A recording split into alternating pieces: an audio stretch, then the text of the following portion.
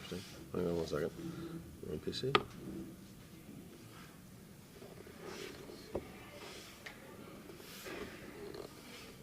Closet 2.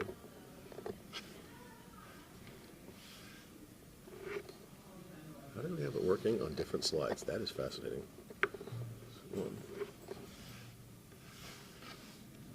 Okay, there's a big delay, which I'm not accounting for.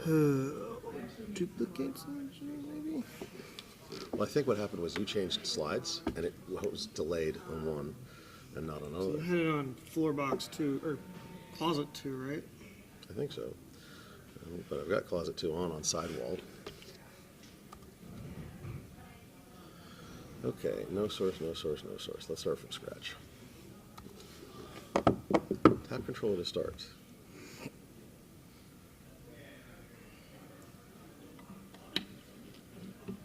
We're going to do this slowly and methodically. So that says that's at HDMI, but Could it just be a bad connection? I'll try this. Actually, do this. Give me that cable. Okay. Let's try that. Plug a USB-C. Assume you've got USB-C on this side. Yes. Let's try that. Sometimes there's an HDCP.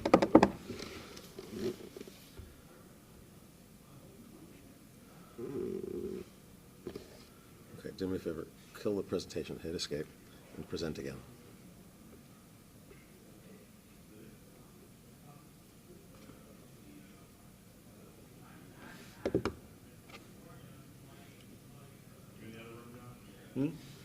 I don't know. I have no idea which, am I in the other room? Probably should get my laptop. I'll be in there in just a second. Not freaking cool. What the hell's going on here?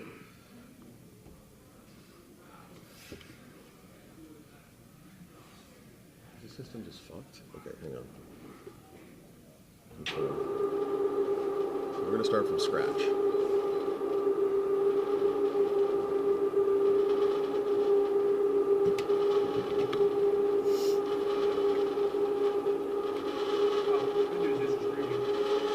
That's great.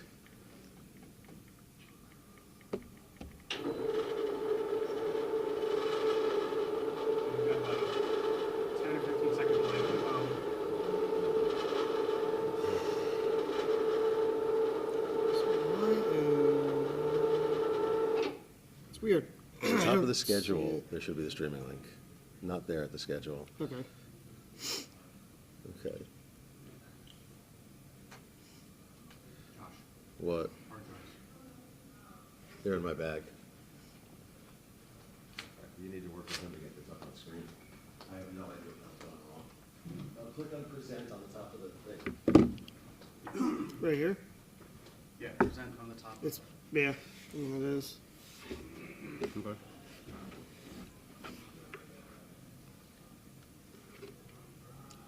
You're live on the internet anyway. Yeah, I mean, that's funny.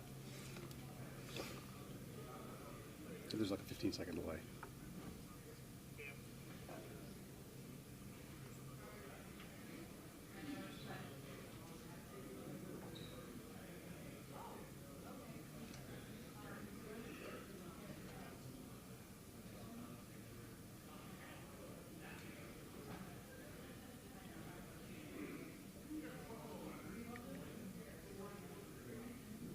This is annoying.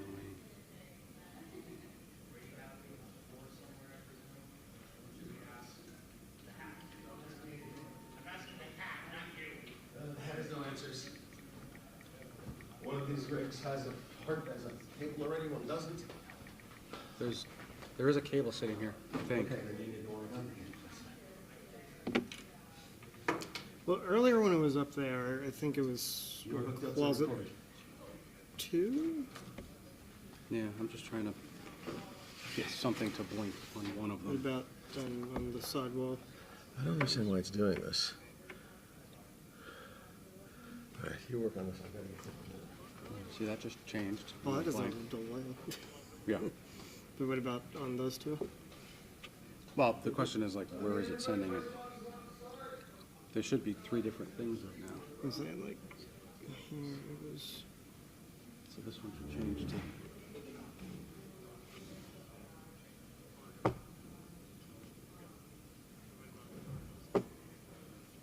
Front wall still has to change. Oh, that didn't work. Would that mute the mic up here? Or? There's a button that does it over there, and I Okay. don't know what button it is. Okay, not a big deal.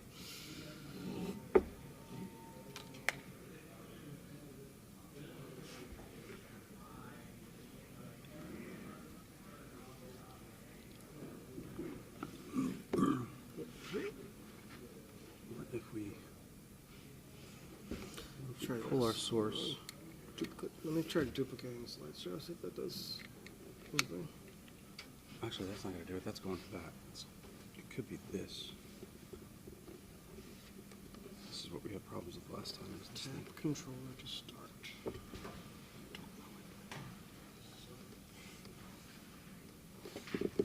There's Josh.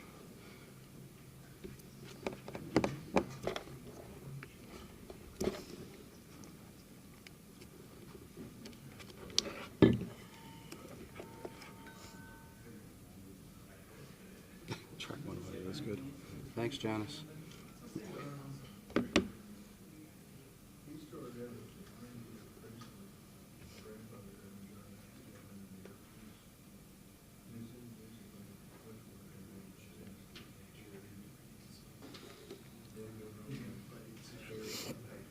Where does this camera go? No, it goes on the floor. Never mind.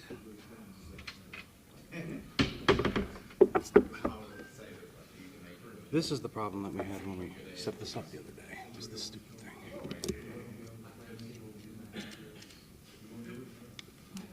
So wait, that goes to the. This is what gets you to the boxes. So this is floor box 3 is what it says. Does,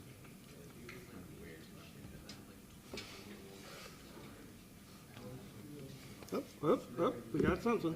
There you go. See, I'm a genius. Quick, do your presentation for us.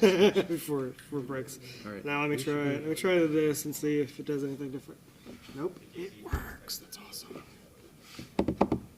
So you can start whenever you want. Oh wow, okay. Give it another minute or two, let people filter in.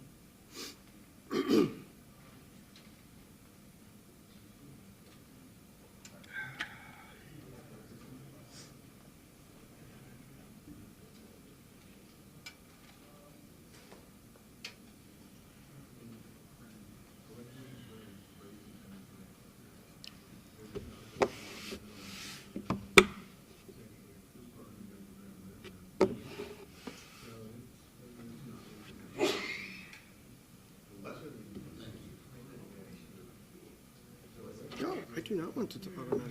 What just happened?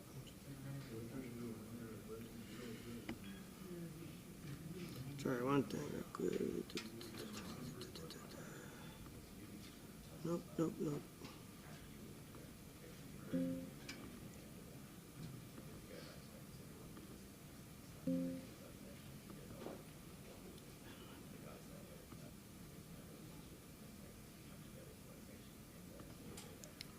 Okay. All right. It is 9 o'clock, so we'll go ahead and get started. So, good morning, everybody. I know if you were like me, I am not a morning person, so I applaud you for being here on a Saturday morning at 9 a.m. So, thank you. So, just before we start, how many people are outside the tri-state area? So, Maryland, Delaware, PA? Anybody?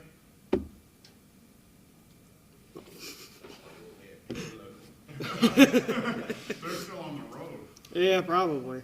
And there was, I was surprised there was no traffic, but then again, it was pretty early. So I live just outside of Baltimore, but I actually grew up right down the road here in Elkton. So this is pretty fun for me being here at University of Delaware this morning. So the past 10 years, I led SOC and SOC adjacent teams So detection engineering, threat hunting, threat intel.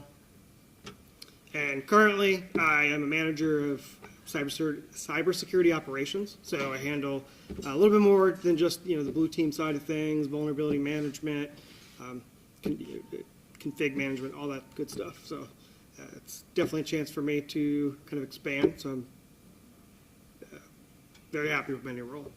So I am a husband and a father of 3 boys, the oldest being 7. So that's pretty rambunctious. So if you know anything about young children, I look at everything as its potential to be a weapon, and this was great practice for threat modeling. So just the obligatory slide, the views and opinions here, they're mine and not of any of my employers.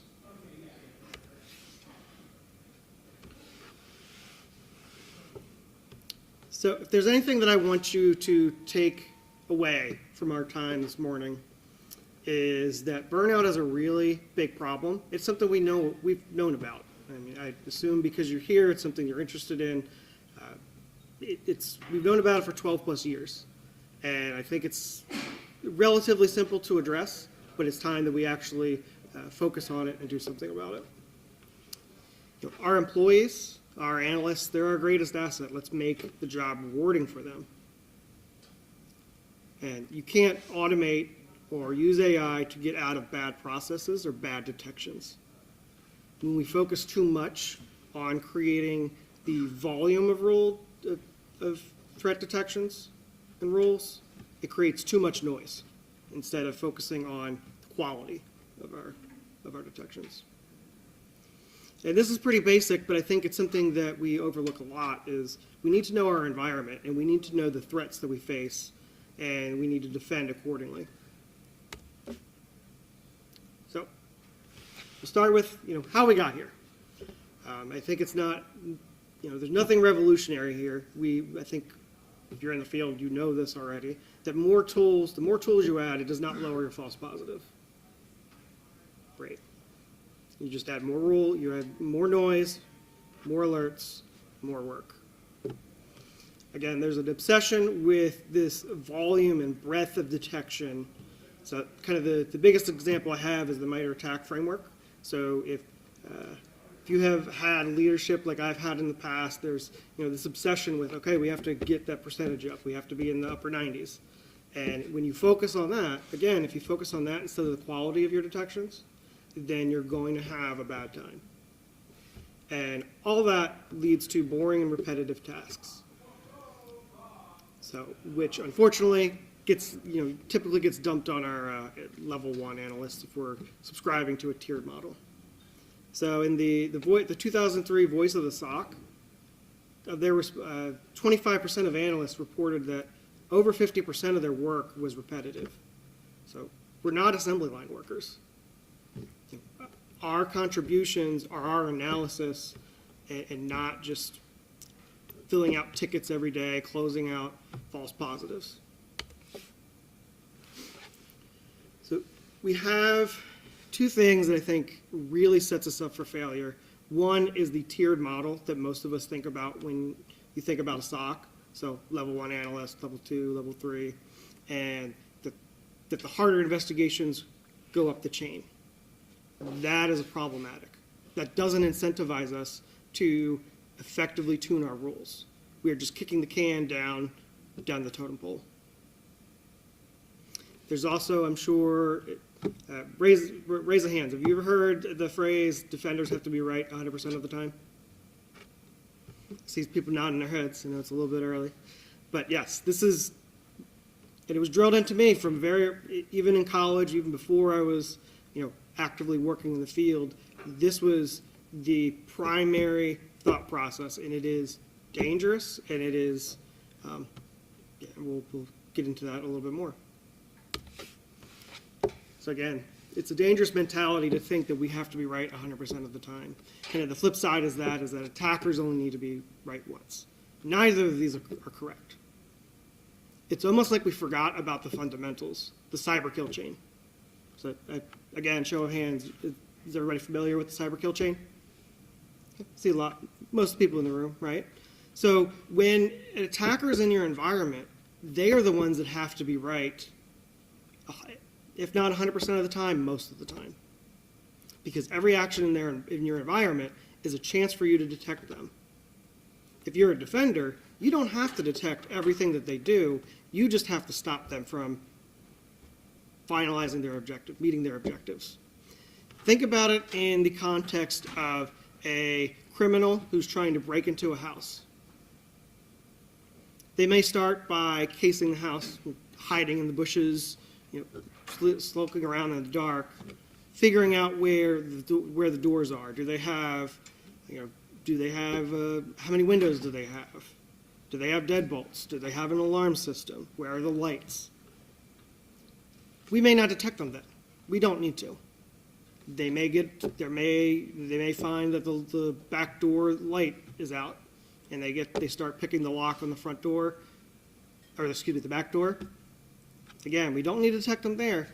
If you have an alarm system and they open the door and it goes off, you have now detected them 3 steps in this case, in cyber sense, in the kill chain. So again, we don't have to be right 100% of the time. We just have to be prepared, know our risks, and be prepared. So I do want to preface this with I am not, I don't hate the MITRE ATT&CK framework. It's kind of the most common example, and it is a good tool, but there's a time and place to use that tool just like anything else that we use. Again, I'm probably going to say this over and over again, but more detection rules are not better. When our aim is to have enough rules to cover 90% of the MITRE ATT&CK framework, you're missing the point. And I think if you work in a SOC, that may not be your focus, but you are getting pressure to do that. So at version 17, there's 468 sub-techniques that MITRE ATT&CK framework lays out. So again, more rules to cover more of those sub-techniques, you're just going to introduce a lot of noise. So just by show of hands again, who has either currently or worked in a SOC? Fair amount of people. So if you've worked in a SOC, okay, again, show of hands, how many times have you had detection rules for window event logs being cleared? A couple people, right? So in my experience, I've worked with a number of MSSPs, and that is like one of the first rules that they put in place. And yes, that can indicate malicious activity, but again, if we're thinking in the cyber kill chain, they've already done everything that the attackers have done everything they're already going to do. There was many of opportunities to detect them before you get to the point where they're clearing the event log, if they're even doing that these days. But there is a lot of legitimate activity that is associated with that. Therefore, you are generating a lot of noise and a lot of effort to tune those rules, and you risk over-tuning those rules to where they don't even work they don't even work. Right? So the same thing goes with the use of valid accounts, or one of my personal pet peeves is risky sign-ins or unexpected. I see a couple of smiles. Log in from an unexpected country. With today's mobile workforce, and depending on the organization that you're with, you may have people all across, logging in from all across the globe. They could be logging in at weird hours. So depending on your environment, a risky sign-in as detected by Microsoft or by Okta really doesn't, it's not true. They don't know your environment like you do. And some people have VPNs on their phones. I can't tell you how many times that myself or members of my team have investigated these alerts, and it turns out they were either on vacation or they had NordVPN on their phone, and it shows up in their login shows up from their mobile device, shows up in a different country. One of the fun things I had was my last organization, they, again, global, and Canadians apparently like to travel to Cuba for vacation, which was definitely interesting. And if you are trying to locate risky sign-ins based on countries, especially countries that the U.S. may have an embargo on. That's just, it's kind of interesting. And again, you have to know your organization, know your environment. So since the first time I put together this presentation a number of months ago for a virtual talk, and since then, MITRE has released a new version, version 18 of the attack framework. So I didn't want to gloss over this because, again, they have a new object called detection strategies. So this kind of changes, it's a little bit of a change in how they prescribe how to detect the various techniques. So there's a high volume of it. There's 898 detection strategies. So still, that is quite a bit. But what is interesting is that they are now tying each technique or sub-technique to one or more detection strategies. So instead of just looking at, okay, the audit log was cleared, or there's a risky sign-in, there's kind of multiple detections for that, and you can kind of put together a chain. So that, to me, that sounds promising. But again, this is from October 28th is when it was released. So I don't think there's been a whole lot of time to really break this down and to incorporate it in our processes. But it's something that me personally, I'm going to keep an eye on. And I think it's something that is a step in the right direction. At least it seems like on the surface. Okay. So what? So, it was kind of drilled into me when presenting to leadership is, okay, you're telling me this, so what? So I think at a fundamental level, we know what alert fatigue is, and I think we know what the consequences are, even if we don't have the examples to show for it. So in the SANS 2005 SOC survey, 65% of analysts stated that they planned or were in their roles for less than 3 years. So that might be okay if you're thinking about your employees and your analysts like they're a fry cook at McDonald's. Because I don't think that they're, at McDonald's, they're not concerned about tenure. They need somebody on the line. But again, our analysts, our employees, they're our biggest asset.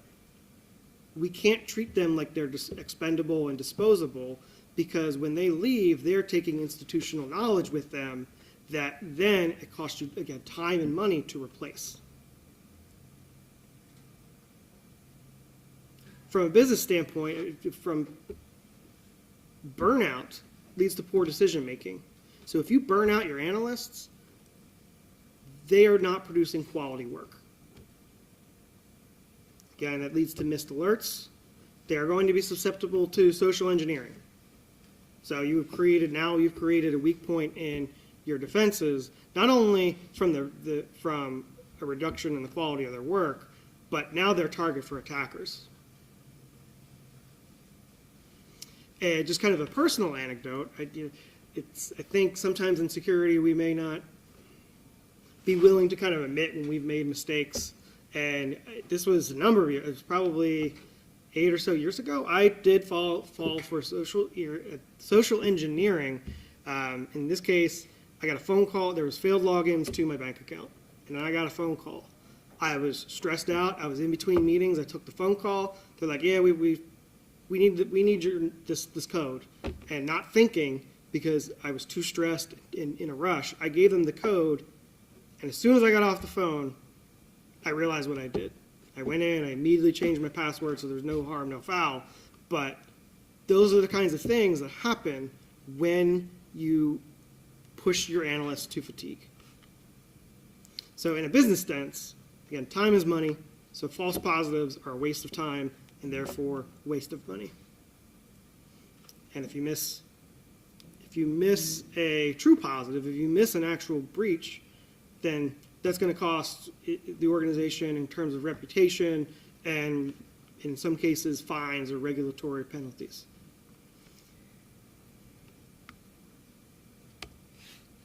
So here, one thing that, we talk about alert fatigue a lot. Again, it's an issue that we've known about for 12 plus years, but I can count on one hand, and less than one hand, how many times I've heard this discussed in the actual impact to people. outside of, usually it's focused on, okay, what does that mean for the business? What does that mean for our program? But not a lot of people think about what is happening to the people you're employing, people on your team. So it's alert fatigue and burnout is very similar to like PTSD. You're actually incurring mental and physical pain and issues to the people on your team. That leads to increased depression, anxiety, and a whole host of other issues. Weight gain, insomnia. Then that leads to increased illness, increased absenteeism, and again, that reduced cognitive abilities. So the work, they're going to be putting out subpar work. They're going to be absent more because they're sick more often. Again, that is the impact to people. From a business standpoint, time is money. You're losing money by physically harming the people on your team. And I don't think if you're an analyst, obviously you want to avoid that. But if you're in leadership, I don't think that we actively go out of our way to put pain on the people that we work with. Again, analysts are our greatest asset, and we should treat them as such. So I think that there's in researching this, I kept coming back to the target breach in 2013. So I see we got a diverse set of people here. So how many people, by a show of hands, were actively working in the industry in 2013 when this target breach happened? Got a handful of people, right? It's 2013, so what, that's 12 years? Yeah, 12 years ago. So the technical specifics of this breach are not really important. But what is important is that Target put in place, at the time it was cutting edge, the FireEye network appliance. However, they were set to alert only. And more importantly, they were estimated to have hundreds of alerts a day just from this one appliance. Now, there's no specific numbers that I could find, but the estimates were, in the hundreds. Now, these alerts gave very little context, malware.binary. So I had the opportunity around this time to actually be working with the FireEye appliances, and I can say from personal experience, I know exactly what they're talking about.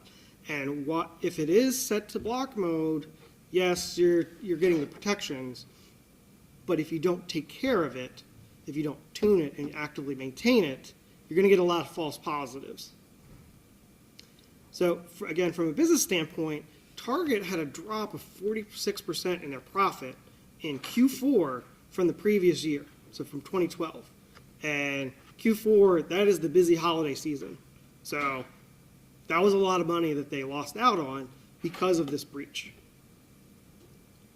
There was also the cost to banks who had to then replace everybody's credit cards who had shopped in Target. So the estimate was $200 million was the cost to replace the credit cards. So I know I remember having my credit cards replaced. I know a lot of people that I was friends with at the time, they were having their credit cards replaced. So this was, it was at least at the time, it was the biggest breach of its time. So I found a couple of experts. So John Strand from Black Hills, if you're familiar with Black Hills, I highly recommend them. John Strand had to say, Target's a huge organization. They probably get hundreds of these alerts a day. We can always look for someone to blame, but sometimes it just doesn't work that way. So I chose to include this because I think it's a very good, it summarizes exactly what I'm trying to say, is that it's not the analyst's fault when they miss an alert. If there's hundreds of alerts per day, that's a systematic issue. It's not the fault of the analysts. There's something fundamentally that needs to change so we don't have that problem. So Shane Shook from Cylance said, they're bombarded with alerts. They get so many, they just don't know how to respond. They just can't respond to everything.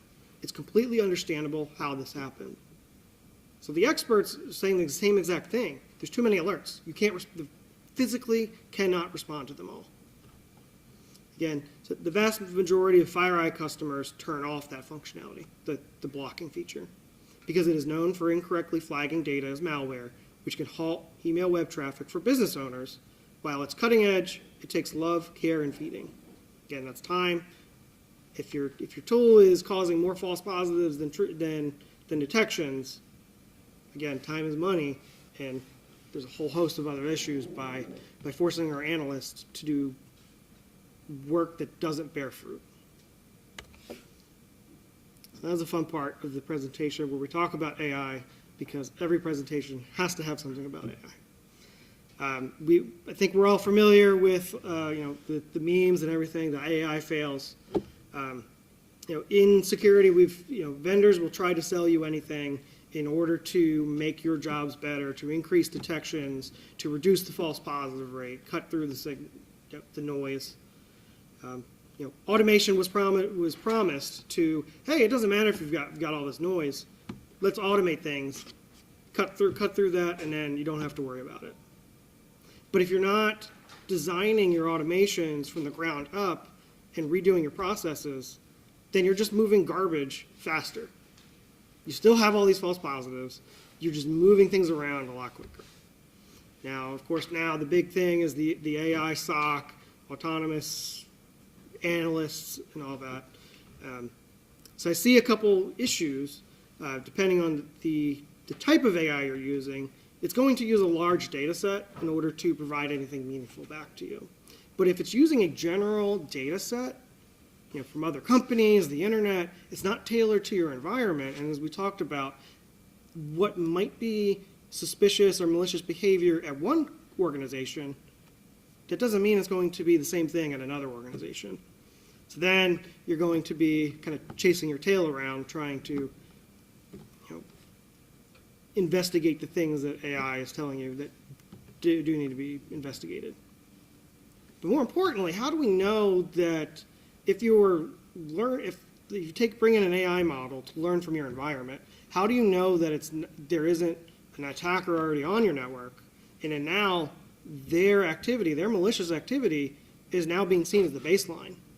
So now you're actually worsening your program by, saying effectively adding this traffic, adding this activity to a safe list. So now you're completely blind to it. So in preparing for this, I did have an opportunity to talk to somebody kind of at the senior level in a startup AI company. So I think it helped me frame, the good with the bad. So I'm not, I don't want to sit here and say that all AI is bad. There's another tool in our tool belt, but if everything, if you have a hammer, everything looks like a nail, right? So it's not the end all be all. But I think it's important to kind of outline the different types of AI so we don't get confused, which I thought was kind of important for me. So we started with things like Siri, Alexa. You log on to Amazon and it says, based on your previous history, hey, you might like this. That's traditional AI. That's kind of been around for quite a while. Generative AI, I think, is what I am most familiar with. ChatGPT, now Sora, that is generating new content based on a data set and patterns. So it's not doing reasoning. It's just kind of regurgitating something based on your prompt, based on what it already knows. Now, when companies talk about automating the SOC or AI analysts, they're likely talking about agentic AI, which, while it uses a baseline knowledge, it can, in theory, reason through those problems, and then it can provide an analysis of those problems, not just regurgitate based on your prompt. And then, depending on your comfort level, you can allow it to perform actions either automatically or with approval from a human. So, with AI, there is a tool that it is a valid tool, time and place, but we have to know the risks when we adopt this tool. So, everybody familiar with the term SEO? Yeah. So search engine optimization, that is a familiar term. And something I was reading recently, they outlined something called AI summarization optimization. So they had to create a new buzzword, so it's AISO. Kind of the same lines as SEO. If you've ever been on a Zoom call or any sort of video call with a vendor and they have this chat, it's almost like its own attendee, the AI chatbot will provide a summary of the meeting. So has anybody seen this? Okay. PDF does that too. Say that again? Adobe PDF will do Okay, yeah, great. So when it comes to something, so AISO, what that is if you're in a meeting and someone kind of knows how to someone can game the system, so to speak. If they say the right words while you're in the meeting, the AI will hold that with more weight than kind of the rest of the conversation. So if you can game the system, you can create that summary to make assertions, basically take your word as gospel, and it might change, like, okay, this person said something, to we all agree that this is what we need to do.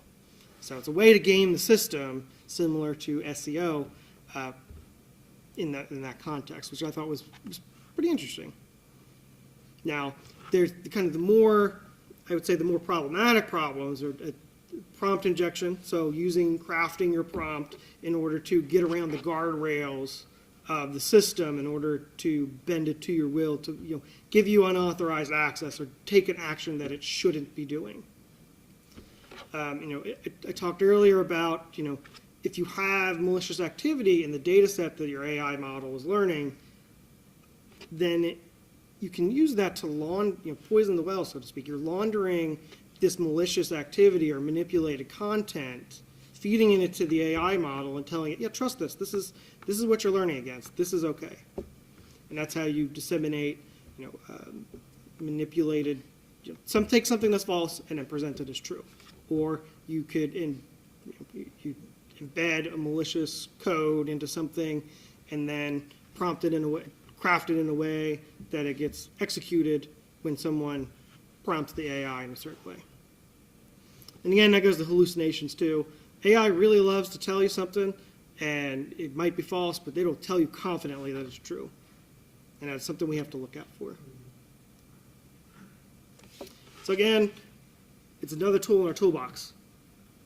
If we're going to use AI, we need to use it the right way, and we need to understand its limitations. So it's not something just out of the box. It's not a toaster. It's not a refrigerator.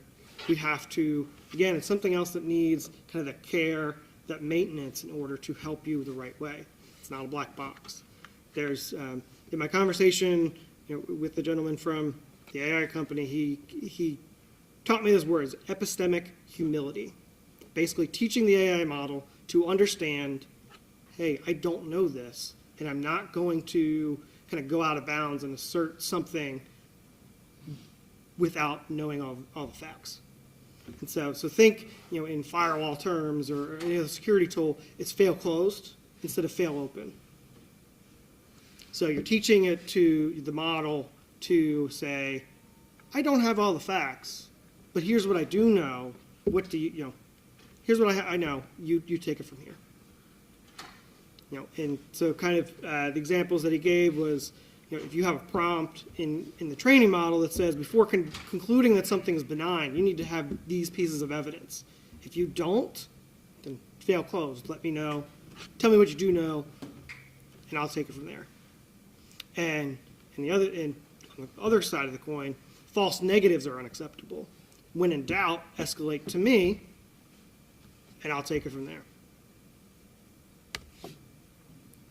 So we've been talking a lot about the problems of our fundamental problems, and we need to talk about solutions. Depending on your organization, you may decide to go the route of a managed service provider or an MDR, and I've had the privilege, or if that's what you want to call it, to working with a couple different vendors in the space. And what I know is you have to know your environment. and you have to understand the limitations of what these vendors are bringing to the table. Because if you let them, they will sell you all these tools again that aren't going to help you. Then some MSPs are the worst offenders of playing the term that I heard, the MITRE ATT&CK bingo, right? They're trying to, their goal is to sell executives that they can hit the 99% coverage of the MITRE ATT&CK framework. So really, they're just bringing the noise, and then they'll discard the obvious false positives and then escalate to you, and then you still have your resource-strapped team is now getting even more junk to look at because they don't know your environment like you do. If you let them, they will shove so many bad detections at you, it's not even funny. In my experience with managing these relationships, most of the time that I spent was holding them accountable for detections that didn't apply to us or were clearly just ridden with false positives. They didn't see it as an issue, but in order to protect my team, I had to hold them accountable for these bad detections. Again, solutions. That's what we're here for. So this is something that I've done in the teams that I've built, is it's that we need to break up this tier model. It doesn't work. Again, it doesn't incentivize us to create quality detections. What we need is a team of experts. And we don't need people, each person doesn't need to know everything, but it's important to have a diverse set of skills on your team so that you can come together, collaborate, and have good detection rules. You can do the threat hunting and the research that you need to understand who might be targeting my organization and how do I defend accordingly. So we talk about AI and automation. There's the obvious bad side that we've talked about. But on the good side, that they can be good tools if we build them into our processes the correct way. We can use automation to kind of help us correlate rules, or correlate alerts, and then only correlate logs and generate an alert that's escalated if it meets a certain threshold. So that risky sign-in, again, coming back to that, in and of itself, it may not mean too much. But if you see a risky sign-in followed by exfiltration of data, or them trying to access, they're in accounting and they're trying to access build documents or code or something that they really shouldn't be doing, that's what you want to look at, not just the risky sign-in. So for AI, where I see the value of AI in the SOC is taking the manual work that we do and then speeding it up. So when you get this alert, there's probably 4 or 5 things that you are going to immediately search for and get the context around this alert. Let's use automation and AI to do that. I think there's some tools that are doing that, and we're just starting to see the fruit of that. Recently, I don't want to really promote any one product, but recently I've started using Sumo, and I've seen their AI summary of alerts is interesting. And that's the kind of things I want to see in the tools. Is you give me an alert, give me a summary. This is the person. This is what the detection means. And oh, by the way, here's all the context of this is where they, the last 5 logins where they came from. This is the the operating system that they're using to log in. This is the the browser, all that sort of stuff. That is what you need in order to take something that otherwise would just cut down on the manual work, and then take the investigation notes that your analysts are producing, and then, hey, I'm going to take it and I'm going to make that report that you need to send to your manager or the leadership team. So again, it's, I hope I sound like a broken record at this point, but knowing your environment is so vital. And it's something that I think a lot of organizations don't emphasize enough, especially when it comes to asset management. That's the big pet peeve. I see a lot of smiles, so no, I'm not the only one. But if you don't know your environment, you cannot defend accordingly. You need to identify your biggest risks. If you are in the telecom company, there are threat actors that are known to target the telecom industry. Or if you're in healthcare or whatever industry you're in, there is research that you can go out and find that tells you who the big threat actors are. You can analyze those intel reports and then again defend accordingly.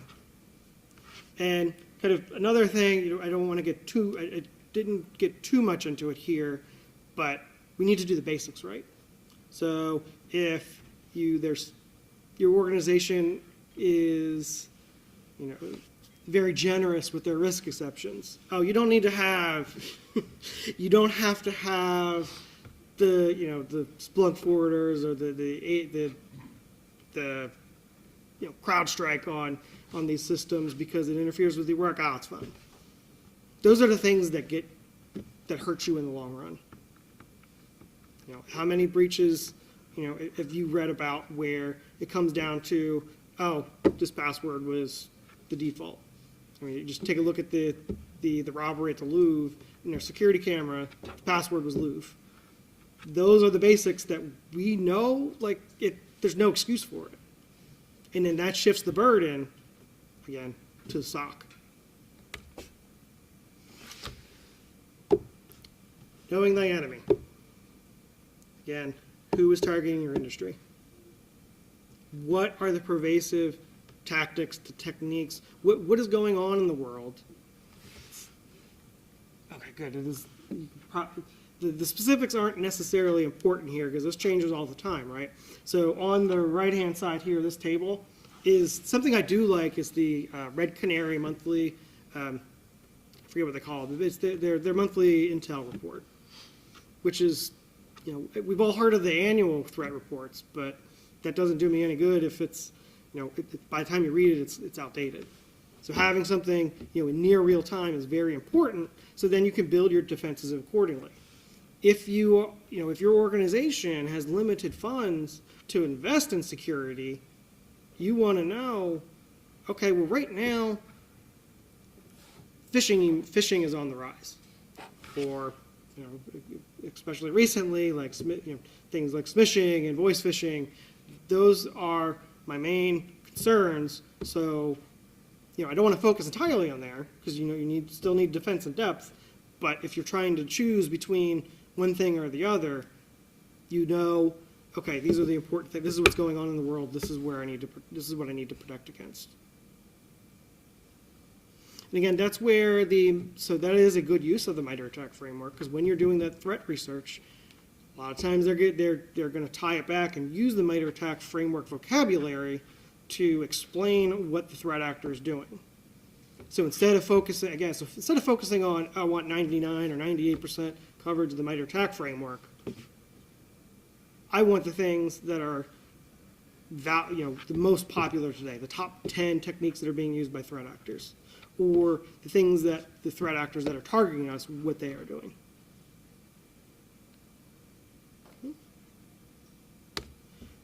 Okay. So by now I think we've talked about everything except for how we're going to tune our rules.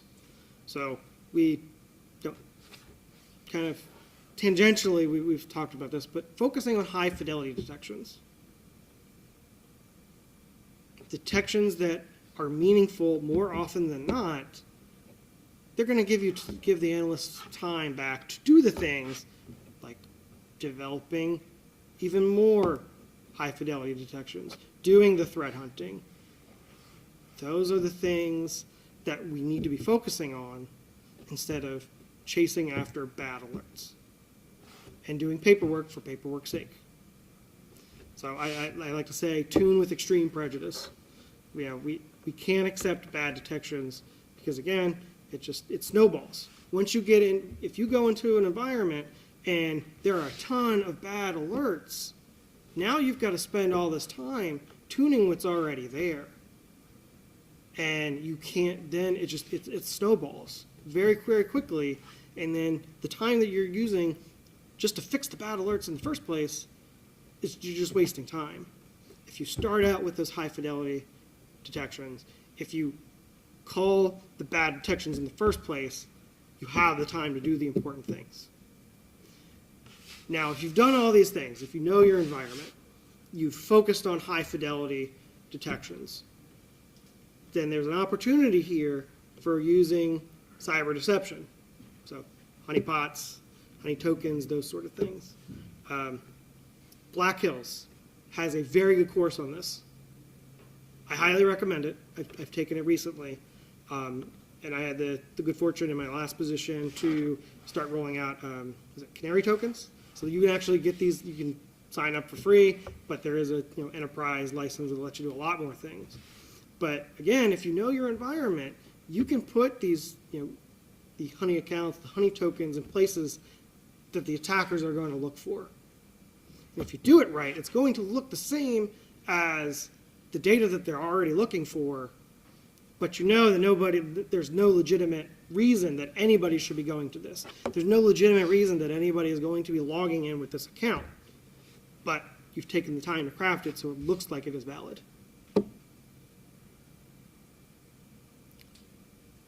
we are doing good. All right, so that's what I have. So I do want to take time to answer questions. This QR code is, I guarantee that it is good. It is my LinkedIn account. If you do want to, catch up online, but otherwise I'm here to answer questions. I think you, Adrian. Yeah, thank you. What did you say the name of the course was? The Course that you mentioned? I can't remember the full name, but it's cyber deception is in the name. So I think John, yeah. So yeah, it's Anti-Siphon is the organization, so they're part of Black Hills. Yep, there we go. Thank you. Yeah. Thank you. You're welcome. So I have a question about the defenders having to defend 100% of the time and attackers only have to Okay. defend once. It sounds very much like Pascal's wager. You have to defend 100% of the time. The worst case scenario is that you bankrupt the company. And I don't know if everybody's been following the Jaguar Land Rover ransomware in the UK. I mean, it's literally affected the GDP of the UK. If you have became moved to, you only have to be, we can only, right, 99% of the time, and have an operating team. What kind of responsibilities does that push onto other parts of the cyber defense? So the idea of maybe you're going to defend 99% of the time, but in that 1% of the time they get through, they can only do so much damage. I mean, how does the change in we can't defend 100% of the time affect the rest of your? So let me repeat for the microphones and make sure that I understand. So you're saying with the mentality of we can't defend 100% of the time, let's say we could do 99% of the time, what does that do to the rest of security? Yeah, the rest of the company. Yeah, the rest of the company. Responsibilities they have to take care of, or the strategies that you're going to be taking to mitigate the consequences. Okay, and then what strategies that you're going to employ to kind of mitigate, or knowing that you can only protect 99% of the time, which strategies you're going to use? Well, my hope is that, everything that we've talked about, right? So knowing your environment, and, I didn't talk a lot about it, but implementing those fundamentals, like ensuring you're not using default credentials, your firewalls are configured properly, you have, your risk exception program isn't overly generous. Those are the things that you can do before you even get to the, detecting the bad actors. And ultimately, at the end of the day, we're not defending a company or assets just for reasons, right? We are there at the behest of whatever the organization is, and ultimately, we can only do so much at the end of the day. And the executive leadership has to make a decision on how much they're going to invest in security and how much risk that they're going to take on. So they may say, oh, that 1%, so in healthcare, they may decide that that 99% isn't good enough because in that 1%, patients might die. But if you're selling widgets, do I need to really spend that extra, exponential amount of money to get from 99% to 100%? And so you can do a lot of things to mitigate the risk. We, again, do the fundamentals. We talked about having the appropriate high-fidelity detections across the kill chain, the cyber deception. Those all increase your chances of catching, the bad actors. And you can only do so much with the investment that the executive team has decided the risk that they'll take on.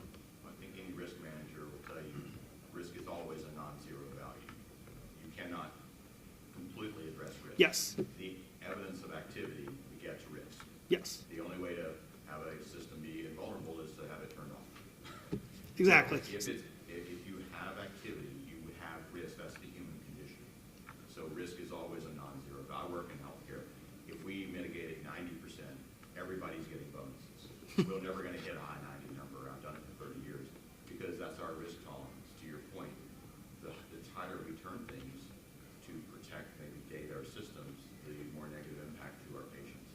We have to accept the risk. If everybody got a car to come here, you accepted the risk of travel to get here because you felt like if a bad thing happened, you'd probably survive it. You got airbags, it's less traffic, whatever. We all accept the risk when we take activity into play. Yeah, so just for the folks on the stream, the point is that there's never 0% risk. There's always some risk. And again, depending on what industry you're in, that risk dial is going to change.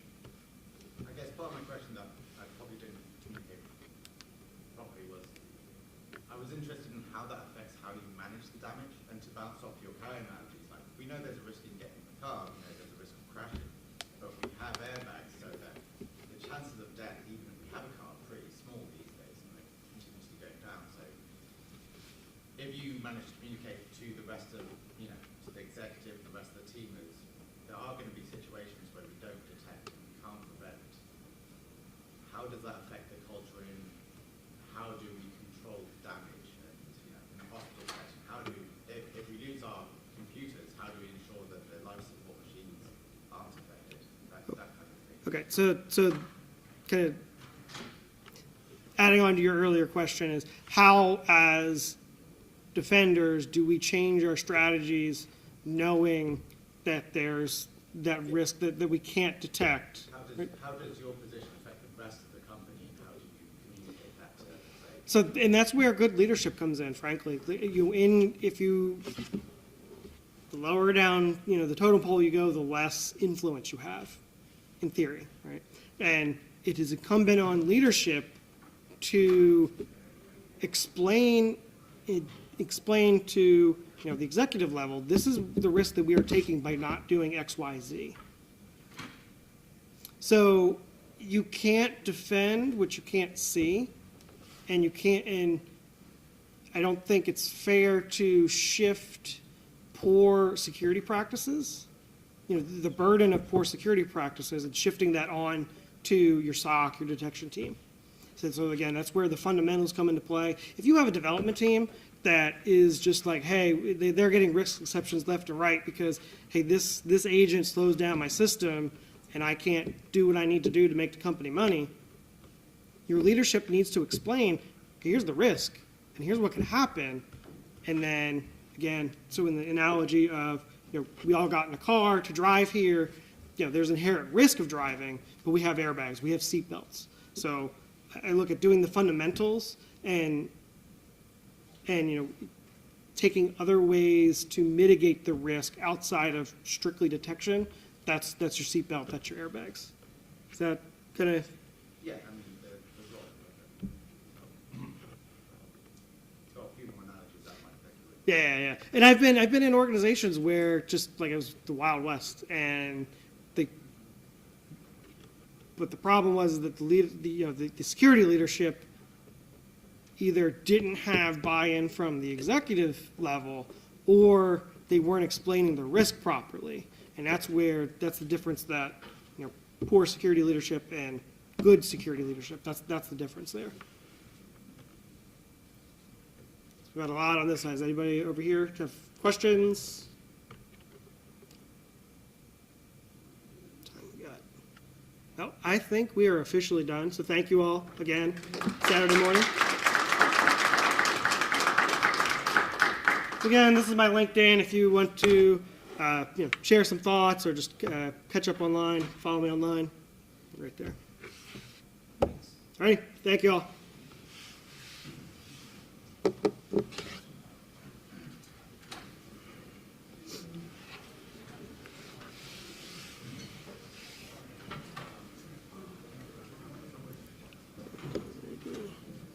Go ahead and disconnect.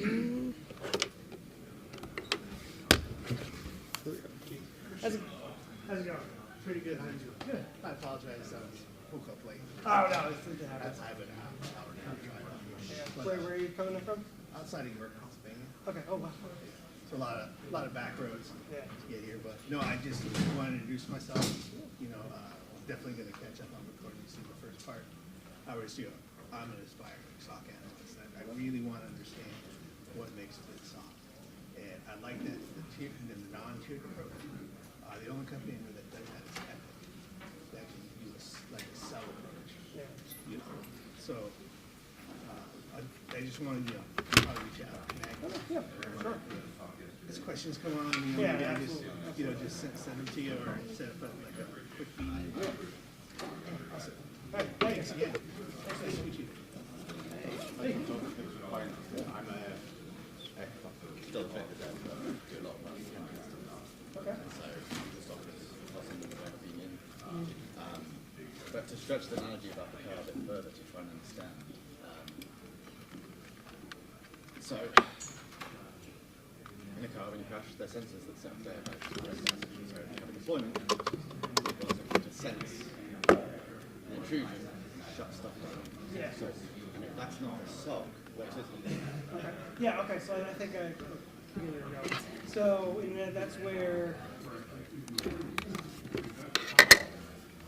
I think it's a matter of it is a matter of accountability, right? So Yeah. like, some people they differentiate like the SOC with IR. Okay. So ultimately it's all part of the IR list. If you detect something, hopefully you detected it before they completed their objective, Okay. then you can continue. So, and I think it's Facebook, they actually have something where when they detect, I thought it was really interesting, when they detect the intrusion, then they do something behind the scenes where they dump that into like a honey net. So it's a near production almost. So they think, the attacker thinks that they're in production, like they're doing stuff, but they're isolated to their own environment, they can track. So it's ultimately about being creative, and it comes down to containment. So however you're going to do containment, it doesn't have to be quite that advanced. However you're going to do containment. How did you get the thing to connect? That's a good question. We've played around with it for a while. He's our expert. So this is the power, and then I know the man to ask. Is there a question? Yes. trying to get it set up yeah. here. So this is the power, and then this should be connect you right to the screens. I think that's a USB-C. Correct. Yep. This is just stroke this it is your. kindly and Just it'll I'll just bang look its at it. buttons, Yeah, and then this will be powered. This thing can move if it's like in the way. Then do I have to turn something on here? So There has to be something here somewhere. you're gonna be on floor box 3. Good. That should all be Have good. you ever read Are you sharing? Is that screen sharing out? Taleb and his What? concept? Is that screen mirroring or displaying right Oh, I'll make it a mirror. So there's an idea of robustness. Yes. So like you build something so that it fails. Just a question of 100% you can't fail. Anti-fragile is you can fail, but you fail like. So it's like the area of a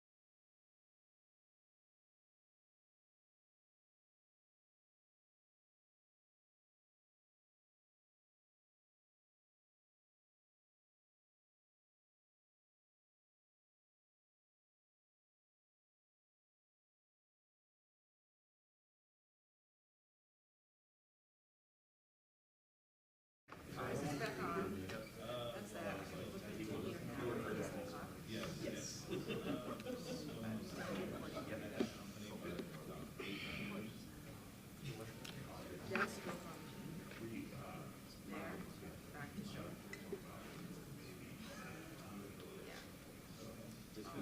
Are we good? Yeah, whenever you're ready. All right. Hi, everyone. This is my presentation, Building RAG Systems from PDF to Production with Docker and Open Source AI. And by the end of this presentation, I hope to equip you all with the tools to reproduce this by yourself. So before we get started, a little bit about me.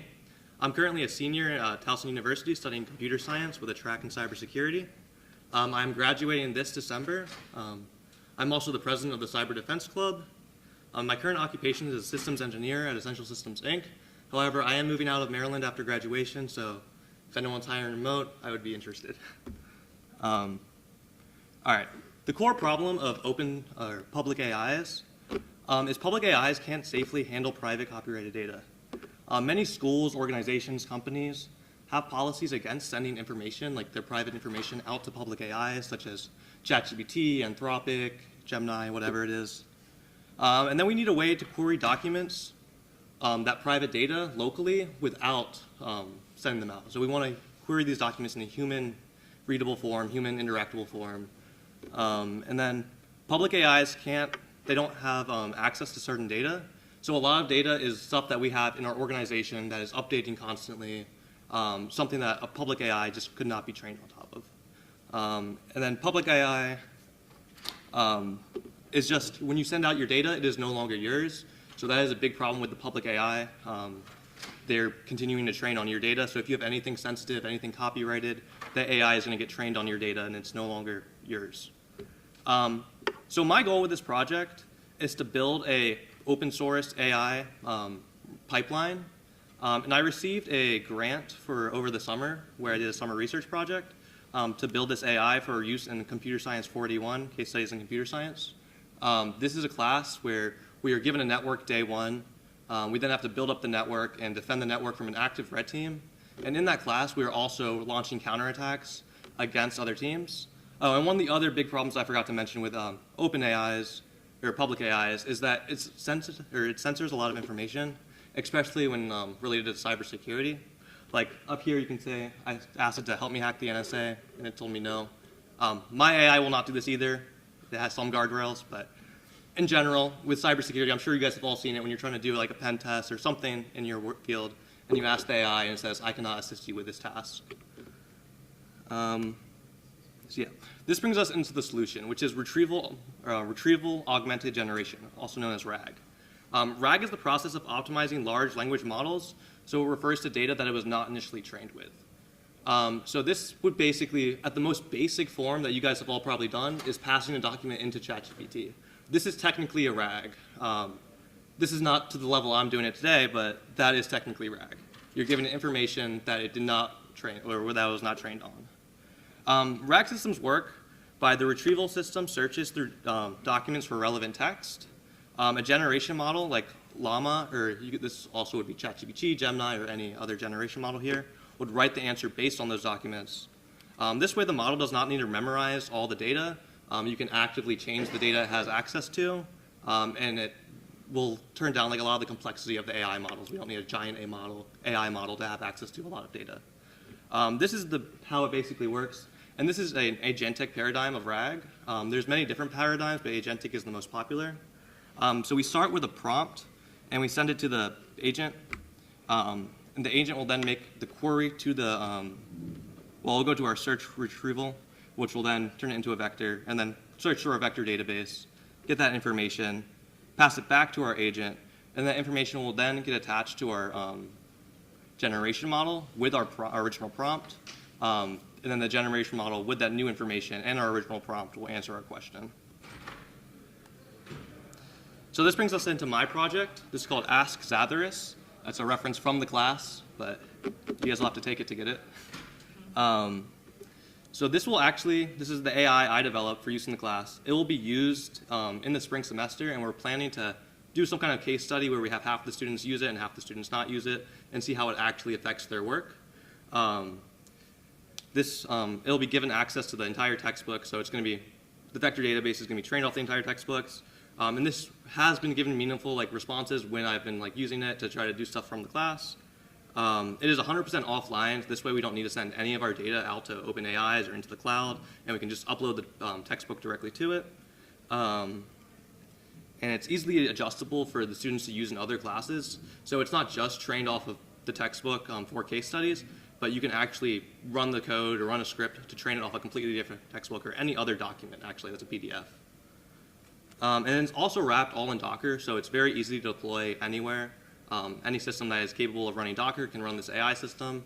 And I'll get more into hardware requirements and stuff, but you don't need a giant GPU or anything to run stuff like this. Then I have all the code available on GitHub, and I'll put the link to the slides at the end of here so you guys can access it. Yeah. And here's a few pictures of my AI. I'm asking it to explain the steps of the cyber kill chain, and you can see it gives me the steps of the cyber kill chain, and it's getting all this information directly from the book. And then you can actually see it gives me recommended follow-up questions. This is a feature of the web UI I use, which I'll also talk about more later, but it's very nice. And then there's also still, I asked it, how do I change permissions in SE Linux? And this, I trained it off a different document that didn't really have much information about SE Linux. And you can see it actually says that it doesn't have the context to provide me with the information I want about SE Linux. And this is an intentional feature, so it's a guardrail that I put up to stop the AI from hallucinating. So if it doesn't have the information in the vector database or in the database, it will hopefully not give you some false information. It'll hopefully just say, oh, I cannot answer this. I don't have the correct information to answer this, instead of just making up something. Because I have seen many times where something like ChatGPT or Claude AI will just straight up make up information after I tell it, oh, this is wrong or something. But They'll make up data. exactly, yeah. Also, that's Yeah. worse. And then some more features of this, you can completely configure most of the stuff through the GUI. All this stuff is also in code, but it all has GUI. And then also with this open web UI, which I'll talk about more later, you can use other AI models. You don't have to use my RAG pipeline. You can import Llama, Qwen, and then even open or cloud AI models such as Gemini, Anthropic, and ChatGPT to all interact directly in it here in one place, which would be very nice. All right. So if you guys wanted to start using this today, it's very simple. If you wanted to train it off your own PDF or use the textbook, it would just clone the repo, Docker Compose up, and then once you get all the containers up and running, you must first download a generation model. I understand that everyone does have different hardware, so I didn't want to pre-install this on it. But I would recommend a Llama 3.2 3B. This is about 2 gigabytes. So if you have 2 gigabytes for GPU or 2 gigabytes of memory free, it's a pretty good model, and it's also pretty powerful still. It's not, I've tried some models like Qwen, where like the less than 1B models, and those do not work well at all. And I even tried a Llama quantized down to 1B, which I'll talk about quantization in a bit, but that did not work well either. But right here when I say Docker exec Llama pool, you can choose whatever model you want to start with. That is through Llama. That is on the Llama website. The default credentials for the app is Zathras and then password 1bang. And here you can see the containers that are up. So we have 3 different containers. There's the Llama container, which is the actual generation model that we're using. Then there's the open web UI. This is the front end that we see in all these pictures. And then there is the pipelines. This is the actual code I wrote that will make the AI communicate with my vector database and the indexes. And then it is important to know any of these can actually be replaced with your own things, even with my project. They're not all dependent on each other. So if you wanted to use a different front end, you could definitely use a different front end, and it would still work with my pipelines. Same with a different generation model. You might have to do a little bit of configuration if you're trying to change it completely away from Llama to like something like OpenAI or something. But you could still do that with tokens and any other something.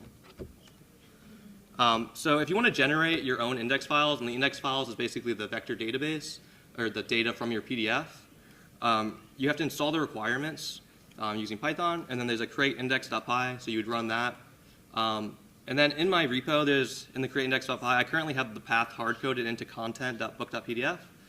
So you either have to put your PDF there and rename it book.pdf, or you could go into the code file and change the path. But when you do this, it'll overwrite the existing vector database, so if you want to keep that, make sure you make a backup of it. But once you do this, as soon as you do it, the AI will be getting information from this new vector database, and this is how you train your PDF. So, and there's no size limit. You can upload a PDF as any size. It is important to note that this is all running on the CPU exclusively right now. There are arguments where you can run it on the GPU, but I haven't done extensive testing, so if you're running a very large file, it will take a long time. But using GPU support will help a lot. All right. So now I'm going to get into the general architecture of this project and hopefully explain to you guys how to build this from scratch. So we start out with chunking out the PDFs. This is the first step. And we have to break the PDF into a whole bunch of separate chunks, small bits of data. And then we pass those chunks into a sentence transformer, which will create an embedding, also known as a vector. These are numerical representations of the sentence. Those embeddings will then be stored in a vector database, so we can retrieve it, query it, get information from it. Then our LangChain retriever is what is actually responsible for running those queries and grabbing that information from the vector database. Then we have a generation model such as Olama or whatever else you want to use, which will generate that final answer given all the original prompt plus the information from the vector database. And then OpenWebUI, or whatever front end you guys decide to use, will be responsible for displaying that information back to you. So here you can see I also have the whole Docker Compose file here. Everything is built inside of a Docker Compose file. We use Docker networks. And if you guys wanted to change the ports or the Docker networks or any of the packages, you could change that all here in this one file. So, yeah. I use a few different Python libraries for this. Go over this one fast, but it was mainly LangChain. LangChain was the biggest one, but we also use Pydantic for some general stuff. And then LangChain has a whole bunch of sub-libraries such as Olamas, chains, Hugging Face, the vector stores, text splitters. But LangChain was really the bread and butter of this whole project. So the first major concept is sentence transformers. I just talked about this a little bit, but a sentence transformer converts text into a numerical vector, or also known as an embedding. So these are built off of general transformers, which were built to understand the relationship between words in a sentence. And it does this by giving each word a different value, by weighing the importance of each word relative to the other words. This is actually called attention. And then sentence transformers are fine-tuned versions of just general transformers, but they're all based off of a model called BERT, or a lot of them are based off of a model called BERT.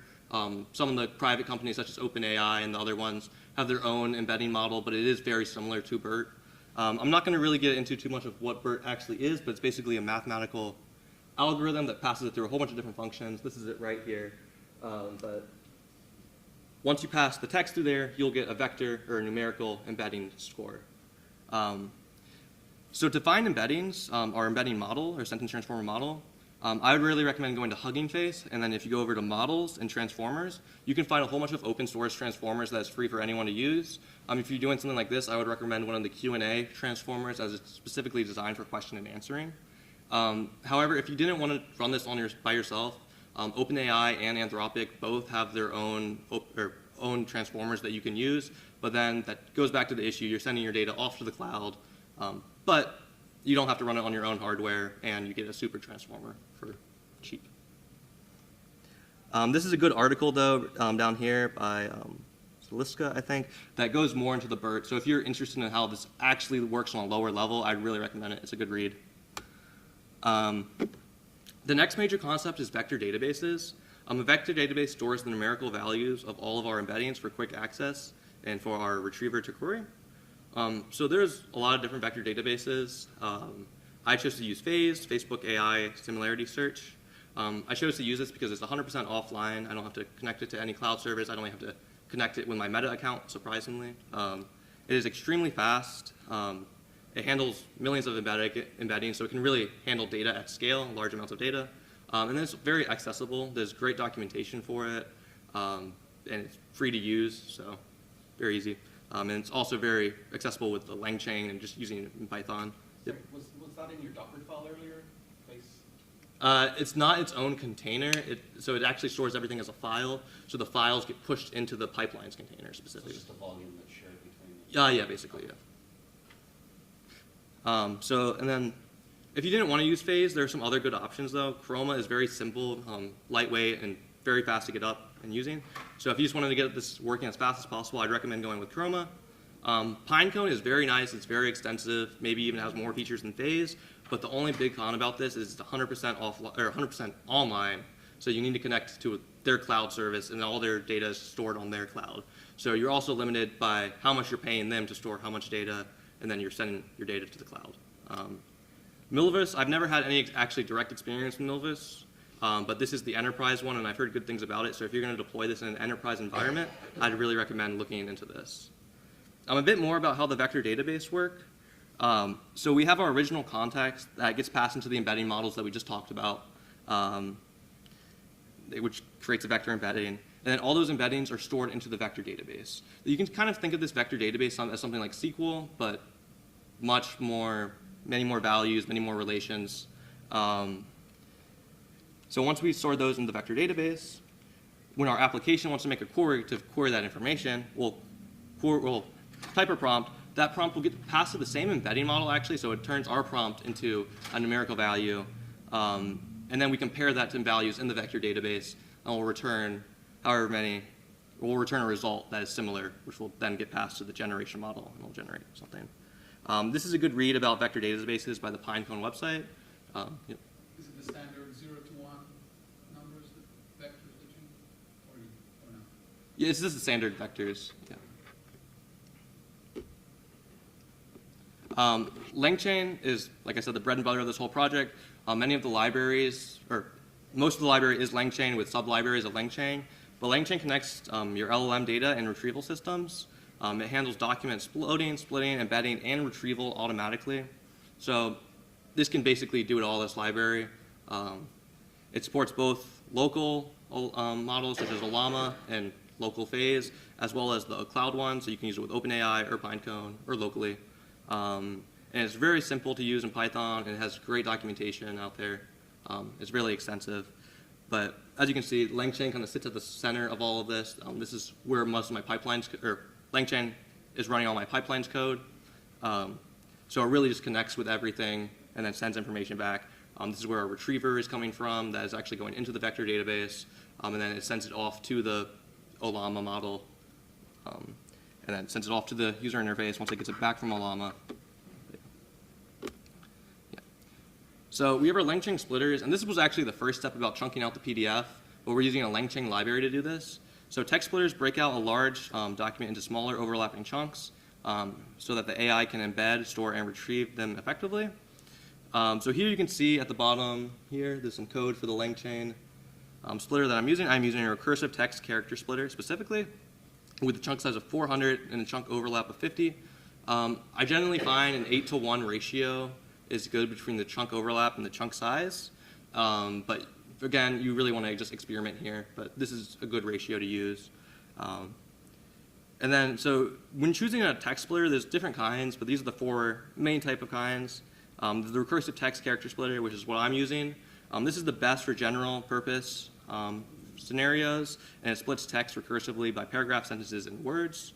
And then you also just define all your separators down here, which will separate the chunks. But yeah, this is what I'm using. And then there's also the markdown header text splitter. This is nice if you're using something like a textbook that's specifically formatted in Markdown. There's a token text splitter, which splits by token count and ensures that the chunks fit within the LLM token limit. So if you have a very strict token limit with your LLMs, I would really recommend using this. I didn't have that requirement. So, and then there's the character text splitter. This is what I started using. This is very fast and lightweight, but it doesn't give as accurate information I found as the recursive character text splitter. But it will run much faster and chunk out that PDF much faster than the recursive text splitter. Yeah, and then you can also just see you can edit some of the splitter options here in the open web UI front end. So the LangChain retriever is the next thing. This is once getting our information from the vector database and passing it back to Ollama. So once again, there's different types of LangChain retrievers, but this takes the user's question, converts it into an embedding model, or converts it into an embedding as a vector, and then it compares it to the stored embeddings in the vector database. And it will return the top k similar chunks passed to the LLM. You can change what k is, so if you make that too high of a number, you'll get a lot of information back. Some of it will be irrelevant to your original question, so you'll get a funky answer that doesn't have to do with the original question. But if you if it's too low of a number, it'll just get too few information, which that information might not be the required information, so it might not be able to generate a correct response off of that. There are different types of different types of retrievers. There's the vector store retriever. This is the simplest and most common, what I'm using. But this is used for similarity search, is what I explained. It finds the top K. There's multi-query retrievers, which expands a single question into multiple. So basically, when you pass the question, it'll rephrase it a whole bunch of different ways, and then make a whole bunch of different vectors embeddings, and then compare all of those. So this can be useful. I haven't really played around with it, but I'd like to try it out some more to see how effective it actually is. There's the contextual compression retriever, which will filter and compress retrieved chunks before passing them into the LLM, and it uses another model or heuristic to remove irrelevant sentences or fluff. So this is nice if you want to get rid of like the extra information that you really don't need. Again, I haven't really used this one. I'd like to experiment with it some more, but yeah, these are all options. And then there's a lot more options as well, but these are the main ones. So when choosing the base AI, this is probably the most fun part about the project for me, as you have many, many different options. And it's also important to note that you're not locked into your AI when you choose it. You can always change this later down the line or add more. But here you have two main options that you are kind of locked into. You could either go the cloud-based AI route or the local route. If you're going the cloud-based route, you can buy API tokens, so you don't have to host your own AI. OpenAI, Anthropic, and Google all have extensive support for both the AIs, and then I also talked about the transformers they have too. But with these AIs, you'll basically get a supercomputer AI, like 70B, 120B models, crazy models, which isn't always necessary. Most of the time it isn't necessary, but they can be very powerful for very, very cheap. They're not expensive, but the main problem here, once again, is you're getting rid of your private data, sending it off to public companies, which can then turn around and sell it, or do whatever they want with it. But using Ollama gives us access to many different open source models that can be ran completely offline. So recently the GPT actually released an open source model, so you could run that completely offline, which would be the older ChatGPT. I'm using Llama 3.1, particularly the 3B model, I think. But Ollama, you can quantize, or any of these open source models, you can quantize down to a smaller size. So you could take an 8B model that's 8 billion parameters and quantize it down to like 1 billion parameters by compressing the data. When you do that, you actually lose a lot of information, or a lot of the accuracy of it. So it could cause it to have bad results. But doing something like, I think I took an 8B model and it went down to 3B, that was completely fine. I didn't experience any funkiness with that. So it's just always something to try. You just have to play around with it, find what works for you. And then there's also the size of the models. So like a good rule of thumb, I mean, normally Ollama will say the model size, but if you're looking in other places, a good rule of thumb is that however many parameters it is, like if it's an 80B model, it'll probably take around 40 gigabytes to run, plus minus maybe 25%. So, and that can be ran in memory or on the GPU. So those would be the system requirements. So for the front end, I choose to use OpenWebUI. This is a completely open source front end. I linked the GitHub here. And this is very extensive. It gives you a web interface similar to ChatGPT, but it's fully local. It has extensive features. Like, I could have built my whole project around OpenWebUI, but I didn't want to lock myself into that ecosystem in case I wanted to use a different front end. But that has integrated RAG in it already. It supports students running other AIs locally. So like I said, if they wanted to use just like just one of the Ollama models, or if they wanted to train it on another textbook, they can all do that through OpenWebUI. And they can also connect their public AIs to it too. Like if they have OpenAI tokens or Anthropic tokens, they can just plug that in here so they can just switch between their AIs real fast. Yeah, and it supports my pipeline code. And you can build your own pipeline directly into this too. However, if you guys are good at web development or want to challenge yourself, I'd really recommend building your own front end here. Still check out OpenWebUI, it's a really cool project, but building your own front end here will get you a lot of experience just interacting with these AIs. I'm not artistic and I'm not good at front end, so I didn't. But, yeah. The last major thing is Docker. Docker is amazing. We can wrap up everything in a Docker container so we can run it on anyone's machines. And the nice thing about Docker too is we can start with pre-configured containers. So Ollama, both Ollama and OpenWebUI already have containers that they have provided us, which I can just simply tweak a little bit, modify for my use case, and then just run them. And then the biggest thing is they're easy to share and configure. So we're not going to be stuck in, oh, it runs on my machine but not your machine. We just run the Docker container. We're working in the same exact environment. It'll run on your machine. But yeah. So some of the biggest challenges I faced in this whole project is I should have started developing in Docker environment. Like I said, it works on my machine, but it doesn't work on your machine.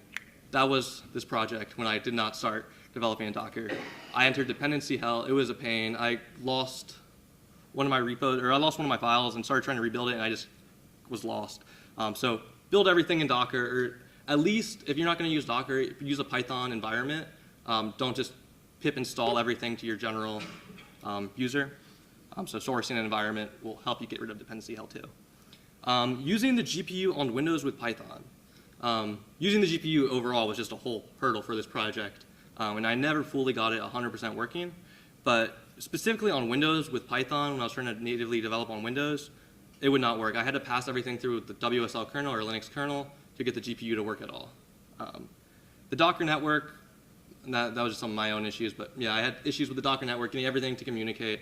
The text splitter, so I started off using just a Pi PDF text splitter, which should technically be, or theoretically be possible, so I just chunked out the PDFs manually with a different library instead of using the LangChain one, but LangChain's text splitter is specifically designed for that, so I would recommend just going with a LangChain text splitter instead of trying to make your own and just chunk everything out manually. Yeah, GPU support, again, for the Olama container was also an issue. There is a working version if you do some configuration in the files where you can get GPU support to work on the Olama container now.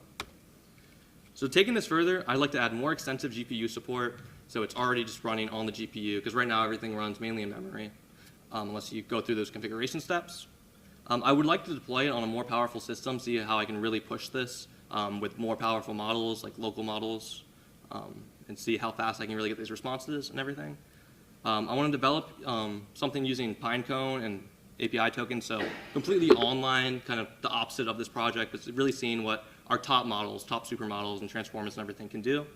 I want to train this on more textbooks and deploy in other classes, so I want other teachers to use this and see how it affects them in their classes, and hopefully it can help them. I want to add multi-PDF and folder indexing. So right now, it can only be trained on one PDF, but I believe it would be pretty easy to train this on multiple PDFs so it has multiple data sources, and then different folders and stuff. I want to integrate metadata-based retrieval. Again, not one of those big steps, but just something simple so it can actually retrieve the metadata from the PDF or whatever. Right now, it's not getting any metadata. And then I'd like to create a setup wizard to make deployment easier. So for people who don't do tech at all, just having a simple setup wizard they can click through, like a teacher, would just get them up and running instantly so they don't have to worry about Docker Compose, Git, and all this other stuff that we know about. So some key takeaways from this project. Local AI is achievable. You don't need cloud APIs to get ChatGPT-like performance. You can run this on yourself without sending any of your data off to the cloud. Documentation and reproducibility is critical. Dockerizing and documenting everything made sharing everything easy and reproducing what I did very easy. Data quality matters much more than model size. This is the biggest one, I'd say. Make sure you have good data. I would rather have excellent data and run on some 1B or even less than 1B model than have awful data but running on some 7DB model. There are many AI tools with different paths you can take to achieve your goals. As I've gone through some of them here, I've outlined some of the different paths you can take, but there are many, many more tools you can use and different paths you can take throughout this, every single step of this project. It's very modular, so you can choose some stuff here and some stuff there. So. And then frameworks like LangChain, Phase, and Olama make it possible to go from an idea to a working RAG system in rapid times. Right. Any questions? Sure. So you said it can only take one PDF right now, right, for Yeah. To do. Have you tried putting like a large PDF that maybe contains 2 or 3 textbooks to see how it would handle? Yeah, so it would have no problem if you wanted to manually merge all the PDFs together. It would have no problem doing all of that, but then it would have everything in the same vector database, and it would just take a long time to do, and there wouldn't be separate indexing for like, I couldn't say, oh, this PDF came from here, but this PDF or this data came from here. It would all be coming from the same source, but that would work, but it wouldn't be as detailed. Playing around with your model selection, did you try any with multimodal support to support image processing? I did not, no.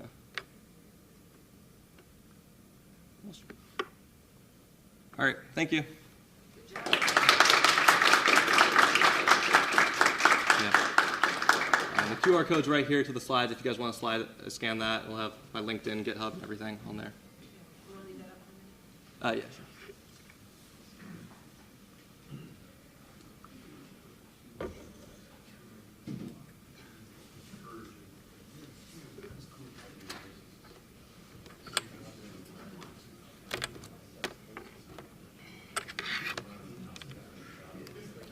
So this is the way to go. But AI for doing something very specific is the way everything's going towards, right? yeah. So good job on your part. I worked on that at work, but then Oh, really? government shutdown started. That was bad. Yeah, but I was trying to. My problem was like yours, hardware. Oh, hardware, yeah. But I was thinking during my time off, if I can take an old Xbox, Old Xbox. because it's one big GPU, Yeah. right? Does it have CUDA cores though, or anything? Or Huh? Does it have like CUDA cores or anything? I'm not sure, but I was just looking at running it on a GPU that does nothing but Yeah. graphics and data. I would definitely be Because interested. it has all the ports. Yeah. It has the memory, and if you don't need the greatest and latest, you can go to like, a thrift shop and buy an old one because that's still good enough. Yeah. And hook up a CPU to it. Yeah. But run everything on the Xbox. So did you develop like a whole rack system like with, do you use LangChain as well? Or? No, I developed my own code. I just wrote my own code. That's what I do. It took me about 2 days. And my problem was just downloading the elements. Oh, yeah. I have the server space, but because it's offline, I had to download it. I didn't have the hardware to download it and put it on my server. But I don't know, for you, if you don't have access to that, if you just take an old Xbox and try to run it on the GPU of the Xbox. Yeah, it could definitely be a cool like project experiment. Right, so you don't have to just hook up a keyboard and even a Apple Pie on it. Yeah. Because Pi would be able to run your Python code.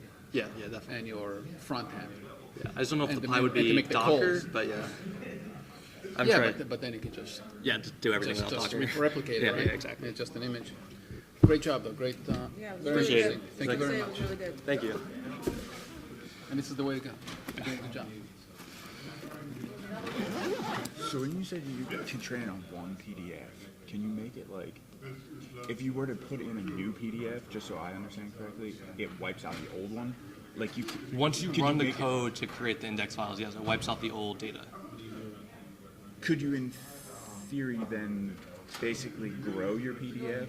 Yes. And then, like, And that's how I kind of you know, answered him. I was like, you can append the two PDFs together Right. now, and that's how you would do it right now. But I believe with some like basic code modification, you could just make it take multiple PDFs like that. But Yeah, because that's what I was thinking. Like, if you have like basically like a living document that you want to continue training it, you know what I mean, or continue. the only like, important thing uploading. though is anytime you add something to the PDF, you'd have to recreate the index files. Mhm. Like it's like compiling them from the data. So you'd have to go source. through. You're essentially doing that every time. Each Anytime time it you updates, yeah. Modify the PDF. Yeah. If you. And you could have a wanted code, like if you were doing something like with more live data, you could have code that says update it when this comes in, or update it every n seconds or something. And it would run that code. And especially if you're doing it on the GPU, it would run that very fastly, so it could probably keep up in real time. Okay, so it's possible. Yeah. It's just a little bit kind of. I just didn't really get to that. I was trying to get. Yeah, my no, thought no, on it, no, but no, yeah. for sure. Yeah, and I mean, you were using it for like a very specific purpose, right? Yeah, like, you exactly. were using it for a class, and the textbook was like, here's the textbook, here's what I'm going with, you know, and just go. Yeah. But I'm kind of thinking like how I could apply it, like especially if you're using it, like you said, at work, where Yeah. documents and things might Change a be lot, continuing. Yeah, they're continually updating.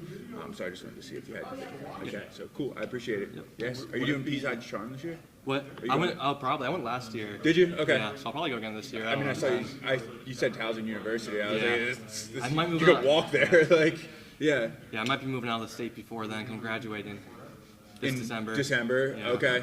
Yeah. But we'll see. Right We'll on. see. I want to Cool. go. Yeah, absolutely. Are you from the Charm area? No, I'm actually from this area. This is Okay. like University of Delaware is right in my backyard, but I've gone to Charm for the last like 2 or 3 years now. Oh, yeah. Because I think this is the first year that Delaware has been back in a couple of years. So Charm, basically Charm and Philly, we're like the closest to BSides event. But Charm's really good. I like the keynote speaker last year. I don't know if you were there for the keynote speaker last year, but he was really good. Charm He was is great. really good. Yeah, I like Charm. Charm's good, and Yeah. Nova is supposed to be pretty good too. I haven't Besides heard Nova, yeah, it's over in, it's at Mason, George Mason. Oh, okay. Yeah, so apparently they're the spiritual successor of BSides DC. Do you know where that is? Or when it is? It is now, I think it was about a month or two ago. Oh. It was Yeah, it was earlier. already. Missed Yeah. it. Well, Philly's in Yeah, December. Nova's before Delaware. Okay. So Yeah, I didn't even know about Yeah. that. I just assumed that. I mean, Towson's so close. Oh, yeah. I mean, there's a ton of people from DC that go down there. I didn't Oh, yeah. even realize. Yeah, no. I've seen, yeah, like, there's it a has Nova multiple one. input methods. But for us, I know for what they are. student projects, I think a April lot is just such a technically is a tough time. multi-member. Everyone's, Well, the weekend, like- I've talked to this Right. with Or one of my Llama 3. I colleagues. think Llama 3 The is weekend that they technically pick, they must pick that because it's like they get a deal Just the on general. hotel or something. Because it's such an awkward weekend the way that it falls By on the using the calendar. open Yeah. website, they're all. when they were actually, So what if you? 10 years ago, when they were first developing it, we actually had some conversations about how to get back to you. Okay.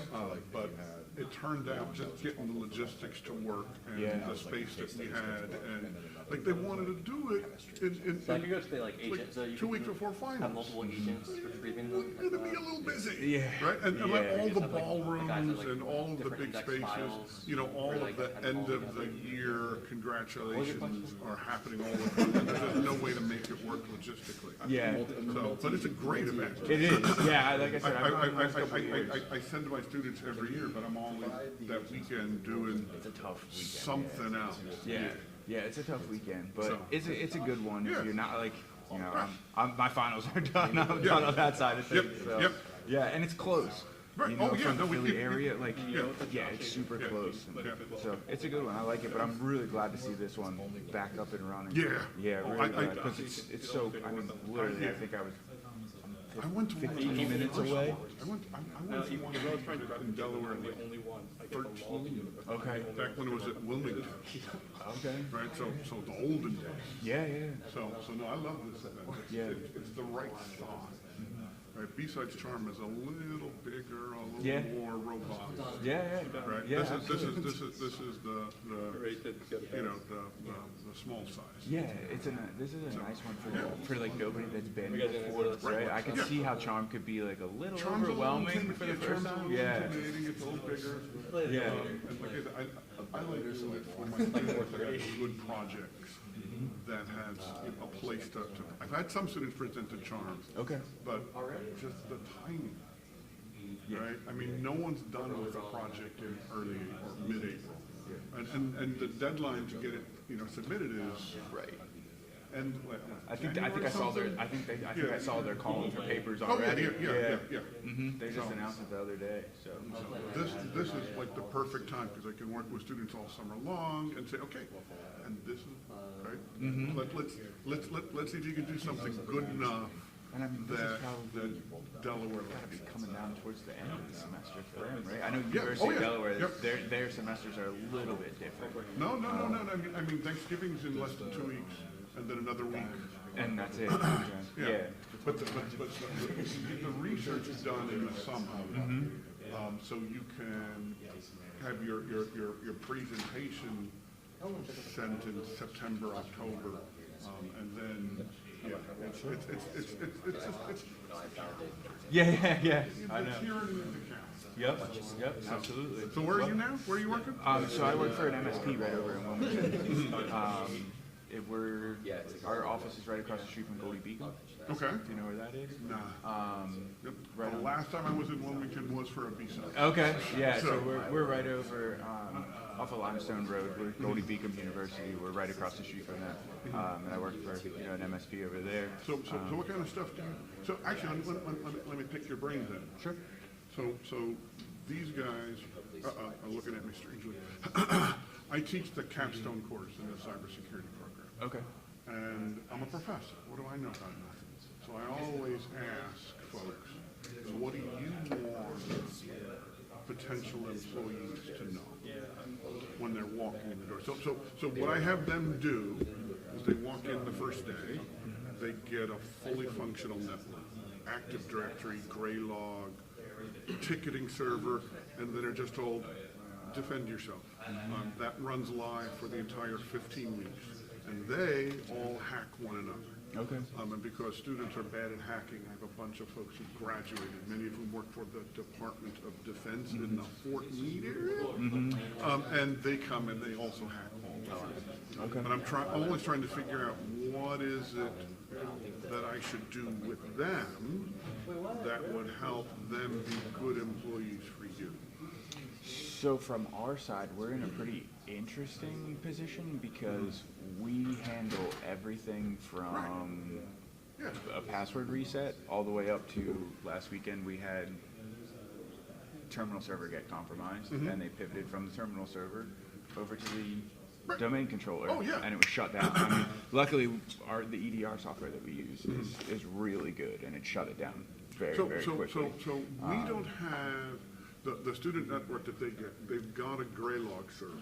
Okay. But they don't have any EDR or anything like that. Okay. If I wanted to add something like that, not too expensive, free would be better, what would you suggest? Have you explored Wuzza? I have not. Or Wazoo? Yeah, I've heard of it. So it is free. It's open source. Okay. It's not super resource intensive. Like I have it running in a cloud Linode that has, I think, maybe 4 cores of shared space and like 2 gigs of RAM. Like it's not. Now, granted, I only have it running because it's just in my home lab. I only have it running on 2-3 endpoints maybe. If you had something where you could host it, you can also host it locally. It could be hosted in Docker. So you have some options. We have a Proxmox cluster for the class. You could, you could so definitely host it in there. We're definitely a little bit resource intense because by the time that semester is over, we're running maybe 200 VMs, not counting Red Team, on a cluster of 5 systems. So it gets to be a little bit squishy. Yeah. Right, but not impossible. Yeah, so you could. So Wazoo is what I should be looking at? You could definitely run it in there. Yeah, and it is, like I said, it's open source, EDR platform, and it'll collect logs from whatever you want it to collect logs from. So I have my sysmon. Can it collect logs? Right now, all the student systems are sending all their logs to a Graylog server. Could I push it? Do I have to send it to both, or can I send it to one and then the other?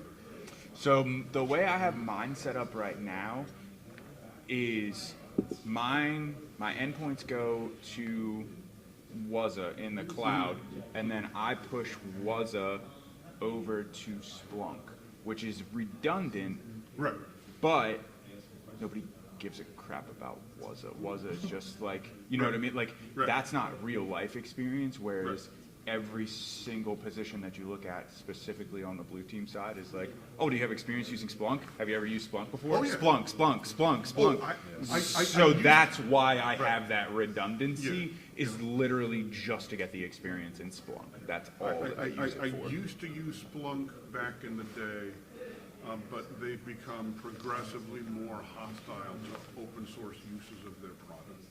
So the only thing I use from them is the universal forwarder. And then run it in, and I just have like a Docker container with Splunk running. But I pushed everything to Graylog as opposed to Splunk for logging because So you might be able to do an integration with Wuzza and Graylog. Or vice versa. However, whichever way you want it to, to set it up. I've already got the network built, so it pushes everything to Graylog. So I'm just curious. I've got 3 days over Thanksgiving. Do I want to try and spin up something and deploy it? Yeah, Wuzza is pretty easy. It's literally one command, you run it, spin it up, and It spits out the admin password. There's a GUI dashboard that you can log into. See, now these guys are getting all sad because they're going to be on the red team this year. They were on blue team last Okay. year. And now they're going, well, wait a minute. If the students can look at an IDS, where's the fun in that? Yeah, that just means we get 4. Yeah, it's new attack surface. Oh, there you go. There you go. Yeah, there's that too. Change the mindset. Yeah, absolutely. Especially after I build it. Yeah. When I built the Greylog server that I gave to all the students, I set default passwords and opened up the networking ports and everything else. And Yeah. he found many of them. It was fun. Well, the nice thing is that when you spin up and then it creates everything for you, turns the dashboard on, and it runs it. It gives you like a 26-character password that it spits out there. Yeah. So it's like, hey, it's really hard for us to call ourselves like an open source, endpoint detection response, and then we give you like this generic password 1. So I did get it. I got a kick out of that. Yeah. That they do legitimately give you, a fairly secure password. I'll change all the password one back. But yeah, I mean, Waza has been great, and like I said, just from reviewing, reviewing those logs and looking at all that stuff from when I throw. I mean, I just try and throw anything that I can. I lean much more towards the blue team side than the red team side, just even personal interest. Right. So I kind of just dabble in the red team side of like, okay, here, throw these things at these endpoints from a Kali machine, because the only thing I'm really interested in is the logs. I want to see the logs. I want to see what's happening. Just see what happens. Yeah, and I want to be able to essentially digest those logs and know exactly, what I need to be looking for, which has helped in the real world. Like that compromise that I was saying last weekend, they compromised the terminal server, and the domain that the terminal server was hosted on was different than the domain credentials that they used. So I'm looking for the terminal server that was isolated from one environment, and I can't find this account. It's an Active Directory account, and I'm like, where the hell did this account come from? It was from another domain. And looking through the log, I could see the domain that it authenticated back to. I wouldn't have caught that had I not been sitting there reviewing these logs. So, I mean, I really like that side of it. And like I said, that's building the real world skills. Yeah, well, that's what I'm trying to do in this class. That, give and them then just there's so much for them to learn. The database. Just a little bit of everything. Database searching. That's what I talked about a bit yesterday, was putting the logs in a format that you're familiar with, so that you know exactly what you're looking at, and you're familiar with it, and that, like you said, you only pull out information that's relevant for you. Yeah, that's huge. That's huge, because the EDR platform that we use, it seems like it uses some kind of Elasticsearch query language, kind of, but like I tried to build searches and I would put the search in and it's like, sorry, we can't accept that. Sorry, we're not, I don't know what that means. So like, it's not definitive on what language they're using to run these search queries. And I reached out to their SOC support, and they're like, "Oh yeah, we're still kind of learning it too." I'm like, "Okay, well, well, awesome." So like, the information is there. It's just building up those search queries and getting it to a point, where you can find them. So well, I heard that you were near the Goldie Beacon area. Yeah. I'm actually very familiar with that area. It's over by Limestone. Yeah. Yeah. High Creek Valley. Yep. That area. Yeah. What is it that you do over there? So I work for an MSP that's right out of there. Okay. If you know where the Wawa is and all that, yeah. So that. Of course, I know where the Wawa is. the giant office building that's literally right across the street. Okay. I work for an MSP that's based in that building. Awesome. So we handle literally everything from password resets to. If you're looking to hire some good folks, this guy did the Mongo Bongo. This is the guy who built all the Greylog stuff. Okay. I did a lot with Greylog. Nice. It seems fun. Yeah. We just got bought. We were a small independent MSP, and we got bought by a larger conglomerate. They came in and then they bought another one right over in Kennett Square. I don't know if you're familiar with the Kennett Square area. So, yeah. Yep. Which that's actually where I grew up. So Sooner or later, you get bought by Cisco. That's how it works. Everyone gets bought by Cisco yeah, eventually. at some point. At some point, everyone gets bought by Cisco. Yeah. So I don't know. We'll see. They're the conglomerate that bought us is buying up MSPs all over the place. I mean, they. Oh yeah, but like I said, I'm sure it'll come at a point in eventually they'll get time. bought by Yeah. Cisco. Are we in the way? No. Oh, okay. Okay. Do you have a LinkedIn? Yeah. Okay, Yeah. can I get connected with you? Yeah, absolutely. I'm Jackson, by the way. Ian. Ian? Yeah, nice to meet you. If you do end up going to BSides Charm next year, definitely get in contact. Yeah, I'll shoot you a message for sure. Do you want to do it on like QR code here? I learned this yesterday. Yeah, I mean, I use LinkedIn, but not too terribly much. Neither do I. So if I just do search, I'm assuming I can hit that, and then I can do scan. Enable camera access. Yeah, I know, it's new. Holy hell, dude. It's supposed to make Makes it you go through, like, well, I didn't allow camera access, so I guess it was a little...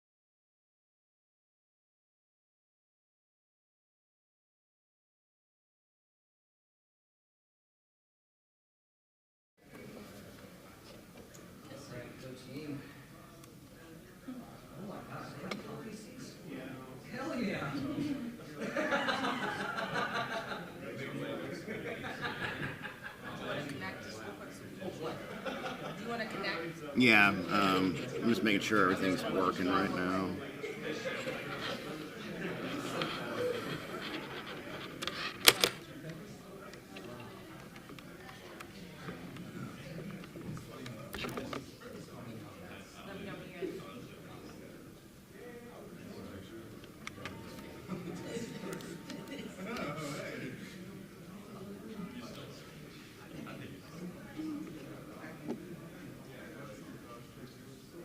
You're good. Okay.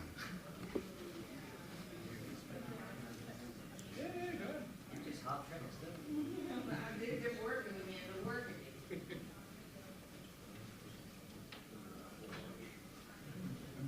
I got you with pictures. Okay, thank you.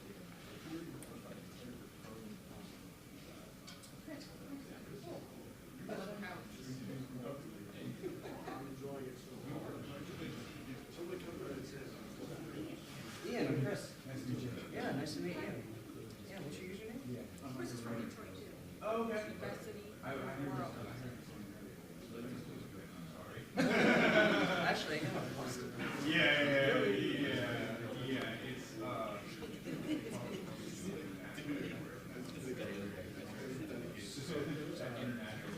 There was this Barry when I got my first son.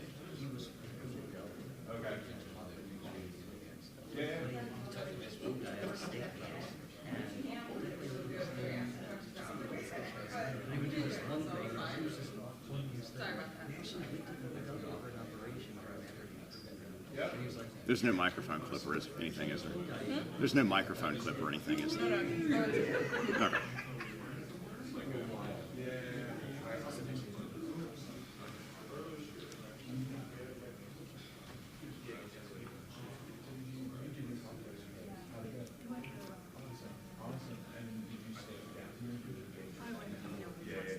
Okay.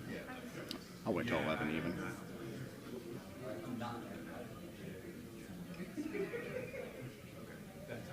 And your file will be recorded and live stream, right? Do what? You're gonna be recorded and live stream, you're okay with that? No, that's fine. Actually, perfect.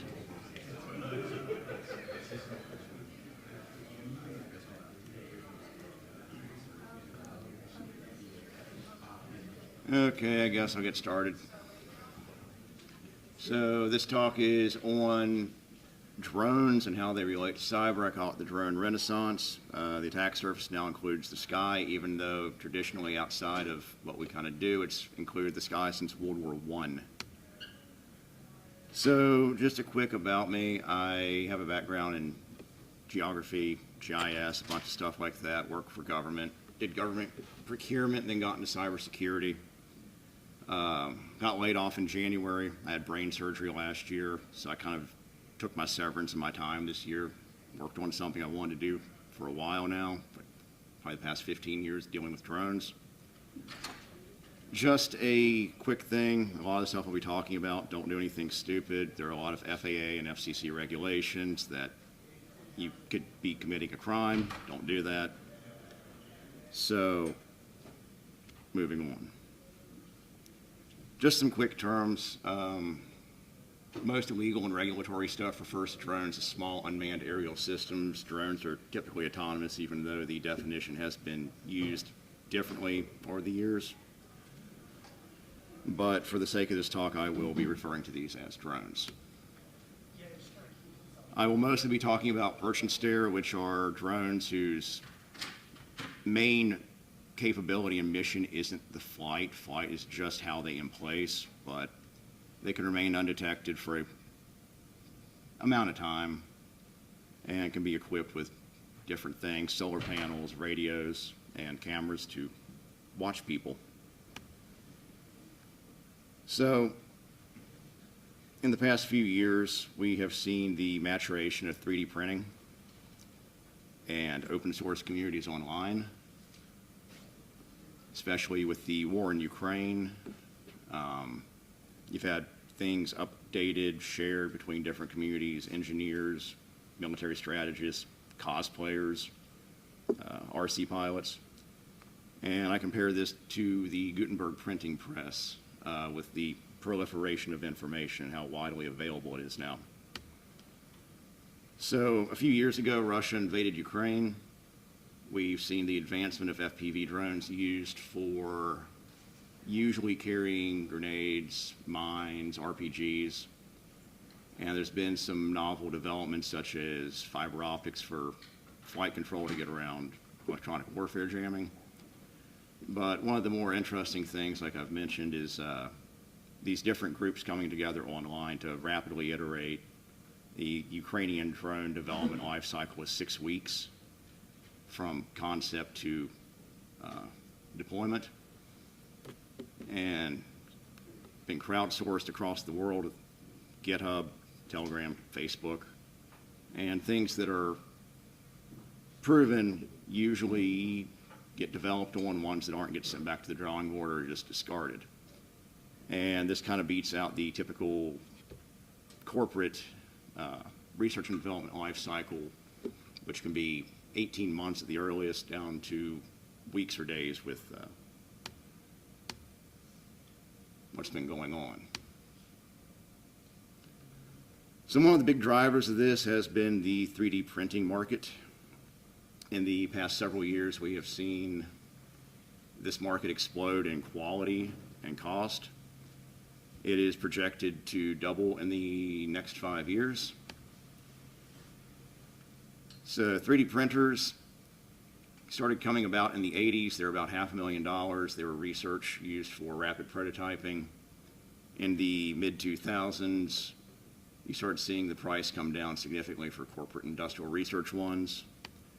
But we also saw the consumer and prosumer markets develop. And since 2015 to today, a high-end printer from 2015 is beaten by a mid-tier printer in just about every aspect. And that printer in 2015 would have cost about $4,000. Today, get them for $600. Black Friday sale with Bamboo Labs. Look into that if you're interested in it. Criminals have been using drones extensively in the past few years, largely for smuggling and contraband by cartels with drugs. We've seen Chinese nationals using drones to spy on military sites, Vandenberg Air Force Base, Norfolk, where they've been captured. We've also seen more petty crimes where they're using the drone to see if the police are on their way, casing out houses, and in a couple of things, actually flushing FBI agents out of cover and concealment. So talking about drones, why does this matter? Criminals are already using it. When the war in Ukraine eventually ends, we're going to have people that have been developing and using drones in conflict area that are going to go out and disseminate that information. I think this is kind of an underappreciated threat in the coming years, especially towards critical infrastructure. It also has other things with financial institutions, even executive protection, because not everything has to target an enterprise. So I started out doing war driving back in high school, mostly just to find internet. It's just driving around and looking for wireless access points with a GPS and a laptop back then. You can find all sorts of data. You can plug it into a map using a GIS program like ARC or GRASS or Quantum. And you get outputs that look kind of like this. So you can do that with a drone now by strapping it a Raspberry Pi, running Kali and Kismet or any other wireless tool to find this stuff. So with wireless attacks, we have seen the vulnerabilities and threats with Wi-Fi. So how do drones make that any different? Well, they don't really. What's different is the vector. People have limited attention spans. We have poor senses in nature compared to birds, which I've lost several of my drones to barn swallows and a red-tailed hawk. And unlike the barn swallow or red-tailed hawk, we have cognitive bias. No one's going to be using a drone to attack my organization or whatever. They're going to be in a van, parked out on the street, be walking around with a Wi-Fi pineapple in their backpack, or they're going to be posted up in a coffee shop across the street. Drones are going to become more common in the coming years, especially with some recent initiatives with commercialization for deliveries. So they're going to become more common. People are going to get used to seeing them. Just put a sticker on the side of a telecom company or Amazon or DoorDash, and no one's going to think anything of it. So you're going to get into it becoming more normalized and people are not thinking anything of it. So it's not really anything new, it's just a different vector. Security exists in 3 dimensions. This is a chemical plant in Charleston, West Virginia. It has very good physical security. They have wire fences, they have vehicle inspection points here, cameras set up everywhere, but do they have cameras set up on high elevation, like the top of these chemical derricks? So what do you get when you combine a drone, a solar panel, microcomputer, and an LTE modem? You get these done. The Russians have been using these extensively. Typically, they've been using them as self-placing landmines or signal repeaters connected to a fiber optic cable for other drones in the area to get around jamming. And this one here on top of a water tower, if you weren't in a war zone and looking for something like this, you might think it's like a weather station or supposed to be there because of the solar panel, and it's made out of PVC pipe. So with any kit bash thing made out of PVC pipe, work of art, you get the corporate imitation of it, which is the Viper. The British came out with this about a month ago. And it is a perch and stare drone that can emplace itself. It has heating elements, suction cups, and adhesive extruders on its feet. It can land on any glass or surface with suction cups. It can actually move itself. It has a lot more equipment on it, but it's also got a $40,000 piece of equipment. So a lot of the stuff I'm talking about I haven't come up with. I would just read about this stuff and I'm talking about it now. Threat Locker discussed this last year. Glitch Tech, I think he worked for Wired or wrote for them. He talked about this back in 2018. But there's been 3 cases of drones carrying Wi-Fi pineapples around financial institutions. And in 2022, there's one. It was detected. And they used DJI equipment with various attachments, Raspberry Pi, a laptop, a 4G modem. And they landed on the roof, tried to hide it behind an HVAC system.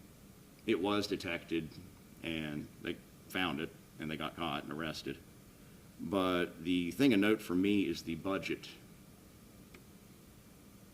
This cost them around $15,000, largely because of the Matrix 600 Pro, which is a very expensive commercial drone carrying this equipment.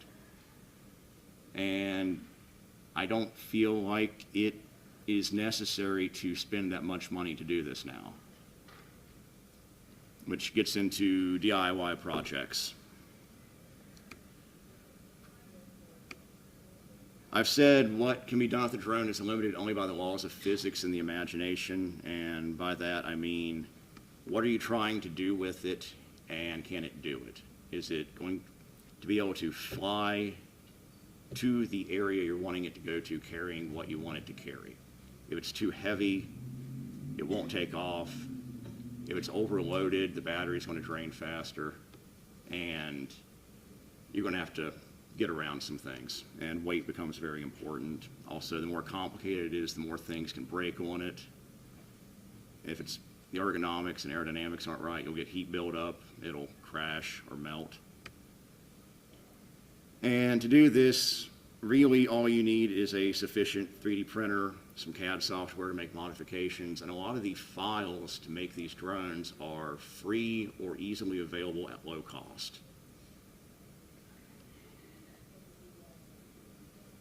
And the parts to do this you can find on Amazon, any number of RC hobbyist websites, Micro Center, if you've got one near you, is going to have a lot of this stuff, and it really isn't that expensive compared to if you got a DJI and have to deal with the limitations of that. My current project is building a VTOL version of a Persian stare drone for range. It does have some drawbacks. These are significantly larger and louder. I am doing this with a Flytory Stallion and a Titan Dynamics Avenger VTOL. And the reason I'm doing this is proof of concept. If a dude with a cooked central nervous system in a home office can do this, or people in a muddy frozen Connex box in Eastern Europe can do this in a war zone, then someone with a bit more resources and a bit less pressure, they could probably come up with something also. I've also done a lot of electronics work, more soldering than I've done probably since I was a kid, taking radios and stuff apart, and just kind of raising awareness around this to people. And it's been fun. Get to fly stuff and print stuff.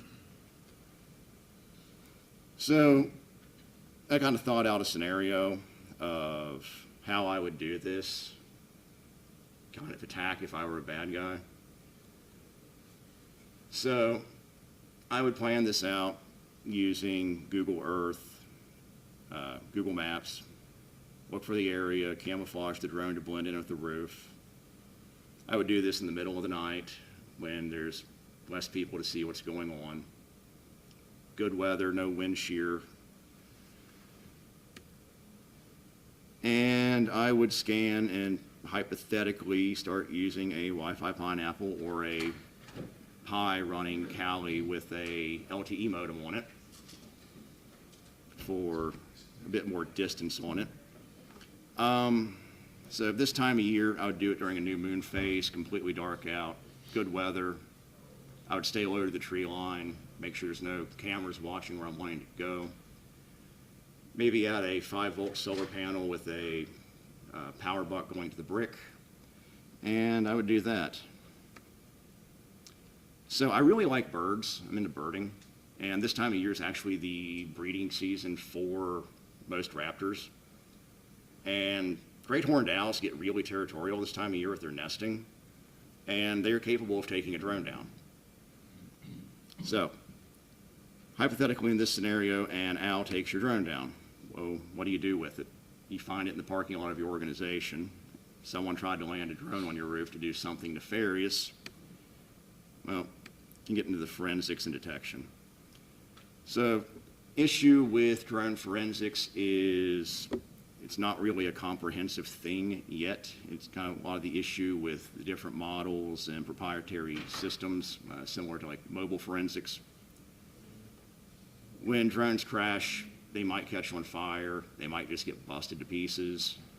You have to deal with recovering the data off of that. And you have to shoehorn in different forensics tools to get what you want off of it, and the data that you can get off of drones might be 20 gigabytes of CSV file with just gibberish in it. It's going to be really hard to translate the data because of the motors send record their data every other rotation. There are a number of tools out there, not that many. Most of the ones that are better are paid. So open source, there are some.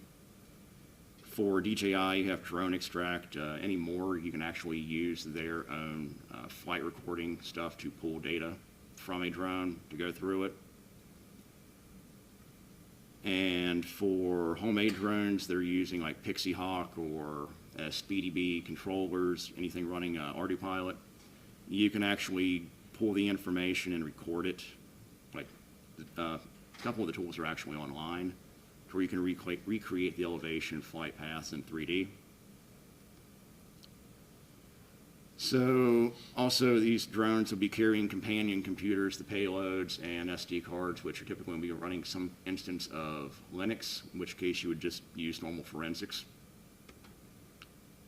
And for smaller drones, to determine where a drone will be launched, where you can use ranging based on its weight, battery life, how far away it could probably be launched from, and you can kind of guesstimate where it was launched. For longer range drones, this kind of gets less feasible just because you're dealing with 10 plus square miles.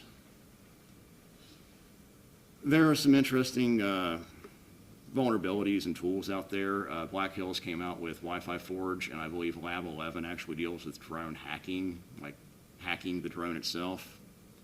And Nick Alex over at Damn Vulnerable Drone on GitHub has an entire set of tools and images for doing this. But a lot of drones are, the commercial ones off the shelf, are vulnerable to wireless attacks. Detection's also tricky because drones are small and they move fast. Thermal imaging is one way to do this, but you also have to deal with background noise depending on the area. Radar is another one that can be used, but drones are small, move fast. If they're even detected at all, they can be picked up as birds. Acoustic sensors are one that has worked in Eastern Europe. The issue with doing that here is background noise, and one of the things I think AI is going to come into play with is actually filtering and combining data from like radar, cameras, and acoustics to detect drones, and then using RF sensors to pick up drones, which in a area that isn't noisy with background radio signatures, this actually works. You can actually use a Tiny SA Ultra, which is a spectrum analyzer radio tool, and that is something also that can be used to filter out once AI becomes a bit more developed with that. So wrapping up mitigations and challenges dealing with drones, you can't jam them domestically. The FCC doesn't like that. You can't shoot them down. The FAA, that's a felony. Local law enforcement's not going to appreciate brandishing and discharging a firearm in an urban environment. They're small and fast. It is hard to get a lot of data for who the operator was, especially if it's a kit bash drone. There's no mandatory logging, and there's complications with forensics. There's no unified detect defeat mechanisms commercially. A lot of that's still in the mill space. And depending on where you're at, you have different jurisdictional hurdles and laws between states or even municipalities. So what you can do, use RF scanners, treat any drone like the ones I talked about carrying wireless tools on them as a rogue access point. Just do good due diligence on your networks, look for any unauthorized access, and add some routine visual patrols. Look for what is supposed to be on your roof, what is not supposed to be on your roof, and what might be in your parking lot out towards the edges if it's a wooded area. So use cases, corporate espionage, people would use it for that. Criminal reconnaissance, as I mentioned, with like the cartels, especially using drones for monitoring border patrol, law enforcement for drug smuggling, delivery of contraband, and state actors like the Chinese using drones around Norfolk and Vandenberg Air Force Base.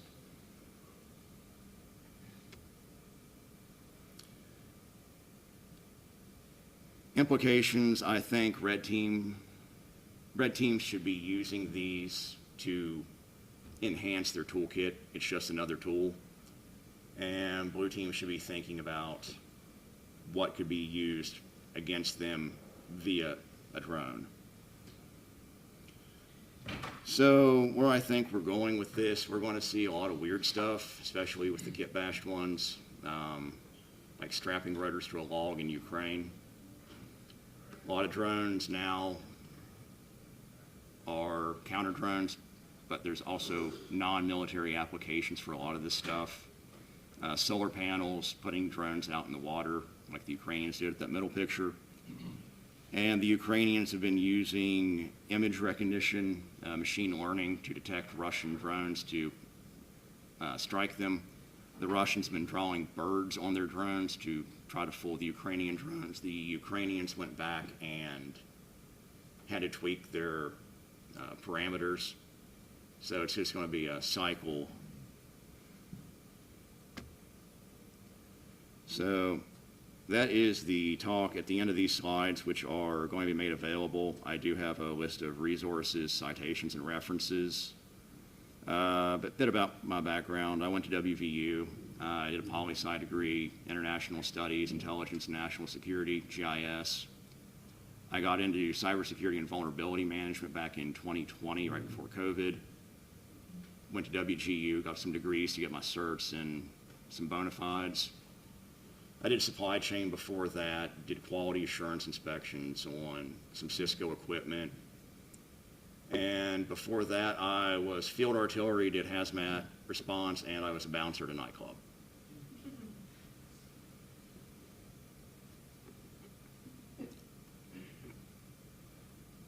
And any questions?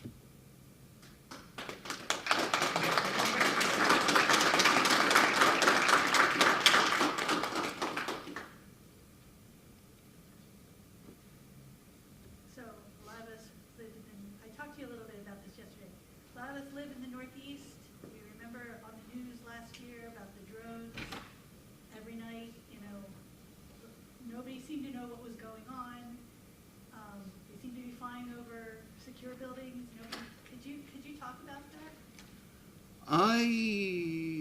My thought on that is that they were probably government affiliated, like just due to the size and the equipment they were carrying looked like LiDAR survey equipment. I've seen some of the drones used for like oil pipeline areas, like remote inspection, like they have like the LiDAR equipment on the bottom of them. I think that's what those looked like to me in a couple of those pictures, even though it was dark. But I think that was something government affiliated.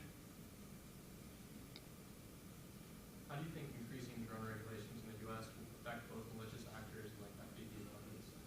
I think it's going to hurt hobbyists more because criminals are going to do criminal things regardless. Current regulation, you can't fly a drone heavier than 249 grams without registering it and having your Part 107 and having a transponder in it. That is kind of a hassle, and I think a bad guy, if they're going to do something with this, they're not going to do it. They're obviously not going to put a transponder in it that's being reported back to an airport. It's just going to hurt the hobbyist.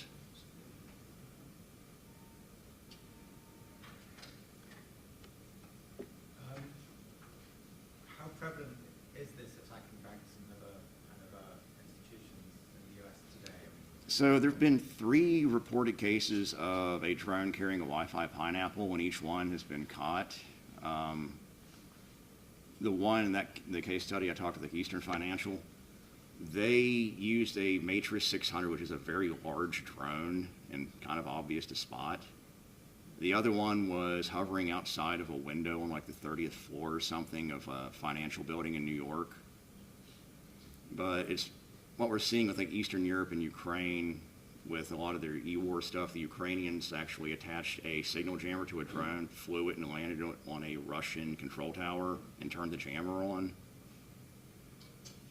And we're not seeing it here yet, but I think as things become a bit more normalized, like it's something we need to think about. In Mexico, Central America, and South America, there's been a lot of assassinations using drones, but mostly it's just been drug smuggling. You mentioned that there's 3 that have been caught.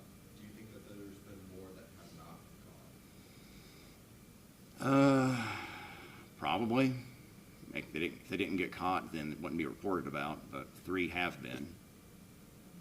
And people have been talking about this, like Threat Locker and a few other people.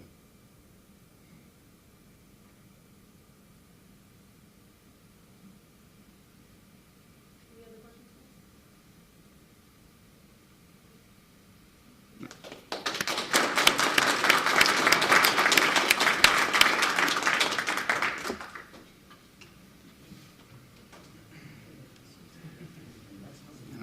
Kind of ran through that one fast.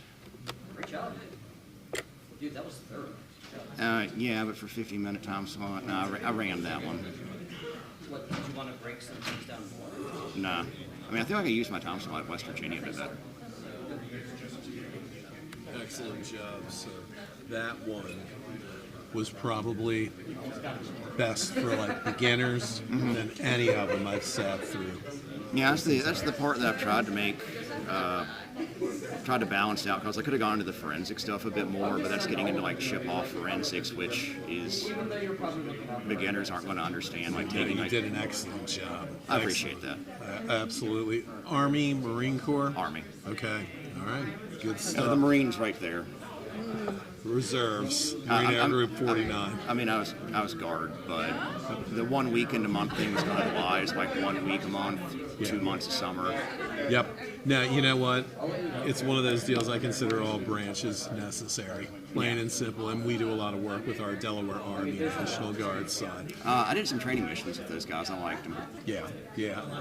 Now, we've got a contract with them now for the 25 series MOSs, where they can earn credits coming into our program. Well, thank you very much, sir. All right, take care. Yep, feel free to connect, reach out, talk to me, ask me any questions. Absolutely. I've already downloaded the presentation. Good stuff. Yeah, I'm trying to get a longer form YouTube video out, but I've been in the middle of a move, a multi-state move for a couple weeks now, so I haven't had a chance to like actually sit down, like go through and do demonstrations, go through like some news articles, or like break down how like it was used in like certain scenarios. Well, it was very interesting to me because when I was in the corporate world before I went to education, all I did was boring corporate Unix stuff. You know what I mean? And I never did any of this cool stuff. And our guy that we had, he was great. Oh, sure. You know, he retired, unfortunately, took his own life, but he was well known in these conferences. And so we need to get more of this back in our curriculum. He never stuck to the curriculum, and I let him do it because his students always got jobs out of it. He did a good job with them, so I ignored it. You know, it's like one of my issues, like a lot of cybersecurity stuff is like, I did vulnerability management and automation and reporting, and it just got so boring. And it's like I actually just want to get a soldering iron and put something together. Yeah, and he used to teach his students how to solder. Yeah. I've still got his little soldering station in my house. I kind of need to relearn how to solder because my depth perception is not as good as it was last year. Right, I hear you. I hear you, man. Good stuff. Well, again, thank you. I certainly appreciate it. It was excellent. Thank you. Nice to meet you. My name is Colleen, and one question I wanted to know is how much weather do you have to learn to You did the Part 107. Yeah. An annoying amount. Like, I have a lot of things in Part 107. I've taken it once. I failed by 2 questions because the weather acronyms are nonsensical. And the Part What about reading like weather maps? And No, you're reading aeronautical like airspace maps at airports. And there aren't any gotcha questions on the exam. It's just, I actually had to talk to a pilot last month out in Deadwood. And he was like, oh no, these aren't gotcha questions. It's just like FAA regulation has that many like loopholes and like plot holes. So you don't do anything on your own, you're studying the weather maps and say, can I, is it a good day to fly? Or? Oh yeah, well, you just look outside and like, look at a flag. So that's it, basic. It's like on the exam, it's like, well, what would you do in like 30-knot weather? Not fly because like I'm not flying a little drone or even a moderately large drone in a windstorm. It's going to get blown away. But you're in an airplane. It's like, oh, what do you do in 30-knot weather? Nothing. It's an airplane. Okay, so you're not reading it. No. It's like as long as it's not windy or rainy out there. Well, thank you so much. It was really enjoyable. I mean, if you have any questions, like connect me on LinkedIn. Like, I love talking about this stuff. So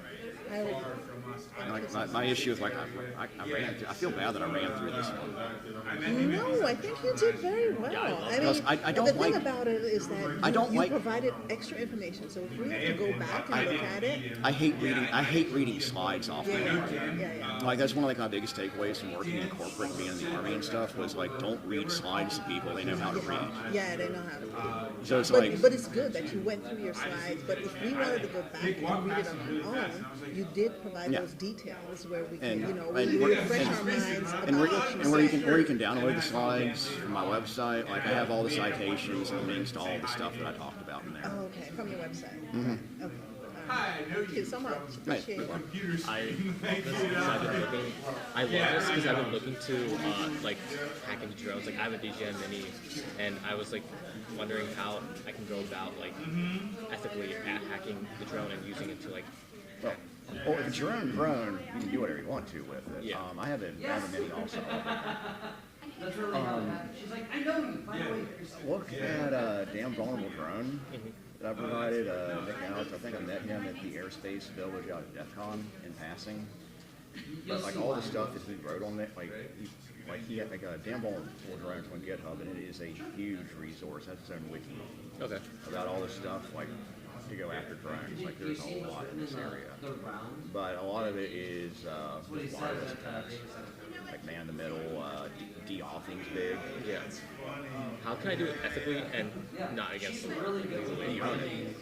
Like if you're not, as long as you're not targeting anyone else's property, you're good. Okay. Like if you're just in your backyard and it's just floating there and you have your laptop and your SDRs and everything, yeah, you're good. It's ethical. Sure. Okay. And then say I wanted to like go into like automation or like like vehicles, automation of vehicles. How do I put that on my resume? Oh, that's like put it as a project section. And I know a lot of stuff like ArduPilot and the Orange Cube and the companion computers. It'd just be programming Raspberry Pi, plugging in the different sensors to it, and just building it out. There's a lot of stuff on YouTube right now. People doing that. Like LiDAR sensors are like a couple $100 now. I saw one guy that took a Roomba and like gutted the proprietary software chips and stuff, stuck like a Raspberry Pi and like cameras on it, and he automated it to like do stuff. Really? Okay. I'll get set up out here. I'll see if I can find some stuff to show you. The Orange Cube's the one that I'm waiting for because the Titan Avenger, which is about that tall and has an 8-foot wingspan, I sent it off to be turned into a fiberglass or carbon fiber mold by a guy I know, because I need to cut weight on it to carry LTE modem, Cali Pi, the antennas. So you're building this with your 3D printer and then sending it off to a company to build it for you? Basically, the guy's in cyber. His name's TJ Williams. He works for a workshop in Florida where they do like vehicle body modifications for motorcycle restoration, but they have the equipment to make fiberglass parts. And I sent that off to him a couple weeks ago. I think his quote was, "I'm arrogant enough to try to make a mold out of this, and have that turned into a mold." Because I just need to cut weight on it, and fiberglass is the superior. Fiberglass and carbon fiber are the superior materials for like the fuselage and the wings. Because 3D printed materials can be great, they are still 3D printed materials. They'll do the job that you need it to do, but for like longevity, usually not the best thing for anything. Yeah. All kinds of stuff. So yeah, so that's what I'm doing with that. I really just to fit the extra equipment onto it, because like it's 5 times the strength, half the weight. There's a guy I know who's a co-owner of Sorry, I just had a ADHD moment. What was your question? It was just my original question was. No, the question you asked before. Okay. I have really bad ADHD. Yeah, you're good. I forget. Mine wasn't really people want to know. My original question was how can I go about like hacking it and use that to GitHub and then the automating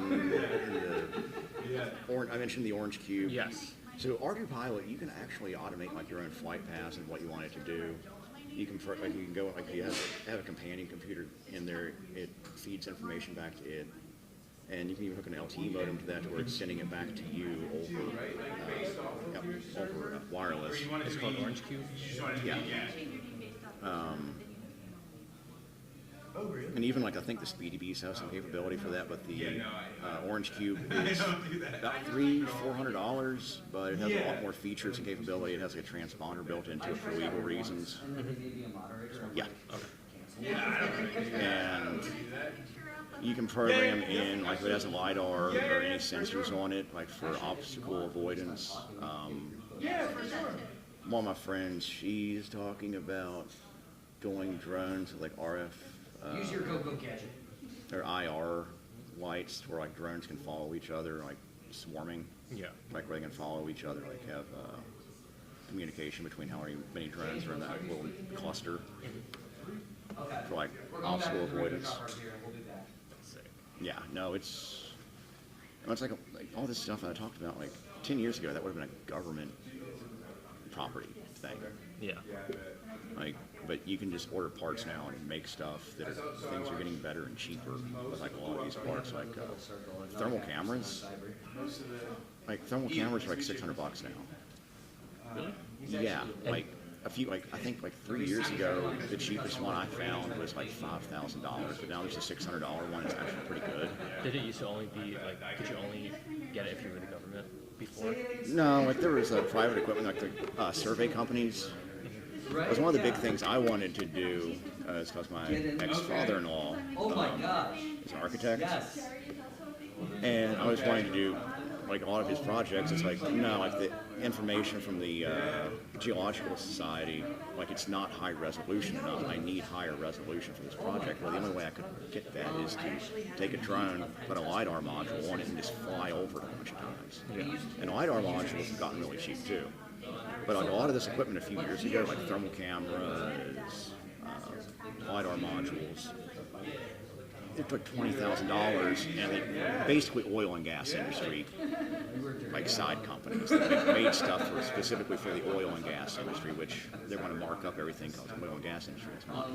Yeah. But it's kind of like good enough, gets the job done versus like the super high end stuff. But even the super high end stuff's like, what was $20,000 a few years ago? It's like $5,000, and what was $5,000 a few years ago? It's like $600. Yeah.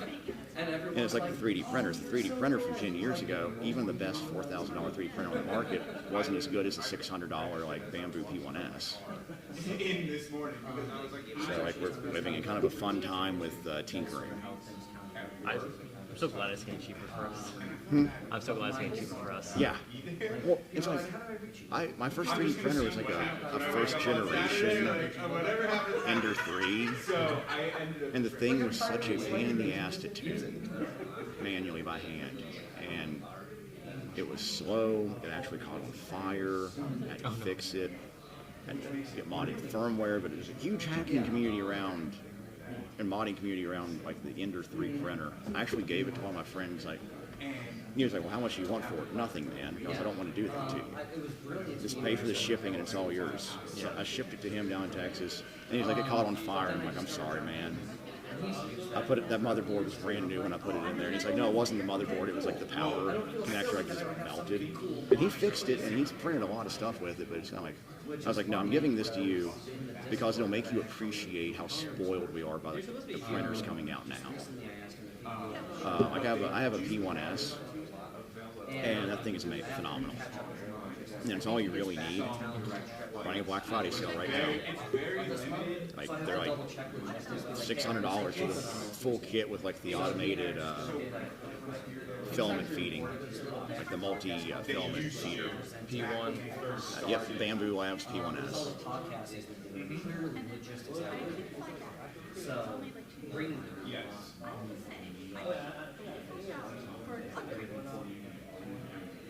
Wow. Yeah, I remember. This is like a luxury. No, huh? How are you? Pretty good. Is there not talk coming up? No, there's a lunch. I don't know what time it is. Thank you so much. You're welcome. Like, listen, run me down. The time's 11:40, but no, there's nothing until.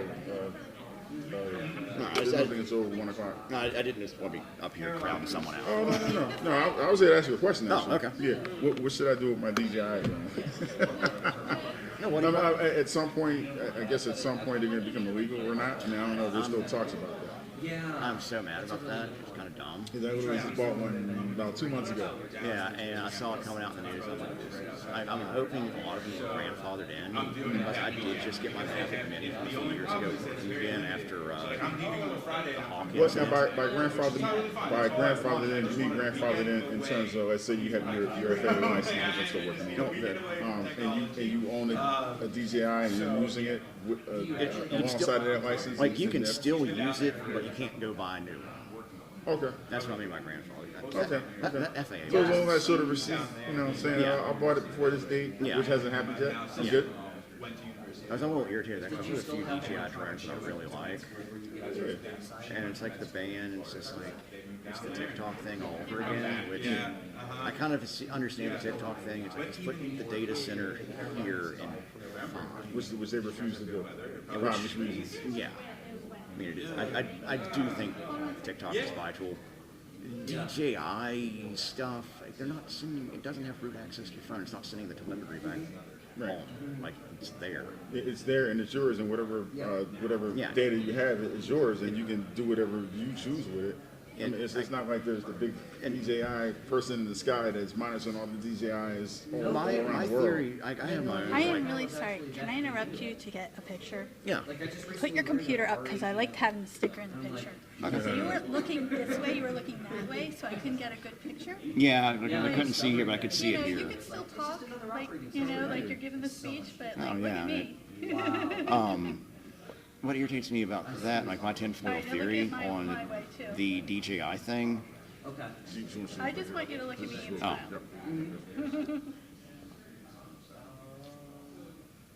One more. 1, 2, 3. Great, perfect. Thank you. And I got that messy sticker there, so. Wonderful. Yeah, Thank you. Sorry to interrupt. Oh, no, good. My tinfoil theory on that, along with like a lot of the stuff coming out with 3D printers, like Flash Forge yesterday kind of destroyed any brand loyalty they had. But it's like, oh, like, we're going to report anything that you're printing to the government that might be suspect, and it's just like, why? Yeah. Like, Yeah. but the DJI thing is, I think they're wanting to ban drones, in my opinion. They want to ban drones, period. Yeah, period. Civilian ownership. Yeah. They want to do the same thing with 3D printing. New York's like wanting to pass something where undetectable ghost guns. That's just a gun with the number serialed off. Like there's no one running around. Like there's not homies on the block running around with Liberator 9s. They're using stolen blocks of the serial file. Yeah. That's a ghost gun. No one's making. No one's making it. Like, Well, there was a company called Polymer 80 I know. that would sell you a pre-done frame, where you just had to, cut some holes in it or whatever.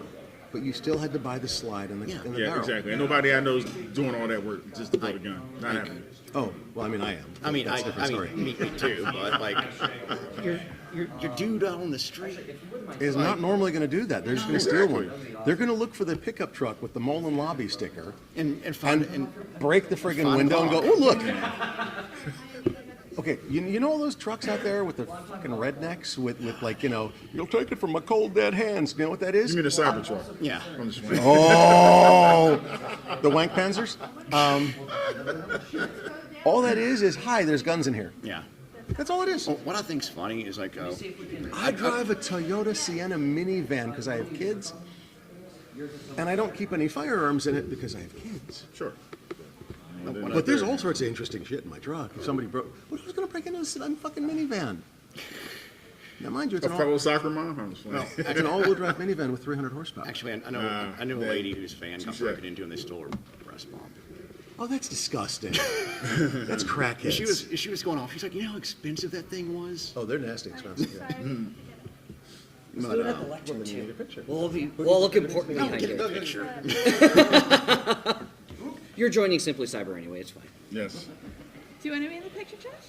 Sure. Yeah, come on, Josh, get in the picture. Everybody You're- hold out your arms. I mean, if it wasn't for Josh, you wouldn't be here. Get the sticker. Zoom in on Just the stickers, yeah. Say fromage. Yes. Fromage du air. Thank you. I was going to say Irish whisk. I really like your. Well, like New York's trying to pass like a background check for 3D printers, like you're buying a gun, and it's just like, why? Wait, a background check for 3D printer. Yeah, like make you go through like the NICS background check, like you're buying a pistol. Badly qualified. It's Then it's like, you people don't know what you're talking about. Like you're horribly ignorant of anything technical. It's just buzzwords and ulterior motives. Yeah, when you got most of your political leadership over the age of 60, 65, I mean, we expect in terms of that knowledge base is not We there. literally have a gerontocracy. Gerontocracy. Like you're, I like you, that. you have your decision makers, and it's just like the council of the elders. It's like, okay, there's a difference between like being seasoned, stately, and elderly versus people that need to be in a nursing home. Like support by an adult. Like that man was an abused elder. He needed to be sitting on a porch with a cat on his lap eating his ice cream. We need more Max Frost, is what you're saying. Like, and then like Nancy Pelosi, she was an intern under Kennedy in the 60s. Good Lord. It's like I was like reading about her. I'm like, oh my That's God, that's saying something. I was 8 years old. She was an intern under JFK. Yeah. Damn. That's how old she was. She was pretty hot back then too. I'm sure. But it's just like, she's been around for that. Well, I'll be reading a book and it's like Dianne Feinstein. Like reading a book and it's like, oh my God, this book is 1973 and people are complaining about this woman. It's like, why is our government ran by people that should be a nursing home? Because they keep winning. Because they keep winning. You go by Joshua. And it's not like they're not being challenged. I mean, you got to beat these people. It's just that simple. I know the age limit thing is a thing, but I don't even care who challenges it. Just someone under the age of 65. Like I don't think that's unreasonable. Oh, this 90-year-old got beat by a 65-year-old. Okay, that's a start. Yeah, It's a start. that's Let's fine, try to get it down. Get it down about 60. Senile. Yeah. It's 40 years later, we're back here again with some of these people. Good, how are you? And it's just like, you kids and your calculators. We have drones and 3D printers now. Like, we're past the age of slide. Yeah, right. And then you got Michigan trying to ban VPNs. Can you send They're looking to do that, believe it or not. At one point, they were going to do that Oh, nationally. it's the entire thing, like the porn bans. It's like, I don't like If only I was smart enough to know how to use my phone like that. exploitative and bad for society. Let me find That's it. just my personal opinion. I was against the bans. I'm like, no, this has nothing to do with the kids. This here is about banning VPNs, like you and like implementing like a digital ID. This is supposed to be people just want to be nosy. Not want to digitalize the passport. I got a regular passport. I don't need no digitized passport. Yeah, so you get taken from me when they get mad at me and shit. Well, yeah, it was like whenever it came out with the idea of a medical passport. I'm like, no, like a medical passport, like you have a medical passport, but there was attached to your like driver's license. Oh, to track what countries you go to get different surgeries and whatnot, or different medications. Well, back during it, you even know who has their vaccine or not, and it's just like, no, people want to track me and know what's on my phone. Yeah. Like, you want to know my search history, and they have like the IMF and the Fed going, oh, well, we need social credit scores based off of like internet history. I'm like, no, you don't even need social credit scores based off of what I get at the gas station.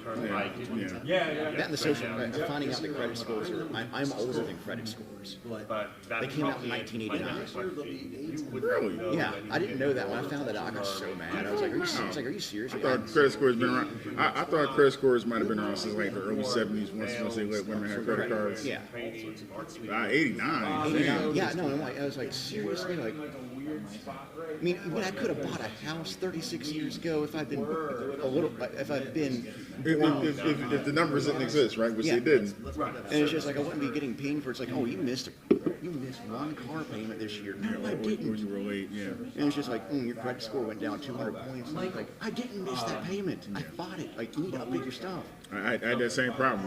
My credit score went down like 100 points because I missed the payment, which I didn't. So I had to go through this whole thing with certified letters because I don't trust these people. I got to get certified letters. So once it gets there, you got to sign that shit. Yeah. And then I know you got it. I know you got it on time. Whatever the case may be. But most of I know you got it. And yes, I'm old school. I still remember mine. But that's a different story for a different day. Yeah. My credit score went down because I paid off a credit card. I'm like, so damned if you do, damned if you don't. Like, I thought I was supposed to not have any debt. No, you have to have debt and be good at paying it. And then like the credit cards and the interest rates and stuff, like, all these people are trying to do is just turn us into a nation of indentured servants. Yeah, you're right about that. That's why I keep some money on credit card. I mean, yes, could I pay off that $250, $300? Yeah, I could, but. Now if it's always at zero, if it's at zero for 90 days, and they didn't want to take the shit, or or they want to lower the credit limit. Yeah. Like they go from like 5,000, let's say 3,500. Okay. Hey, for example. Thank you. Yeah. That happened to me recently too. It's like you haven't used this JC credit card you've had for like 15 years. In 5 years. I'm done with the department store credit card. Not because JCPenney's practically out of business, but I'm done with the department store. Yeah. I just use Visa, MasterCard.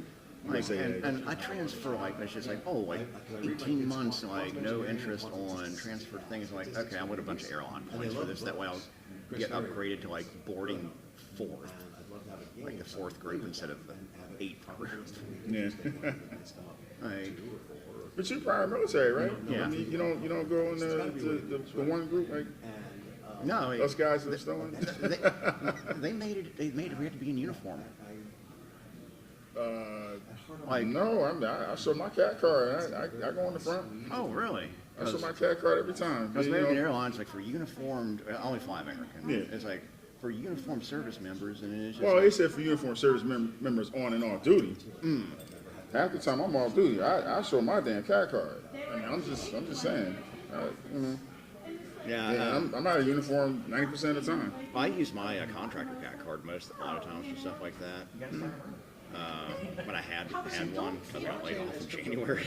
Oh, I'm sorry. You contracted in D.C.? Yeah. DOD. Lamest contract ever. Like my cousin was asking, like, what did you do? And he's like, there's a cover story. You did like some like NSA shit. And I'm like, no, I literally did the lamest job for the DOD. Which was CAT cards. Oh. Yeah, I worked on the system that does D-bids, don't bother, doesn't scan. Actually had a fun one because our VP above us for the contract went to Air Force Base over in Germany, and it wasn't scanning. And like probably 20-year-old airman at the guardhouse, it's like, oh, it's D-bids, it stands for don't bother, it doesn't scan. So like when he gets back to visits our office, we heard it. And it's supposed to be like database information ID system or something or ever, but like it stands for don't bother, doesn't scan. All like we heard that one because apparently that's a really common thing, like, not just that gatehouse. Yeah. But it was the lamest, most boring thing I've ever done. It was like, hey, you got a deer station online. I'm in West Virginia, so I went to the Air Guard base over there to get my CAT card.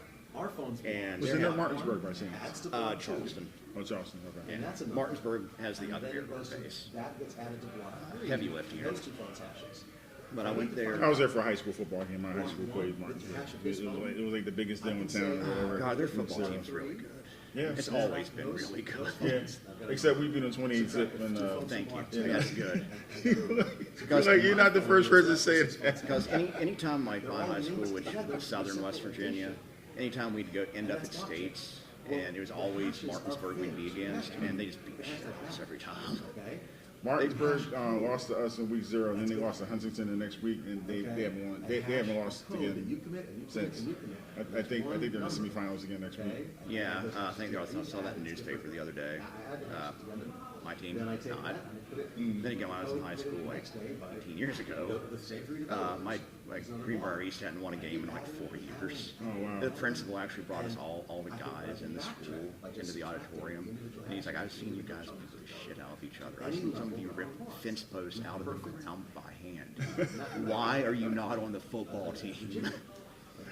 And he was like, Luke, because I do cross country and like track and stuff. He's like, Luke, you're really fast.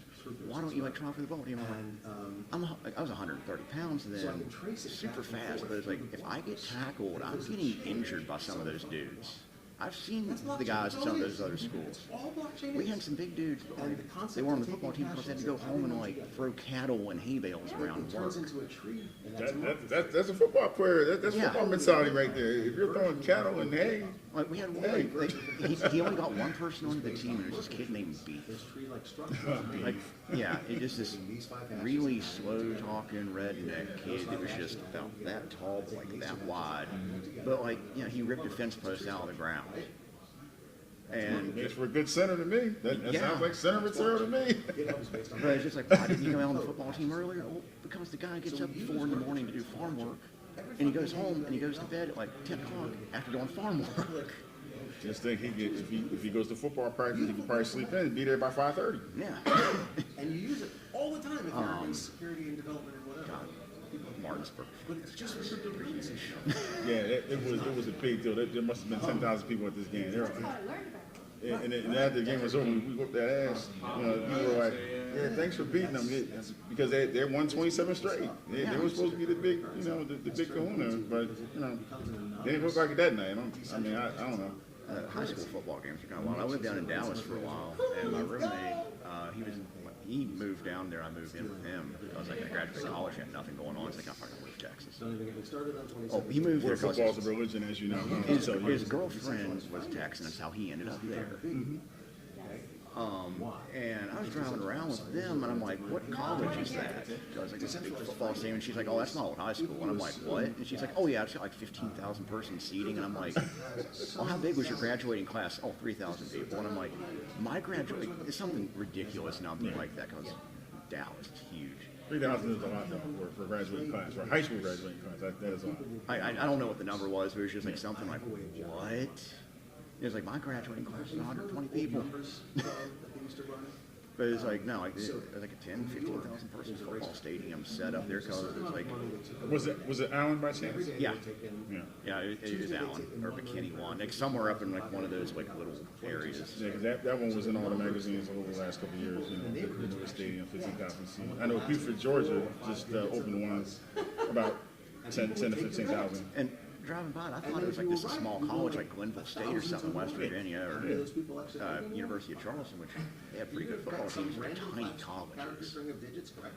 Yeah, right. But like when she was like, oh, my graduating class, maybe it was the high school population was 3,000. I just remember like she's like, oh yeah, my graduating class was this. What? How?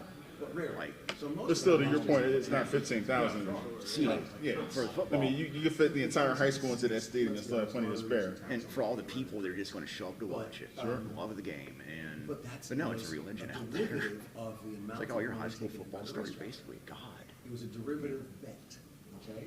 And it's just like, man, half these kids probably aren't even going to go pro or anything. Most of them aren't. Yeah, a very small percentage. A very small percentage is going to be shorting stock. Going to be.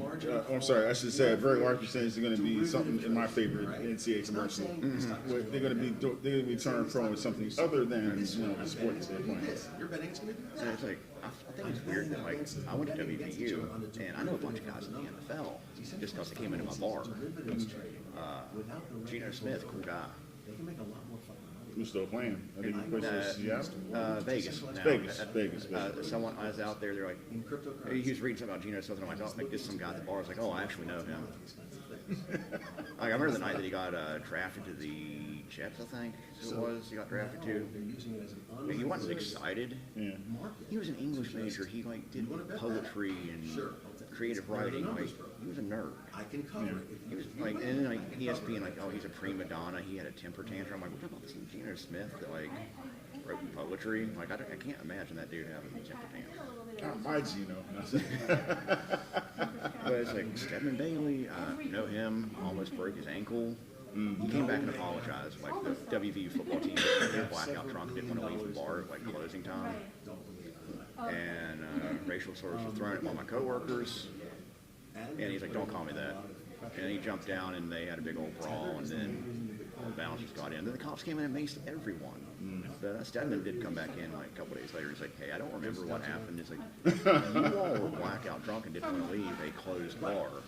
I don't know why you want to hang out in a bar when the lights are turned on and everyone's cleaning, mopping the floors so you can see how nasty it actually is in there. Yeah, right. Owen Schmidt, he's probably my favorite one that I met. Or no. Oh, he also went to WVU, right? Yeah. Okay. And he played for Seattle for a while, and I can't remember. I think he went to the Jets too at one point, or some East Coast team. He's just a freak of nature. Like no man that big should be able to jump that high or that agile. And he like still holds a record in Morgantown for like eating like they take 2% of the capital every year. Eating chicken wings. And he's a very big man. And he came back and opened up his own bar and saloon outside of Morgantown. He plays guitar with the Davidson Brothers, like some folk rock band. Island rendezvous. But he came into the bar one time, and he walked behind the bar and was like just drinking out of the bottles, like pork spouts just pouring in his mouth. They're all like, what are we going to do about the drunk millionaire who's also a giant behind the bar? Like, we're not trying to bounce him. And don't want to leave. You want to keep drinking. And the owner is like this like hobbled up like old Italian dude from Pittsburgh. He just walked out and he's like, oh, and boy, you can't be back here. And he's like, oh, I had to do something. And you're like, yeah. And he's like, you can't just come back here and take a bottle. And he's like poured out a wad of $100 bills, threw it in the tip jar, and just like walked off with the bottle. Damn. But it's just like, we're not back. Like, I always want the smaller bouncers there. Like, we're not getting that man out of here. He's going to hurt us. We don't want to get hurt by the millionaire. No, don't want to get hurt by the millionaire and then get sued by the millionaire. He's actually a really cool dude when he's not. He's like, has a 50 IQ because he's so talented. So what are you doing now? I mean, as far as you said, you were just laid off. Yeah. So I had the ID card thing. Yeah, I had brain surgery last year, and I got laid off in January. So I mean, I'm sorry about the surgery. I mean, I'm supposed to be dead right now, so I'll take it. Wow. Yeah, it was a complete freak accident. It got caught. Like the chain of events of it getting caught. It was. My mom survived cancer. My brother and I made a joke. I'll take mom to Oktoberfest up in Cincinnati, get her a beer. And then my mom was like, actually, you know what? I want to get out of the house. Like, sure, I'll go. And it's like really out of character for her to be like, oh yeah, I'll go to a beer festival with my sons. And you get her up there. And my sister-in-law's best friend's cousin just went through a nasty divorce, complete teetotaler, doesn't drink, doesn't smoke, doesn't do anything, works at the VA. And she noticed like I was kind of like listing to one side, and my hearing was going out. And she asked my brother, like, was he in the service? And his brother's like, yeah, he needs to go get checked out by the VA. There's something wrong with him. And she's a caseworker for the VA, and she was like, no, go put your claim in. Like, it'll go to my email tomorrow, and I'll get you put in, like, get a hearing check or something. So then I go get an audiologist exam, a hearing test there a few weeks after that, and the audiologist just looks at my face, he's like, you got a brain tumor. Like, he just looked at my hearing test, he's like, no, you got a brain tumor, you need to go get an MRI ordered. Like, as soon as you, like, walk out of my office, go talk to your primary care and get an MRI. He's like, you got a brain tumor. And sure enough, I had a, like, lung-sized brain tumor on my brain stem, like, in my ear, and they had to remove, like, my right side vestibular nerve, and it damaged my facial nerve, which is where an eye patch. Even though I can see out of it, I can't blink all the time. And like the muscles like don't like really contract in it. And to your point, it doesn't blink. You can't blink. You're saying. Yeah, and like it'll just like walk up every now and then, but it's better than being dead. So. Yeah. So this year, I basically just been doing like my own rehab, trying to get back in shape because I lost 30 pounds of muscle since all this happened. And working on my drone stuff, because it's like, I never had free time to sit down and get into like building my own drone and 3D printing. Because like when you train, build drones. Yeah. Oh wow. And I just told him, super easy to do. Anyone can get into it. It's very. I'd like to get into it. Well, I just hit you up. I mean, right before the conversation. Okay, on LinkedIn. On LinkedIn. Okay, yes. yeah. No, just message me anytime. Like every conference I go to, people like, oh, so how do I get started building this? It's super easy. I mean, that'd be my way around the DJI situation. That's kind of my thing also with that. There are DJI clones that people have made. Like I always wanted the Inspire, but the Inspire is such an expensive drone. Well, it's like, why is it expensive? Now, are they cheaper to make? Kind of like the whole making your desktop, for instance, which I do that from time to time. I love building my own computers. Dr. A lot Older of was it's like I guarantee you the parts, like these are made in China. I guarantee there's nothing special about the body or the motors or the wiring. Oh, so still the preponderance of raw materials are made in China as well. Yeah. For me to build it. Okay, so but it's like so I'm really not getting around this. Oh no, it's specifically DJI. They're DJI parts. No, they're generic parts you can get on Amazon, go down to Micro Center and get. Okay. But like the band and stuff is just DJI, even though like, all the stuff's made in China anyway. Yeah, I mean, I love it's the software, but So why do you think they're picking on DJI specifically? Because they have 80% of the market share. Oh, yeah, they do. Drones. Yeah, they And do. they're wanting to ban drones for civilians because they're authoritarian assholes that I agree. Yeah, I have some pretty strong libertarian leanings. But no, like the parts and stuff, like you can make your own stuff. Like the big one I'm making is like this tall, has like a 4-foot wingspan. Well, plus, I sent the body off if you memorize all the one of my friends 426 down in questions, Florida who because works it's for like a exactly question and vehicles, answer on like the they make amateur radio question fender board, go get your stuff. exam up here. They have volunteer exams Yeah. easy to do. And Okay, then now. you can join in on amateur Okay. radio day or radio Start moving communication. down to the cafeteria. Oh, yeah. But, It's lunchtime anyway. I sent him the body of that drone, and he, like, cause they make the motorcycle, like, fenders and stuff, like, replacement body parts for cars, like, so he can press carbon fiber and fiberglass. He's like, I'm arrogant enough to try to do this, and I'm like, you know how it goes, 'cause that's gonna be a lot better than 3D printed parts. Yeah. Because 3D And printing is more getting, sturdy, the wind resistance and all that stuff. yeah, like 3D printing is getting pretty good, but like carbon fiber pressing is still like it's gonna be hard to beat that.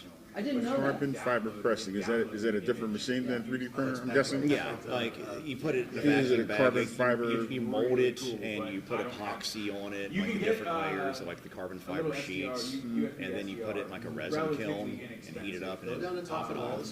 I am gonna go down there with. All right, I ain't gonna keep it much longer. I mean, Oh, I love talking about this stuff. Like, absolutely hit me up. I'll send you like a list of stuff to like. There's one dude on YouTube I love. It's a Cadfly build, and he is a giant of a man. He's actually holding like the fuselage of the big one I sent off, and he's holding it in his hand like a toy. And I'm like, dude, you're like 6'8" or something.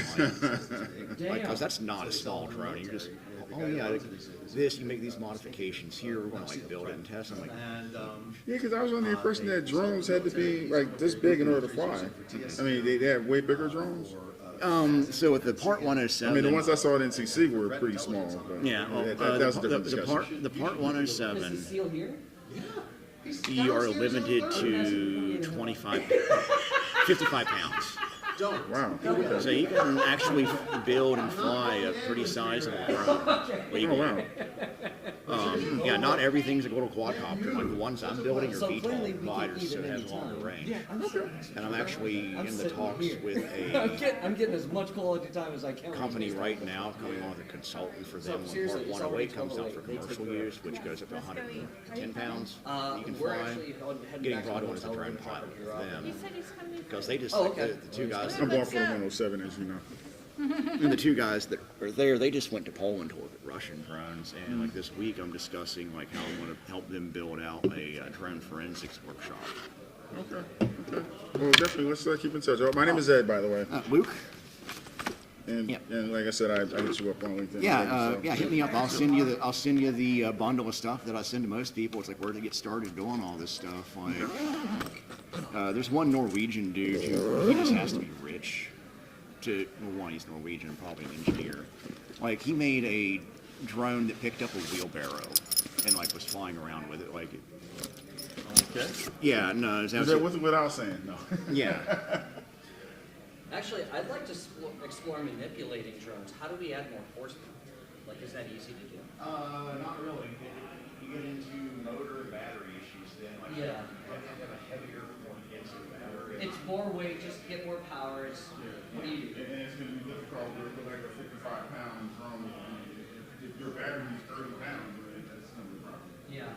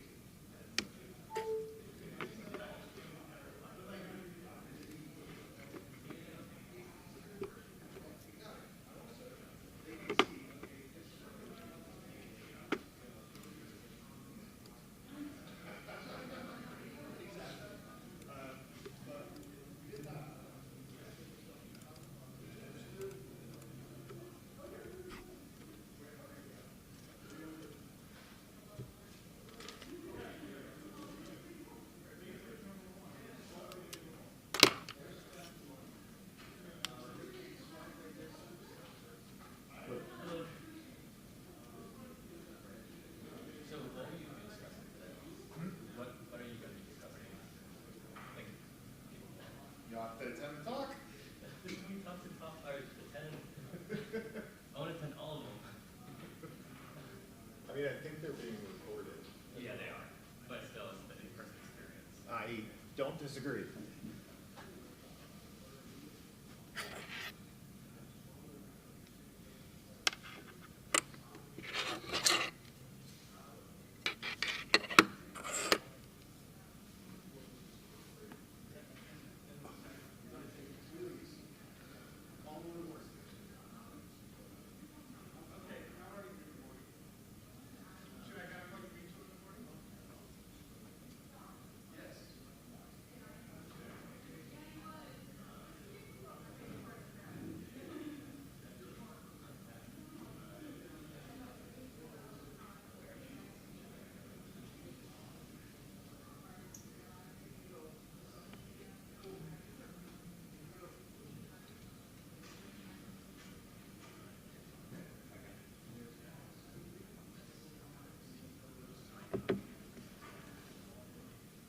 Feeling good?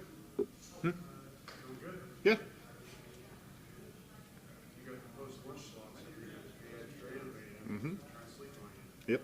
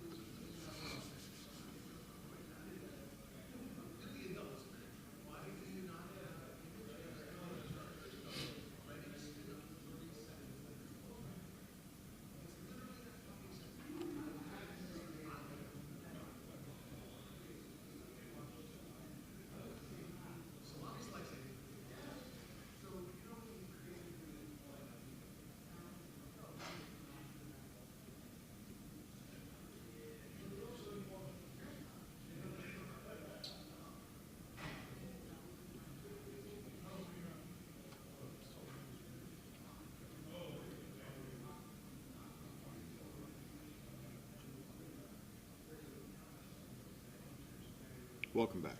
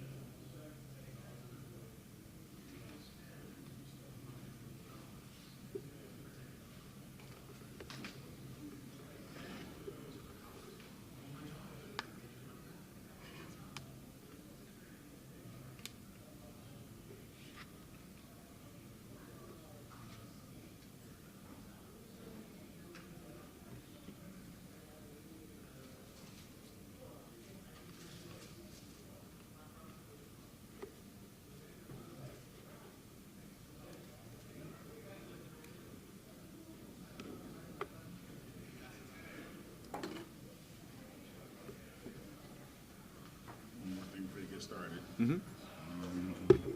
Oh, no, you put it in. Don't know why it's not projecting on my, unless I'm doing something wrong.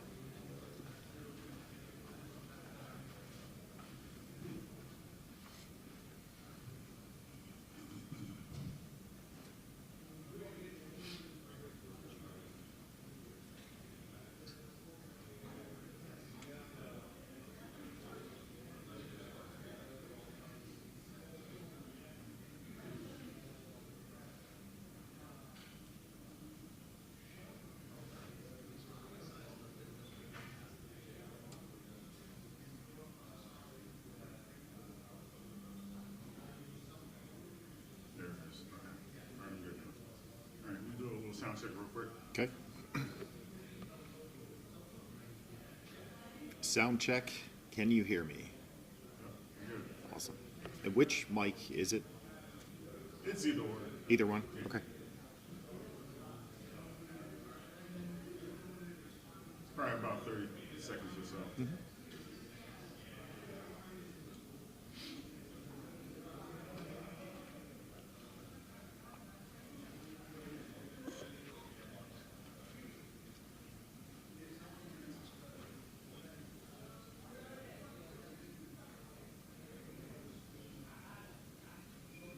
I like your shirt.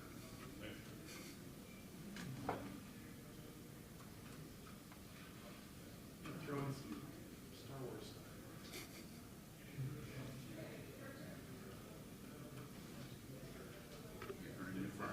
Good to go. Awesome. Well, welcome everybody. If anybody else comes in late, we'll just make them feel a little uncomfortable showing up late.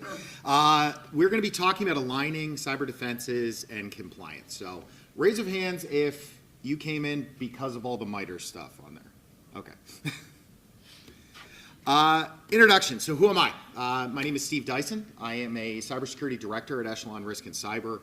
I started out my career in the Marine Corps. I was in the Marines for 6 years as an engineer. I know my long hair screams Marine Corps. But after that, I did a decade in state law enforcement at Philadelphia, primarily as a field agent, but I did some intelligence work with DHS on cybersecurity risks to the Mid-Atlantic region. Following my time in law enforcement and military, I entered true cybersecurity. Been in the field for almost 11 years now. Started out on the incident response side of the house, and I've kind of slowly transitioned over to, for lack of a better word, a technical GRC focus. Incident response, GRC, cloud security. Graduated from law school 2 years ago, so really have a passion for the regulatory side of our industry. I saw some of you with your phones out. Feel free to scan if you want to add me on LinkedIn. I also include the URL at the bottom if you want to connect. Also, do not reserve questions for the end. Please ask questions during. We will have some time at the end for some questions, but if you do have a question or anything we're talking about, please feel free to interrupt me. If I'm not going to, if I'll talk about it a little bit later on, I might just push it a little bit further along, but please feel free to interrupt, have this be more of a conversation. So what are some problems around organizations' defensive posture? modern security teams are dealing with a lot, whether that's tools, whether that's noise, whether that's alerts.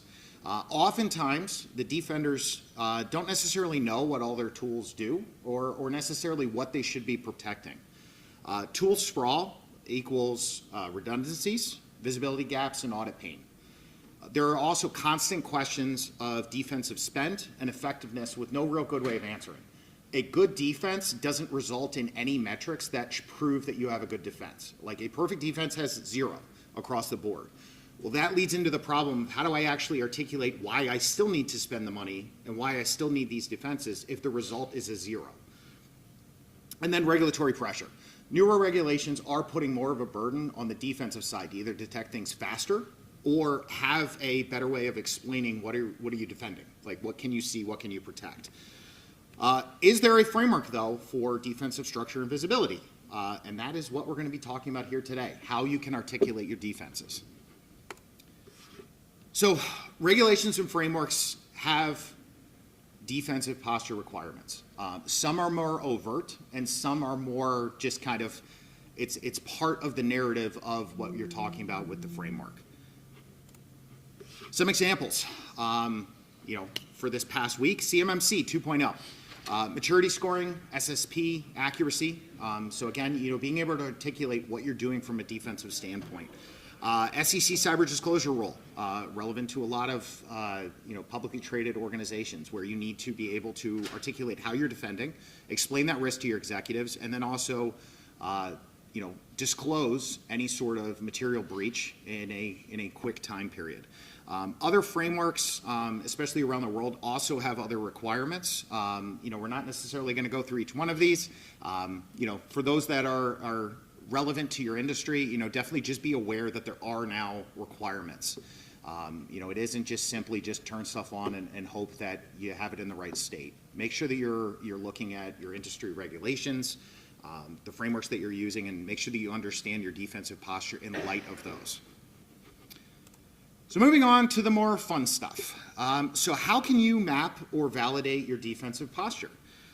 Who here is familiar with the cyber defense matrix or has ever heard of it before? So a handful. Okay. So the cyber defense matrix is a way of bringing order to your defensive chaos. It was created in 2014 by Sunil Yu. So again, this is not something that I created at all. This is just something that I have a passion for. The CDM maps defenses across the columns are going to be your NIST functions. The original CDM aligned with 1.x of NIST, so you have 5 functions. And then the rows are asset classes, so device, application, networks, data, and users. So really when you think about it, you can't protect or audit what you don't understand. So this is a way of visualizing your defenses. Again, comparing NIST functions to your asset classes. So what does that look like? So this is the original form of the CDM up on the screen. Each of those cells represent a different combination of your asset classes and your security functions. So really it's a way of putting your security tools into areas, into cells that represent what they're trying to protect or what they're trying to protect. You can then gauge the maturity of each of those to really give you that good view into generally speaking here, we're talking more technology here, but again, people and governance is also relevant.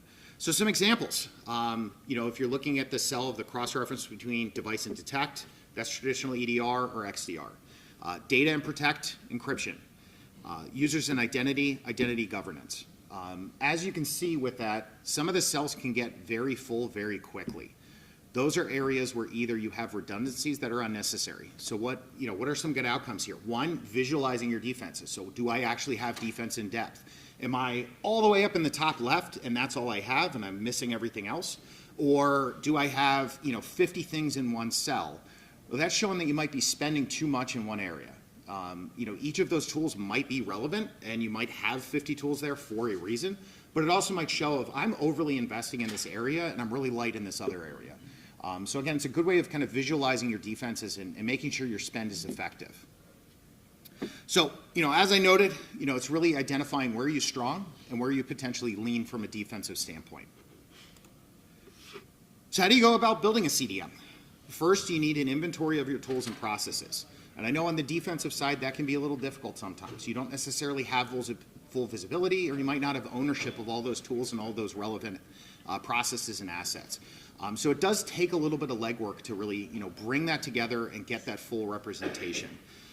You next want to map those to the relevant CSF functions and the asset classes. Again, some of them are going to be a little bit where it might be a bit in one cell and it might be a little bit in the other. That's fine. It doesn't have to be, it's not a racy chart where, there's only one responsibility here. Those tools, those processes can be shared across cells. So again, place it where it's relevant. You might have things that might be in 5 or 6 cells. You might have things that are only in 1 cell. Assess the coverage and maturity. So think about, a MITRE ATT&CK heat map here. Your goal isn't necessarily to move as far up and left as you can. You really want a good reference across all of those functions. I would say, generally speaking, you want stronger across protect, detect, and respond, and then hopefully, because you have those strong initial identifications and those strong protections, recover doesn't necessarily have to be as robust. Then you want to identify overlaps and gaps. So like I said, overlaps are really showing where you're spending redundantly. You don't necessarily need to have 30 tools protecting one function or one asset class. You're also looking for those gaps. So where potentially am I light that could actually end up harming me in the long run? And then finally, using these for decisions and communication. So you can now take this to your executives, to your board, and this explains the narrative of, yes, I had 0 detections over the last 6 months. This is why. This is showing that I am robust. Or, hey, I am lean in this area. And yes, maybe we haven't had a security incident in the last 3 months. This is why. However, if it were to occur, we are light in this cell or in this column or in this row, and we need better protection. So it is a way of visualizing it in an effective way of presenting the use case versus solely relying on metrics that are usually hard to translate. But can it be improved? Yes, and there have been a number of improvements. I'm simply sharing my improvement. So this is what I call the Cyber Defense Matrix 2.0. So really what you're seeing is, generally speaking, it's very similar. We still have the NIST functions as the columns. We still generally have the asset classes on the left-hand side. However, asset classes are now kind of intermixed with zero trust pillars. So a way of kind of modernizing those asset classes and having a better conversation around your zero trust journey. It isn't meant to simply articulate, yes, I am zero trust, but it's supposed to help shape the conversation into the zero trust journey. We now include a full function govern across the top. So, really bringing in that 6th function now with NIST 2.0. Govern was included in the previous one. Really, this is more of kind of a robust look at your governance of the security tools. As you see with the cells, they're broken up a little bit more into kind of larger categories. So really kind of grouping those functions into the different pertinent areas that are really relevant to your defenders. We're still looking people, process, technology, and I think, yes? Maturity score overview number 4. Did you supposed to mean quantitative control? Yes. Just checking. Okay, thank you. So when you're explaining this, especially to the executives, the big thing is this is more of a technology view. Technology and process are kind of the most relevant. People is relevant to the conversation here. So, when I'm discussing with clients or discussing with people around the cyber defense matrix, one of the key areas is a tool without somebody using it or somebody looking at it is not an effective tool. So if I just simply turn something on and hope it's going to work for the best, that's great, but do I know if it's actually working? Do I know if it's actually detecting something? Do I know if it's actually configured correctly? The people and process is important here, but this is more of the view into my security technology. So what controls are in place, and then how are they being used if we're talking maturity of those controls? So, a lot of times there's a little bit of confusion on the executive side. Hey, we'd say we did a NIST-based assessment using CSF 2.0. We're now bringing in a CDM. It might look a little different, and that's okay. Generally speaking, the maturity for each of the functions should be similar, one would hope. But again, one is more of kind of the overall view of the entire security apparatus, the program, the governance structures, and the other again is more focused on the security controls themselves. So just kind of a helpful conversation to have when you are presenting something like this to the executives, just to explain why there is a slight difference. So case study, from chaos to clarity. So this was a healthcare client. They had over 30 tools in place, a lot of redundancies and unclear ownership. Some of the security controls were owned by teams outside of the security team. Some of it was the security team was more of treating that security tool like a service, so they were basically kind of like leasing it from another team that was actually controlling it. Oftentimes this is the case, especially if we're talking network security and email security, where another team is really owning the tool, and the security team is simply either getting visibility into what is being seen by those tools or getting kind of generally a lower ownership of that tool itself. As you can see there, protect strong, so lots of green there. Respond weak, so a lot of those oranges and reds. So you see they have that ramp up of protect is good. And again, that's what we want to see here. We want to see good protections in place.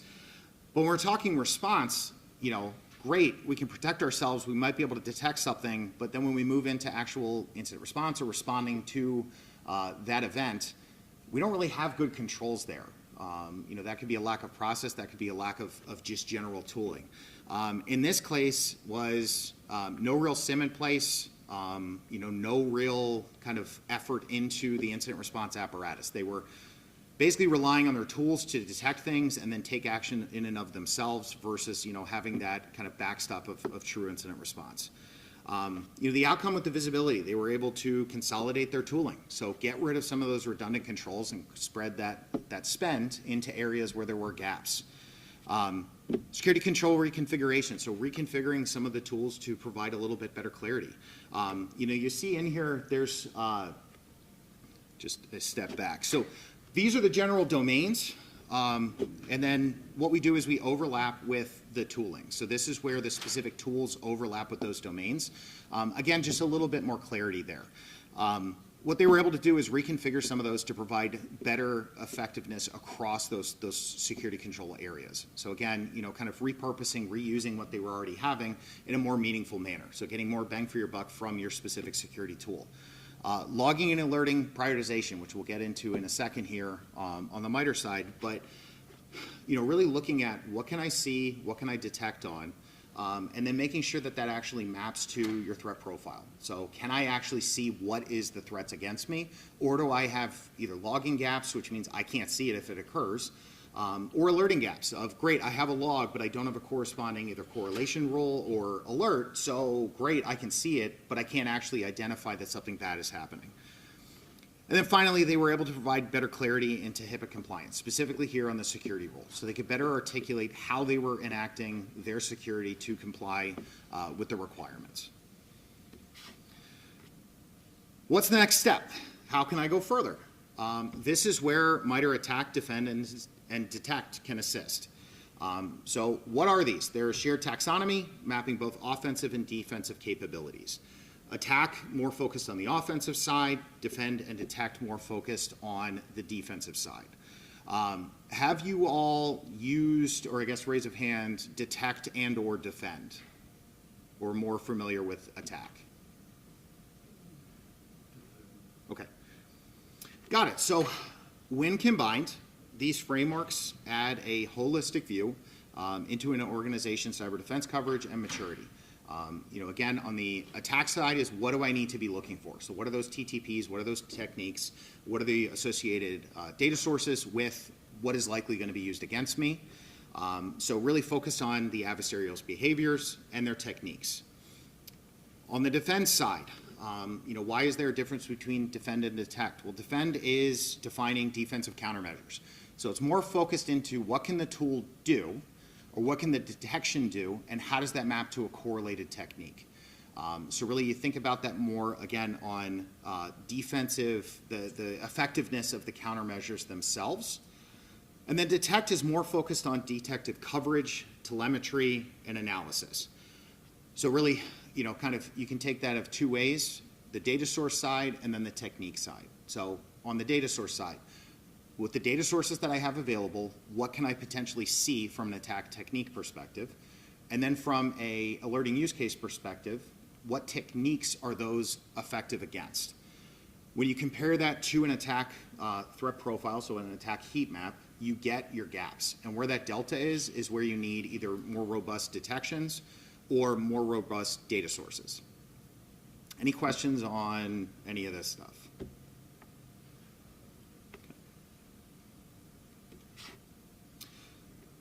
So mapping them. Again, attack is great, but attack is oftentimes misused, especially when we're talking on the executive conversation. It's what is my attack coverage? With regard to what? There isn't necessarily a one-to-one mapping of attack to, say, NIST CSF. That was a conversation I've had with many an executive. Great. I'm super mature and identify. What does that mean, a MITRE attack? Well, it doesn't mean anything.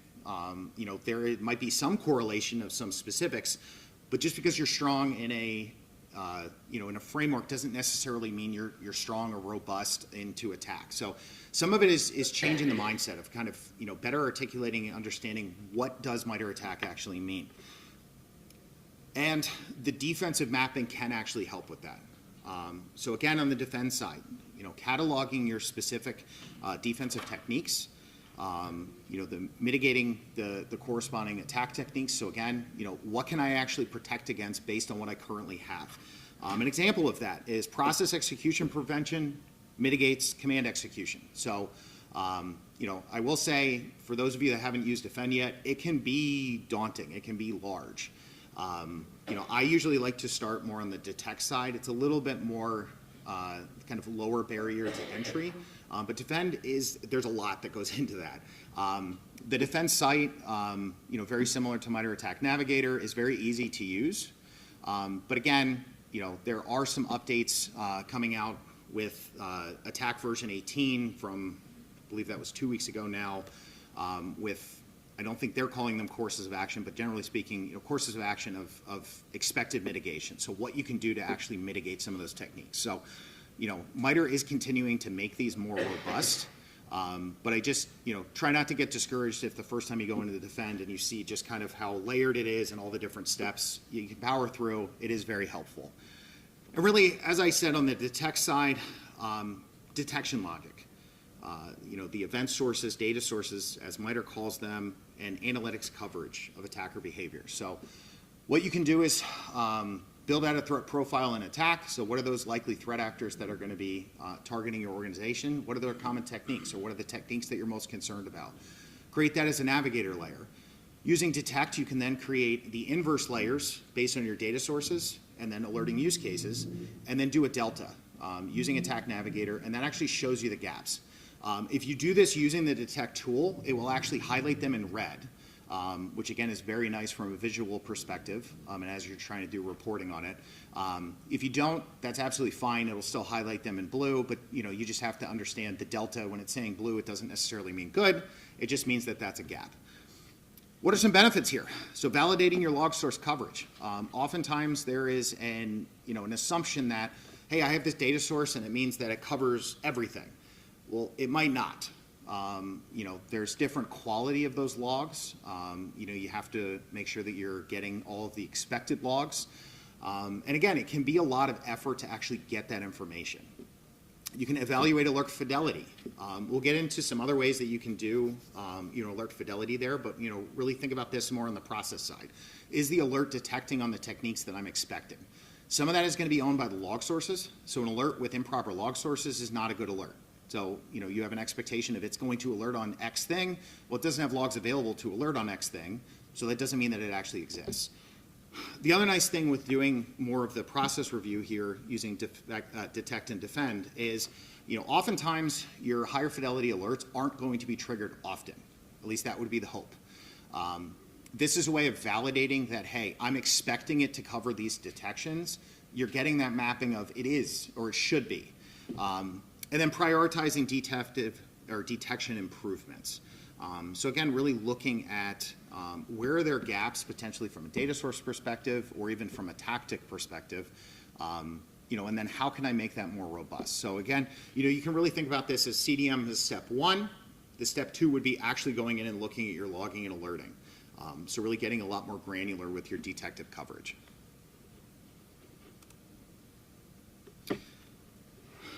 The purple here, this is an output of data sources. So the darker purple means better coverage. White means no coverage.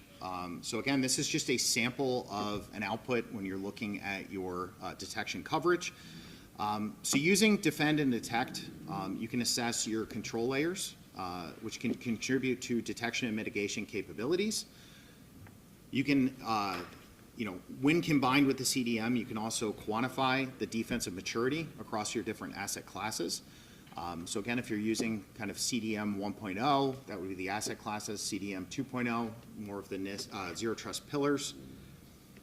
You can demonstrate your regulatory alignment by showing how detections and response capabilities map to the compliance controls. So, thinking back to the original, compliance requirements there, it allows you to focus in on those areas that the different regulations, the different frameworks require, and then more adequately report on, does my defensive posture actually line up to these? This also gives you evidence that if questioned, or if your executives or the compliance team need that evidence, you now have something that you can show as evidence of that capability. And your outcomes are going to be quantifiable, defensible, when we're reviewing your organization's cyber resilience posture. So again, you have that mapping, you have that visibility into your defensive posture to provide a more effective story. And again, if you need more spend, you need more buy-in, you now have a way of articulating that in a way that is going to get a better response. So what can you do to continue to progress? So, you can think about CDM as step one, detect and defend as step two. What do you do after that? Penetration testing or purple team testing. So actually going in and doing more of a technical analysis of that defensive posture, those detections. Really, if you use that hand in hand with the more process-driven, CDM and detect defend, it's a way of, again, adding additional emphasis. You get additional evidence, you get better, clear delineation between expected actions, and especially on the alerting side of things, on the detection side of things, detect is great. An actual person pushing something on the keyboard, generating an alert is better. So really, step one is just, is the logic correct? Is it, does it have the right log sources? Step two is actually having somebody test that detection. The hard part oftentimes with red team, penetration testing, and purple team is then when you are either modifying that detection or creating a new detection, you're creating it to the instance that was tested. So you're keying in on what did the red teamer do or what did the penetration tester do versus looking at the technique itself.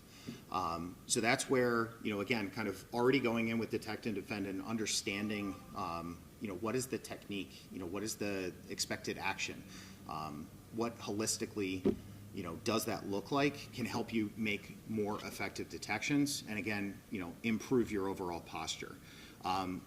Is everyone in here familiar with the pyramid of pain? Okay, so pyramid of pain, if you think about it, is effectiveness of detection. TTP level is going to be at the top and it's the hardest to achieve.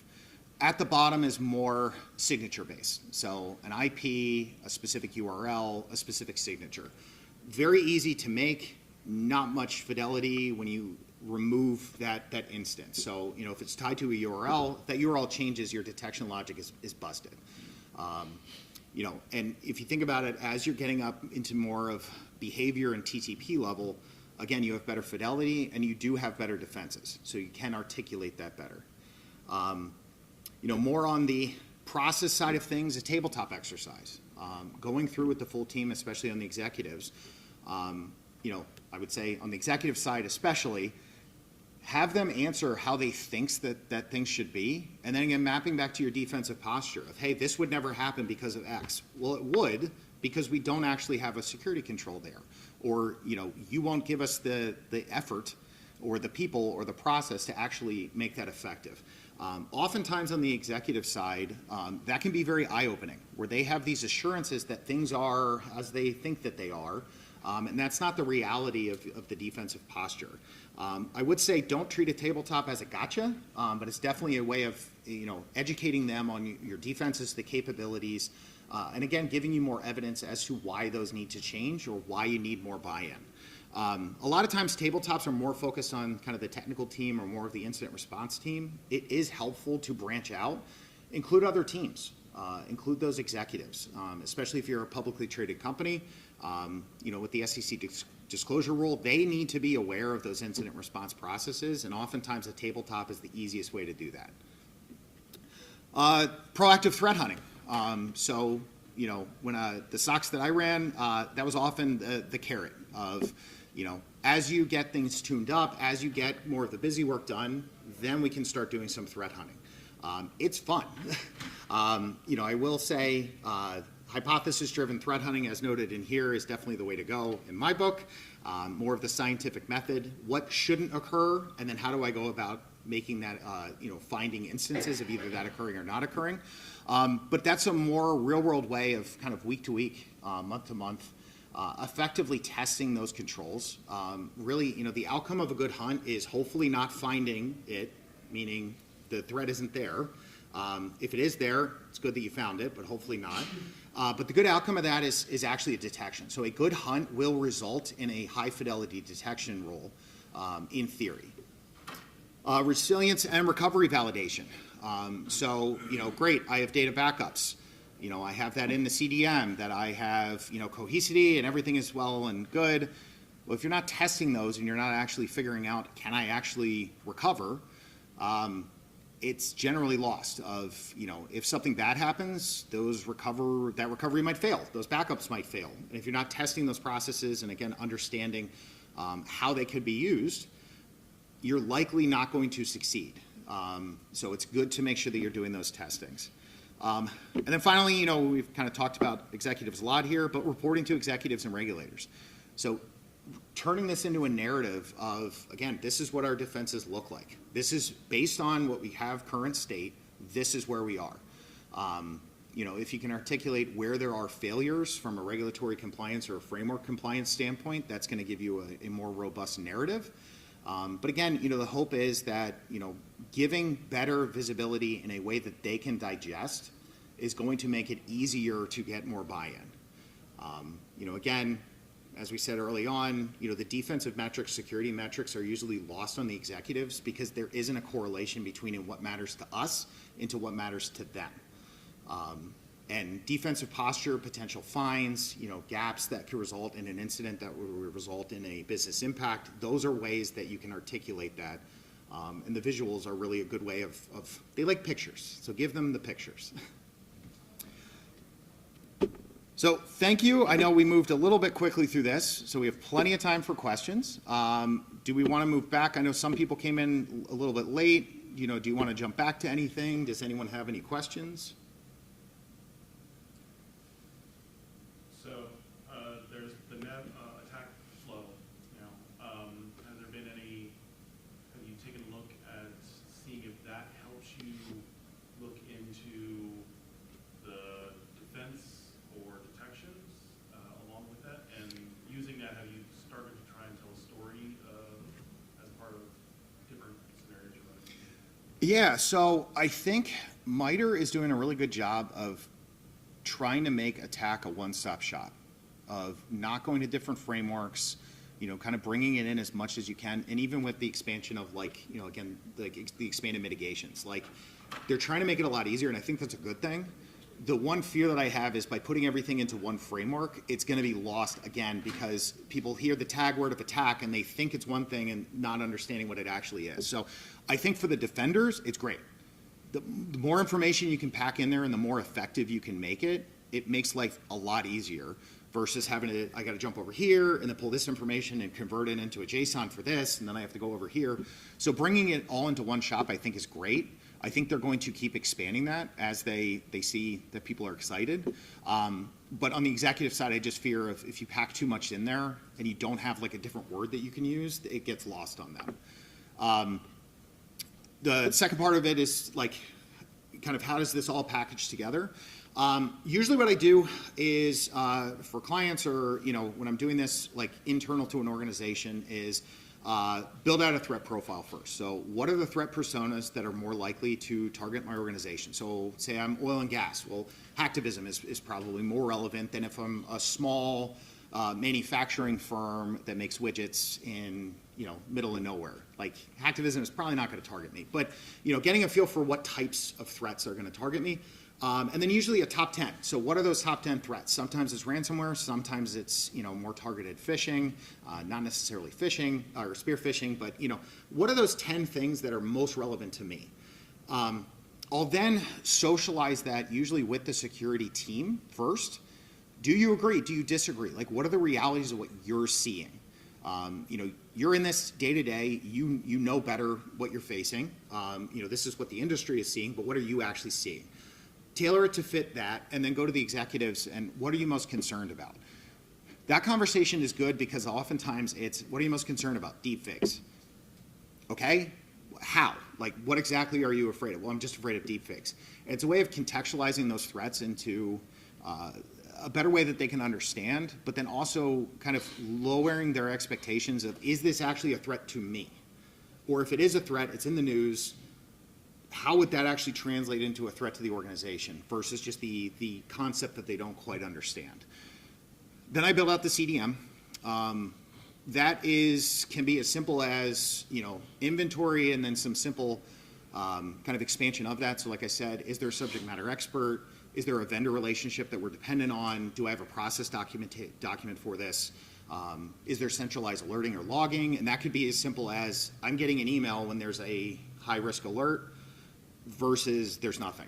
Like I have to go to the tool to get it is obviously less effective of some sort of notification.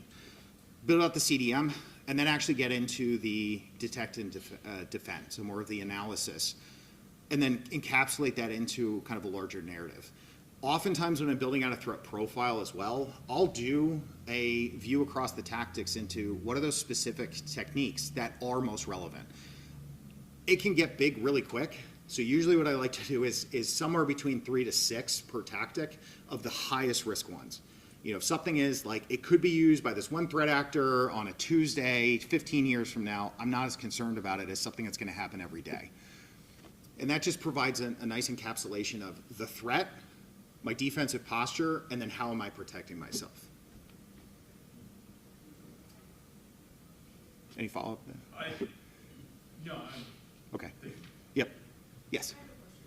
I understand what's there. How do you put it, I noticed that you have a healthcare background. How does that go into like the healthcare system when you're working out there? I would say generally speaking, it's the same output per industry. It's a little bit different into, you know, kind of the focus areas there. So, you know, kind of tailoring it specific, and I know you came in a little bit late, so I am going to just move back on the regulation side. You know, different regulations, different frameworks do have defensive requirements. So, you know, obviously with the HIPAA security rule, you know, I'm more concerned about that PHI, and I'm less concerned about, you know, potentially the state over here that isn't regulated, and you know, it's there, I don't really care about it. So some of it can be focusing on specific aspects of your defenses. So, you know, I only want to care about how am I protecting my PHI. So focus just on that area. You know, the nice thing with everything we discussed is it is flexible. It doesn't necessarily have to be the entire enterprise. You could focus on a specific hospital. You could focus on a specific set of data or systems. You know, if I'm talking PCI, I could just be looking at that card data environment. I don't necessarily care about the rest of it. You know, I would say you don't want to fall into the trap of ignoring all for the purpose of the little, because then it's like, I am super robust right here. Cool, but the rest of this isn't, and all of this hooks into what you think is super robust. So again, you know, I would say some of it is going to be contextualization. Obviously, the threats are a little bit different and the impacts are a little different. But generally speaking, you know, when you're talking defensive posture, it should generally be the same if we're talking across any of the, you know, different industries. You just might have a different level of, I would expect, say, protect to be now at a 4 instead of a 3 for an unregulated industry. So, taking a look at this list, I know you have the NIS2 in there. Have you seen the CRA become a problem? Because that's very heavily focused in risk assessments and risk understanding your risks. Yeah, and I'll note this is not meant to be exhaustive in any way. It stuck out to me because Yeah. I know NIS2 and I know European customers especially are very concerned about it. Well, and what is it? England just enacted a new one on Friday. I don't know the specific name, but it's like we're being papered to death with regulation. I think that the EU is doing a slightly better job. I know with DORA, it was never intended to apply to AI, and now they're like, oh, it applies to AI. So I think that European side is doing a better job of consolidating. So yes, there is a concern of, what actually is important when we're talking defenses. And, if that list is 50 things long, it's kind of hard to tell that story versus if it's 10 things long. So I think European side, probably 5-ish years. It's probably going to condense down to 2, I would think. One focused on financial industry and one for kind of everything else. U.S., who knows? I mean, it's the Wild West again, and a lot of the federal regulations are kind of on hold or not necessarily, like they're going in, but who knows if they're going to be enforced over the last 2 years. So like, it's a real interesting time. But yeah, I mean, good point of like, the additional regulations do add different clarity points. And I think it's important to know as well, regulations are going to have obviously different emphasis for different teams. So it isn't necessarily always the legal or the compliance team that is looking at, well, how am I actually like defending ourselves, or how am I actually answering some of those questions? So as you introduce more regulation, as you introduce more frameworks, you do have more people now that you need to be communicating the specifics. So I would say, that's just the additional emphasis on, the defender side. We don't work in a vacuum. Like you should be aware of the regulations that are relevant to your organization, and do what you can to kind of proactively tell that narrative. We've run into some interesting clients where the board tries to push SEC compliance down to the security team. That's a terrible idea. The SEC disclosure rule is a material incident. Well, the security team should not be the ones that are determining materiality. That's the business. The aspect of how you can kind of push that back is have an effective way of reporting what is occurring quickly so that they can make the decision, and you don't have to be, answering a lot of questions that you might know the answer to right away. Put it back on them. So, a lot of times with regulation, it's getting the information to who it needs to get to, and telling your side of the story in a way that you're not going to have them either second guessing you or asking a bunch of obnoxious questions during an incident that you don't need to be answering because I already answered them. So I would say this is the Steve stamp of approval of feel empowered to push back. Like if the legal team is trying to put compliance on you, it's not your job to be compliant. It's their job to be compliant. It's your job to make sure that you're part of that compliance is where it should be. And again, kind of what we covered is a good way of kind of explaining that story in a way that they're going to understand and is digestible. Any other questions?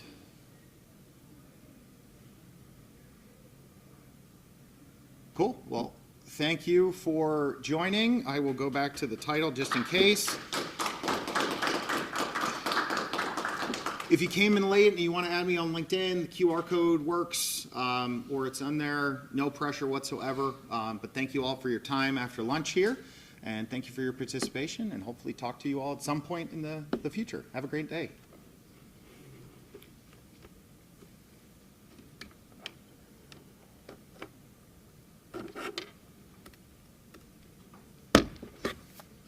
Yeah. My talk yesterday was basically similar. Nice. Basically, I threw that on top of bow tie analysis, which it shows the different defenses you can apply in, but that's very graphical. graphical, very visual. Yes. Which works well with different levels of management. Yes. They like pretty pictures. Exactly. That's kind of the theme I'm gathering, is the more you can visualize stuff, the Right. better. As you you can talk go about the up, same words less, pictures more. Right. Yeah. Yeah. You can talk about the same thing, but like at the detailed level down low, you can talk about like miter attack flow. Middle, you can talk about like hill chain. Like, then get up to executives, they want pretty pictures. Yeah. And, so yeah. Yeah, I mean, that's like a common issue with like threat modeling as well. It's like, you know, the lower level, I just want to know what I need to fix. Like, what are the problems? What are the threats? The higher level, it's what does this actually mean? Yeah. I mean, you run the same problem with like SOC analysis. Like SOC level 1, I mean, you're just dealing with, okay, like this is an alert and I need to hand it off, or this is like something I need to pay attention to. Level 2, you got, okay, well this, like, does this affect my system? How's it work? And oh, I don't know what the hell's going on here. Let me talk to some tier 3 here or whatever. So yeah, same stuff. So cool. Very cool. Well, thank you. Steve, nice to meet you. Right. I'm Jim. I just sent you LinkedIn. Awesome. I love the shirt. It's awesome. I'm Alex. Hi, Steve. Nice to meet you. Nice to meet you. I think it's fair to say that both your My name's presentations are Derek. using Nice to meet you, very Derek. I started at similar, SRA a few months after like, you were there, I frameworks, think. just, Oh, cool. Yeah, I saw your slightly name different over Yeah, a bunch of absolutely, like yeah. internal docs. I'm like, oh, that's the nice. thing. The frameworks I know him in exist, spirit. and we're trying to use It was them, nice to meet you. I like your talk. Thank you. Good stuff. Good stuff. all of How's us this sort of alright? have different Doing well. ways of trying to I like figure it. I saw out it's how like to use 15 years was. 15, yeah, related, yeah, yeah. but just slightly A couple weeks ago. different. Couple weeks ago. Couple weeks ago, Yeah, okay. yeah. So a bunch of Yeah, like it's so internal interesting, stuff for like, that. you know, when he showed me, Yeah, a lot of when he cool was stuff going showing on. like the Very shot cool. of like the Yeah. tools. So- and Which team are you on? it's like, Scalar I XDR, feel like so cyber my, side. Okay. my Yeah, CISO tried to do manager. something similar So I to work that. with Will, He really called Greg, it like after the Scalar. I don't know framework, if he but was it's there like, yeah, every like, time, but you know, it's just the way that Spencer, they all the, yeah, you have to there's a bunch visualize of people things. still there. So Crazy that Spencer's still there. He's been there forever. I know. Like I don't think he's ever. I mean, gonna good leave. power to him, but like, for it's me to just keep a in mind. long time to Yeah, look take up. back. I know. Yeah. I guess people. Because like I used feel to work comfortable in staying third in that intelligence spot? space, He was my nowadays manager. I do No more way. risk He was my That's boss. funny. Yeah. So That's so like, funny. I'm kind of on the border of like, Yeah, you know, still calm the wolf, or at least I do. telling the stories to like the, you know, the younger people. Cool. It was nice to meet you. Yeah, very nice to meet you. Nice to Tell him I meet said you. hi. All right, we'll do. We'll do. Thank you. Hi. Good talk. It was really Thank you. good. I'm trying to find you, but There's a lot of really good tools. And I have to keep those in mind. Yeah.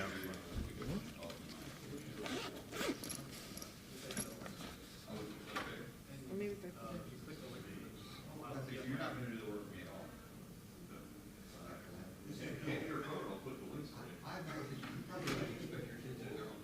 Click on this or take a picture of this random QR code. It cracks me up. Of like, it is the most effective way, but it's also like so counterintuitive. Yeah. Like, scan this, and I know, what was it? It was like DEF CON, and the one was like they would just rickroll you every time, and it was like, hey, scan this. It's like, don't scan it. Like, what? You're a DEF CON. Don't scan it. Don't scan it. I remember somebody actually embedded a QR code of the Rickroll into a license. It was like they did it on their license plate reader. So basically, the license plate That's pretty good. readers Yeah. would go and like read that. Yeah. I saw Rick Astley in concert, and I got a video of him singing it, and that was, I would rickroll people with an actual video of him singing it, which was real funny. Yeah, I think the healthcare part is interesting because I've done like a lot of government contracts with that. I always wonder about the financial world and the healthcare world. How much of it, so I do security development, I'm a software developer, I do full stack, and I do DevSecOps. So, but I always wondered how much of the compliance or how restricted is healthcare? Like, is it taking longer to build out software than it would me? Yes. Or, okay. I mean, healthcare is restrictive, not nearly as restrictive as financial, but it is also getting more restrictive. So HIPAA is being updated. You know, you can go the kind of the high trust route. Most organizations, I mean, I'd say it's 50-50. Some go high trust, some don't. But on the HIPAA side, like, it's getting more stringent, and they're also going to be layering in more likely future like AI controls, and like it's. Healthcare is in for a very rude awakening when the new HIPAA security, privacy, omnibus rules come out. So, and they're not ready for it. So then, about the financial world, then what type of restrictions are there? A lot. I mean, it depends on like what type of financial, but you know, you got SOX, you have NYDFS. If you're out of New York, you know, there are other like privacy and data restrictions. So CCPA, CPRA. If you enact with any California citizens, NIS2, DORA. You know, a bit into some DHS-related ones with critical infrastructure, but it's just a lot. It depends on your state, depends on what specifically you're doing within the financial industry. Because like banking has one, credit unions have one. Like it gets very tiered very quickly. So and then you mentioned like talking to lawyers about compliance. How much are like the legal world lawyers understanding our law? More than they used to. So there is now specialty into like cybersecurity, data privacy in law. So you're getting a lot of newer lawyers that are actually very up to speed on the cybersecurity world. So I went to law school, and part of why I went was to better communicate with lawyers, because it's easier to meet them on the law side than it is for them to come to our side. But you know, just like with all industries, the younger, as new lawyers are coming in, they're more, you know, they understand cybersecurity, they understand security in general. A lot of organizations will actually include the lawyers or go through a law firm for like tabletop exercises, incident response plan reviews. So like they are up into like what you should be doing. They're obviously very well read on the regulations, so understanding like what you should have in place. The practicality of how that's put into place is a bit where sometimes they're lost, and it really just depends on the lawyer. Yeah, we were actually, when we would run tabletop exercises, there were a couple times where we were contracted out by the legal department or by insurance companies for that. And so they were actually bringing us in to do a tabletop exercise versus like their cybersecurity department. In-house legal, I'd say it depends on your lawyer. Oftentimes in-house lawyers are more focused on, you know, kind of business law than they are into like the nitty-gritty, which is always interesting when there's like an incident, because you have a lawyer that's used to being in the boardroom that's now having to make decisions related to like regulatory compliance, like stuff that's outside of their purview. So like again, it can run the gamut of they have no idea what they're doing, you know, and it's not great, and you don't want them telling anybody what to do, to, you know, you have a trained professional that is very aware of kind of all things cybersecurity and a lawyer.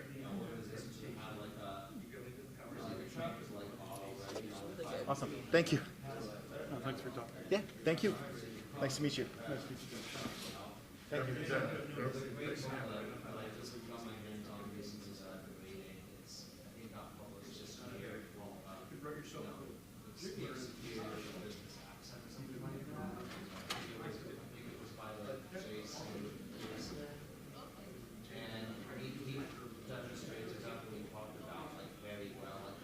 Basically like us about a hypothetical story like calling for security people, and like that I was on the stage was like, you know, testing manager, you know, something comes into the team's, you know, backlog that someone has to drop off, you know, we only have this capacity. I think part of it for any business, because people want to defend. So if you ask me to do something, I might say, I know I can share every hour, so I'm going to say, hey, based on.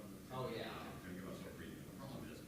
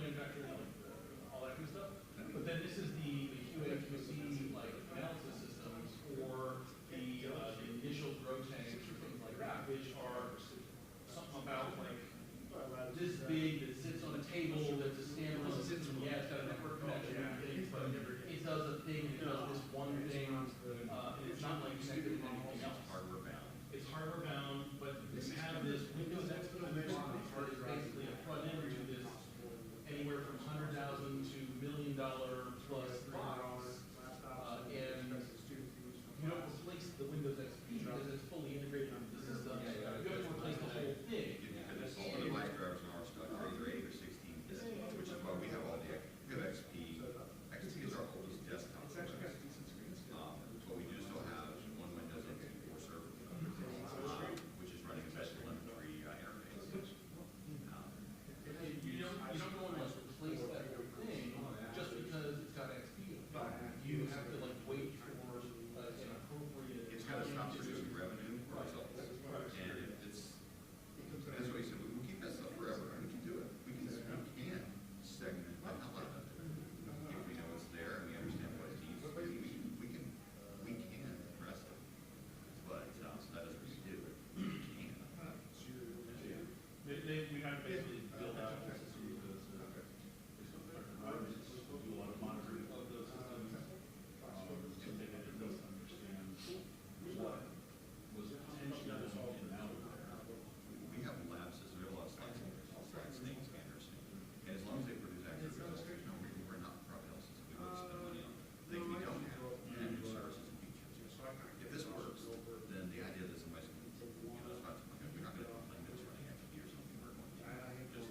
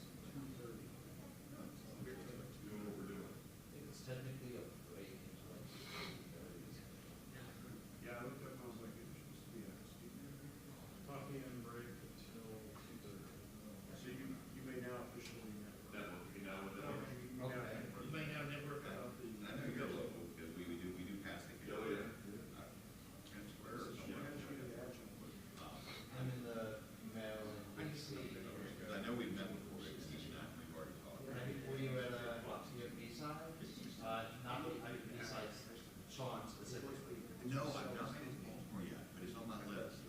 What about BSides Delaware? No, that's the other one. Is that Alexandria?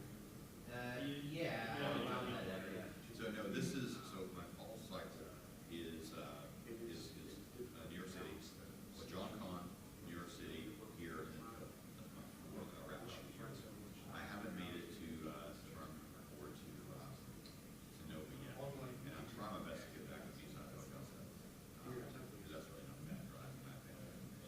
But I miss we kill travel, like everything else, government stuff, not from healthcare, all of our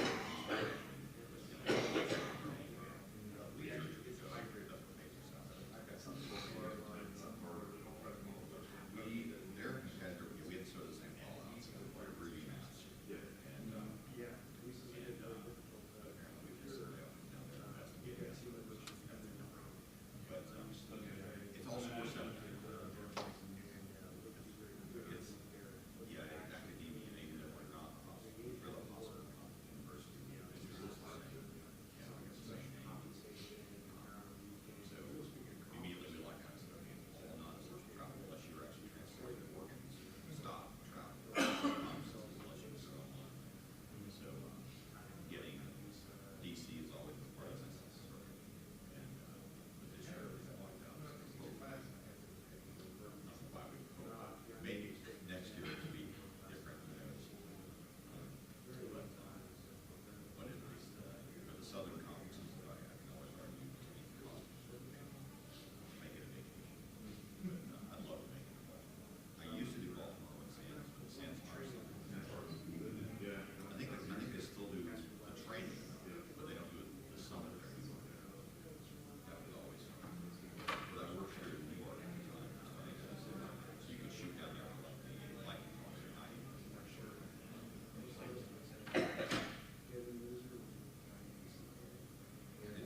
Did you mind grab a Sands back out there when they had it? Yesterday. Did you see?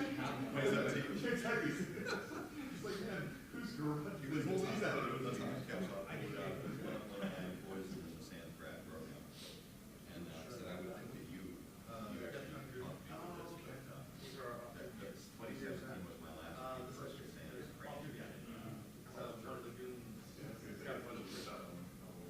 So my little volunteers were in there with the first engineering.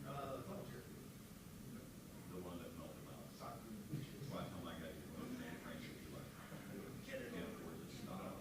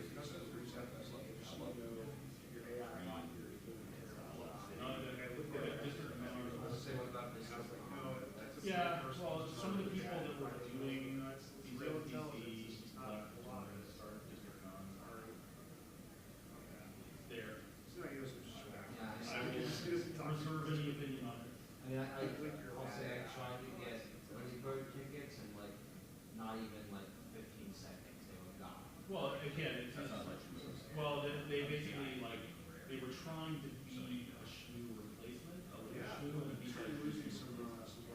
And it was, I mean, I think some of that came about. But they only had like 300 tickets per year. It was like some small amount, so hopefully with more. We used to be limited to 300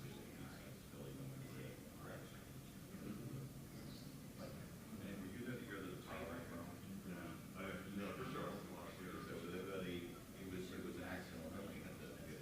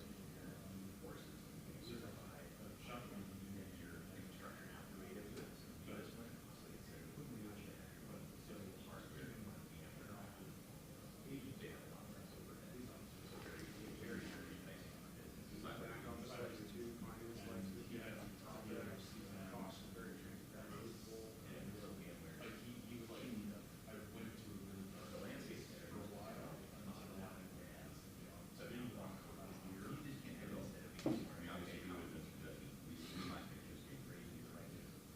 But one of the problems that we would all where most of the professional schools and some people, I will say Boston, I'm down here. Okay. I know. It's like minor semester, so. Yeah, if you come from California, I say, Philly, if I'm in Philly, I just think we're Delta. Yeah. It's, you know, it's precision. It's accuracy.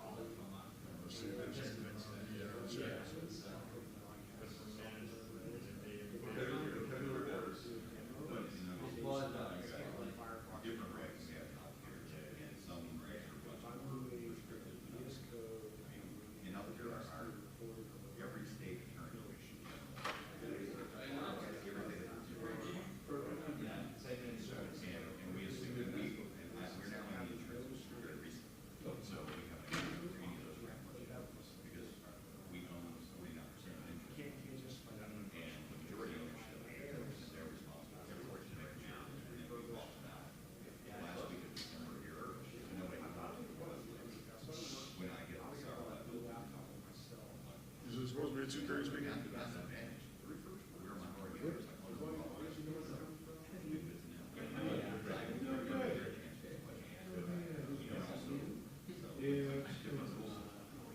think everyone's been just kind of like setting up on their own. Are you speaking? I thought, you said you were. Oh, you are? Okay, so we're, oh, is that your stuff right there? Okay. Right this way.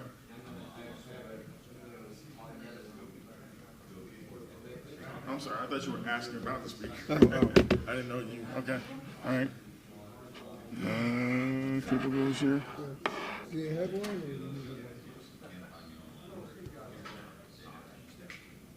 There you go. New outside powers here. Oh, okay. That would help.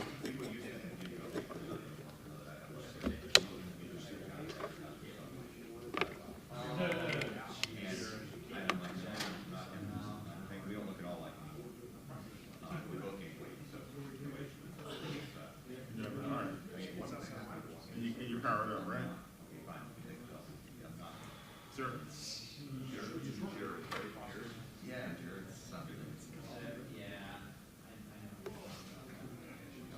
And you power it up, right? Yeah. One last thing, sound check. Well, it's always in my sound check. Hello?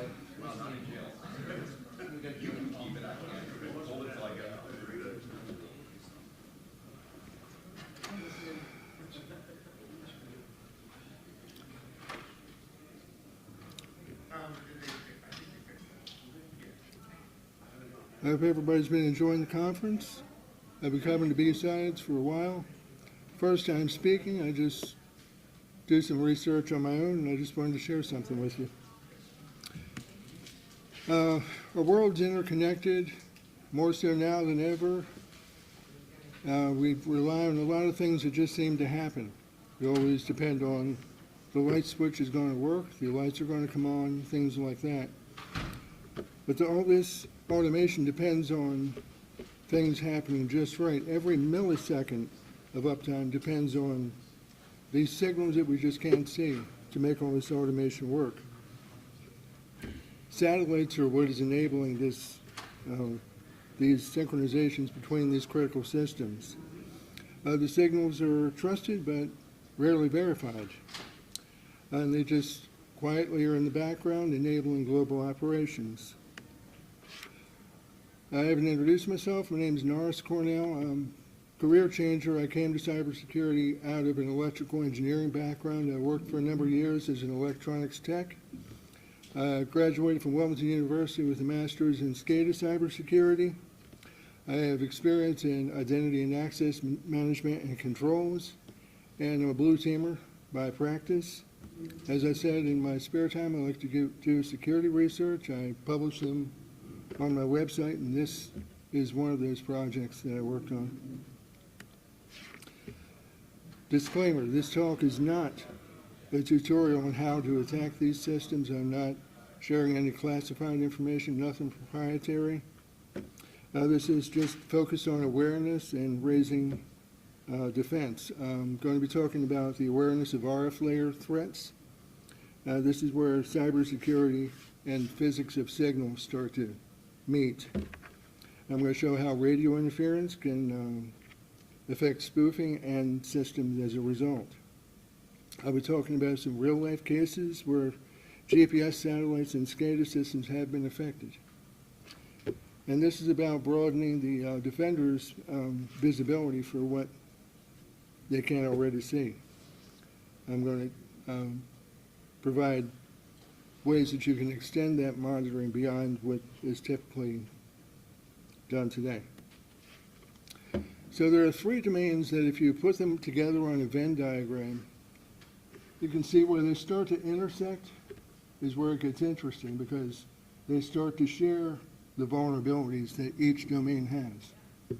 The problem is these domains are traditionally separate, and the people who do those are very good at what they do, but they really don't talk with one another. But as things are brought together, there's a big blind spot, and this is the hybrid threat service that I'm talking about. To give you a little background, sounds like a lot of just alphabet soup of acronyms. Signals Intelligence, or SIGINT, has vulnerabilities of its own, and so does ICS and OT. AppSec we're familiar with, and security, but OT is basically the huge umbrella that is all the systems that handle cyber physical systems. So they handle physical systems in the real world from the IT side. So vulnerabilities associated with each. SIGINT has problems with RF spoofing, relay attacks. ICS, OT, has problem with legacy protocols, and as a result of vulnerabilities in that, safety risks with critical devices. AppSec has problems that actually the OWASP top 10, some of the things, insecure API interfaces and exploits that can happen as a result of them. So when I'm talking about the cyber physical stuff, it's the it's really a stack of technologies that makes the whole thing work. OT would be, as I said, the big umbrella. Under that would be ICS, that is Industrial Control Systems. They're the systems that control critical infrastructure. There are 16 sectors of critical infrastructure that DHS has identified. Running those systems is the brain, the SCADA system. It monitors the processes and sends commands to the muscles out in the field. Those field devices are your PLCs, your actuators, your HMIs. They do the work as they're told. They communicate back to the brain.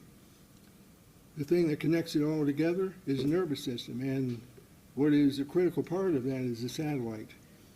You have to have something that can talk remotely to these devices, because fiber optics, it's not feasible to run to these really remote locations. Often the only way to communicate to them is through satellites. But what happens when the brain misfires or the muscles can't do their job? That's where everything starts to go badly. So there's priorities in each area. The traditional IT, the priority is confidentiality, keeping that data private and secure.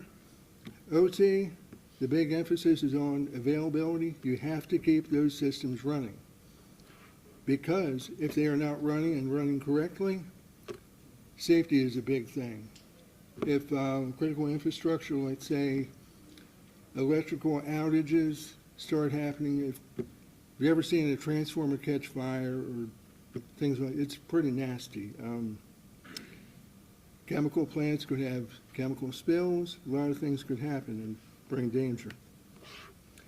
So there's a blind spot across a couple of layers that's really the problem here. As I said, ICS protocols, they lack encryption. They often send data in plain text. There's no built-in authentication or integrity checks. So they're easy targets for spoofing and command injections. At the RF layer, or at the network layer, the firewall can't see RF traffic. So the firewall is intended to be able to analyze packets. Well, if an attacker is compromising the RF signal, it's already been compromised before your firewall sees it. And then traditional tools aren't really equipped to be able to handle the niche protocols that are used by OT systems. So because these attackers are striking the packets before they are even, or the signal before they are packets, the compromise is happening at the source, and then could inject into these systems bad timing data, spoofed signals, and could just cause things to go out of sync. The first case study I wanted to bring up is the BSides attack that happened at the beginning of the Russia-Ukraine war. You may remember, attacker was able to compromise this system from a traditional security standpoint. They compromised the VPN through either weak or stolen credentials, got access to the admin plane and then the admin console. They then deployed acid rain malware, where they used this wiper malware and rendered the terminals enabled to communicate and to control their field devices. There was a cascading blackout across Europe, Eastern Europe, and resulted in about 11 gigawatts of electrical generating being lost. Another great one is, all right, so we did traditional angle, but this is going from the other side. Researchers at UT Austin were able to show that GPS spoofing is possible from the signal side. They got some cheap SDR equipment, and they were using that to spoof GPS signals. They had a budget of about $3,000 that they used.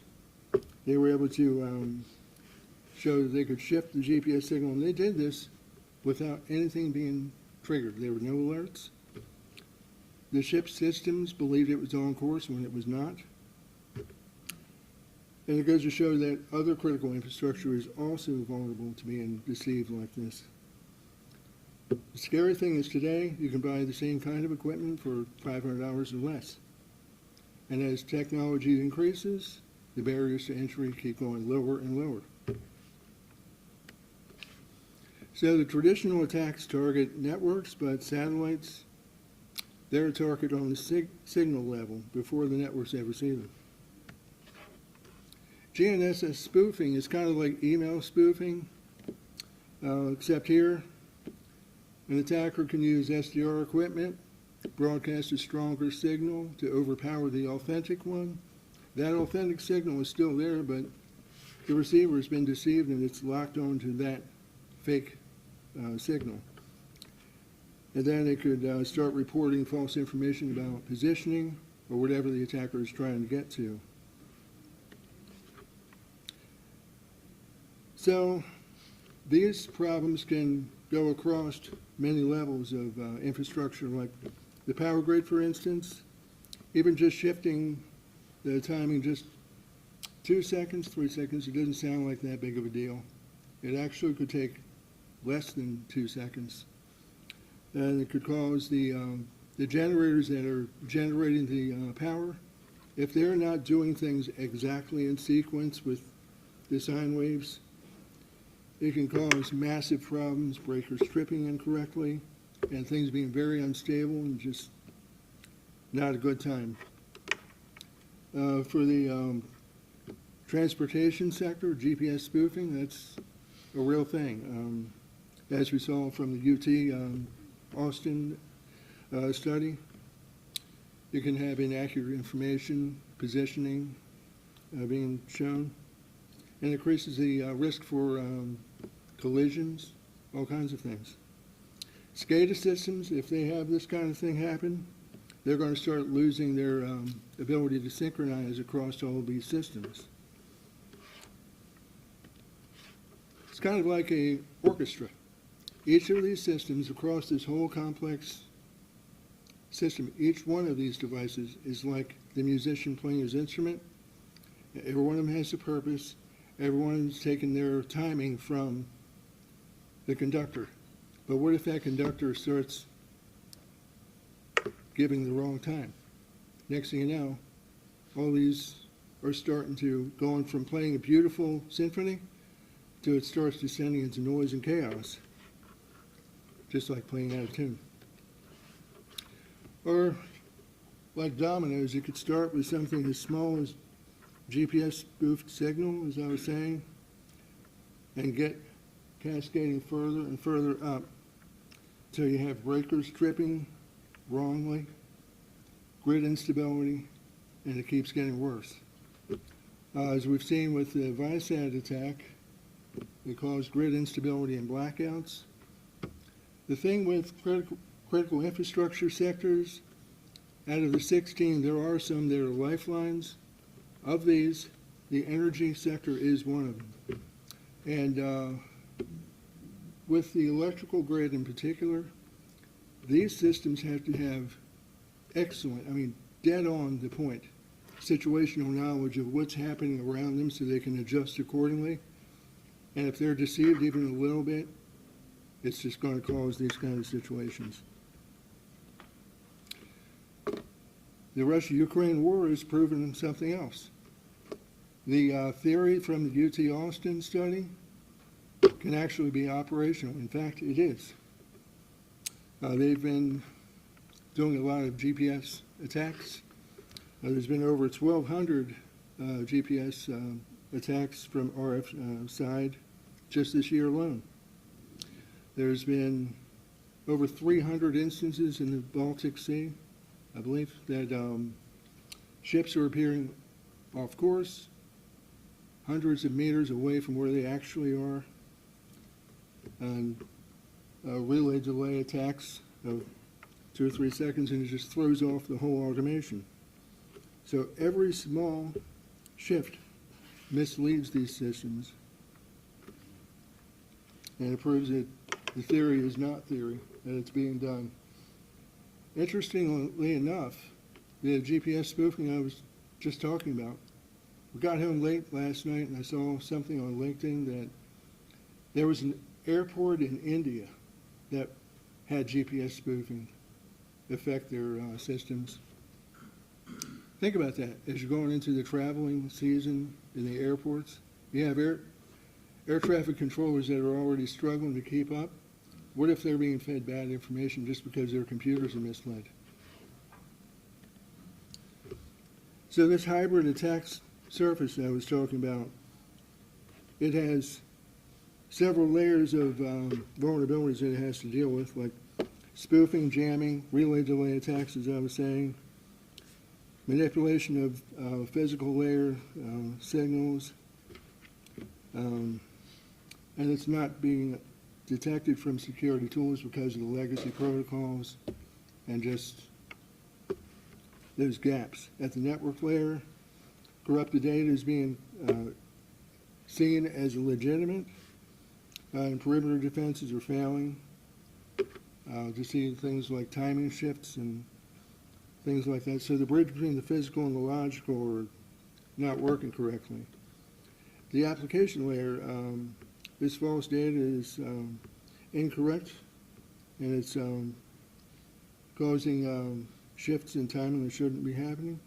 And that's because these systems are designed to just trust signal from a particular source. There's no validation. There's no kind of verification of timing. So the system takes bad information and just sends it through the rest of the applications. So what I'm proposing is something a little bit different than what you would hear in traditional OT space defense in depth. We should have something that's more to capture RF threats as well. So you should have GNSS hardening, spectrum monitoring, the same equipment that you could use to do these GPS spoofing attacks and signal jamming.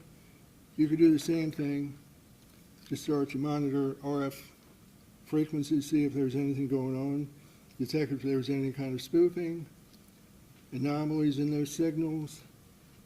At the network layer, you should have DMZs for those SATCOMs. That segmentation is necessary to isolate those from other critical systems. At the application layer, we should have timestamp validation, input sanitization, and as I said, anomaly detection to be able to catch that manipulated data. Operationally, tabletop exercises. Train operators on how to deal with when satellite communications are being compromised or degraded. Sounds like a whole lot. A lot of bad stuff could happen in a lot of ways. So what do you do? If you wanted to start implementing some of these, you don't need $1 million. Just add satellites to your threat models. Inventory those discrepancies. Find out what's depending on what for the timing and things like that. And then start implementing one control now. Like start with validation of your GNSS timestamps. The first step of any journey is taking that first step. That's the only way you can get there. There are a lot of resources out there. When I started researching this, there was a speaker who did a presentation at Aerospace Village in DEF CON 2019 who spoke on satellite security and proved that he was able to get to ground systems from the airplane through the Wi-Fi on the airplane. Impressive. But it shows these are reachable even from the skies.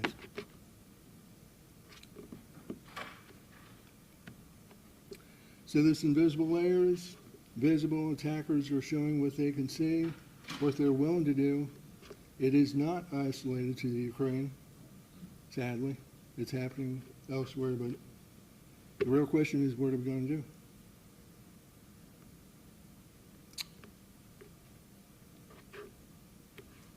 Any questions? Any public information about the Spain blackout? Less than a year, right? 2022. Any information about what caused it? I mean, I think they said, there was... Yeah, the attacker compromised the VPN, got to the admin plane because it was a flat network, and were able to get to the admin console that was communicating to the satellites, wiped it with a wiper malware, so then it couldn't communicate. And because those satellite terminals couldn't talk to their windmills and field devices, they were making incorrect decisions, and they started falling like dominoes. That was almost like all of Spain without power for maybe the better part of a day, or... It took a couple of days. They had to go and actually reboot each of them by hand. And that's the problem. What happens if something like this happened near New York or wherever? It's a lot of big cities, and if these things aren't firing on all cylinders just right, you end up with a lot of problems. The other thing is, suppose an attacker were to compromise the signals that are required to keep that satellite in orbit. Remember, a satellite going around the Earth has to maintain that height by traveling at about 17,000 miles an hour. It has to be pointed in just the right way so that the antenna is pointed so that it can communicate well. If not, it's conceivable an attacker could just basically perform a denial of service or a physical attack on that satellite just by using the law of physics against it. Anyone else? I do have a question. Sure.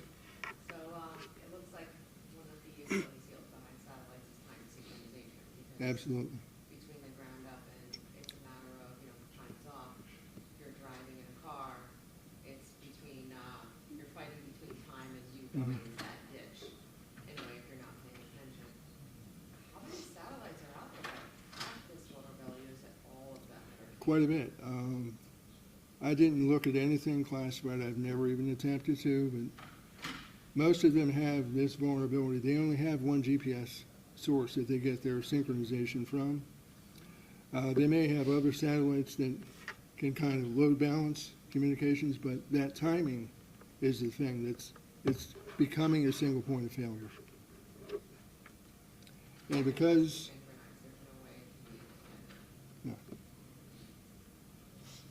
there's a lot of work to be done with this. It's definitely a heavy lift, but Were they using jamming as a defense in Ukraine on the drones and stuff that way? it was Russia attacking Ukraine stuff, so it was offensive. They could use truck-mounted SDR equipment. I have not priced it, I have not tried to buy this equipment, but you can buy it pretty cheap. And all you have to do is be in line of sight.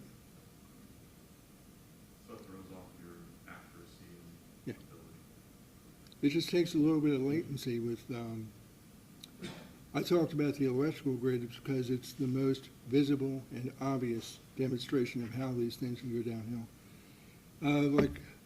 Water purification, it's conceivable that they could manipulate how the process is being used to purify water. You wouldn't even know until people start getting sick for whatever reason. A lot of ways, these systems could have problems and you wouldn't really know right away. Anyone? So, majority of the problems in like SCADA or ICS systems is due to lack of cryptography. Yeah. This kind of like follows the early days of HTTP, like we baked in SSL, like cryptography into it. Now it's much more safer. If I know it's very hard to like change protocols overnight, but like Modbus was there, now there is secure Modbus. So if cryptography is baked into all of these systems, what else is there that cannot be solved by cryptography? The problem is the systems were designed decades ago, and because availability is so high,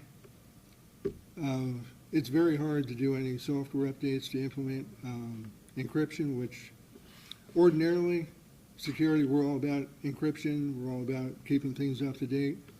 If you do those things in these systems because they're underpowered and they really have to keep this availability up, if you start putting encryption or whatever into it, it could cause it to have a little hiccup, not run well.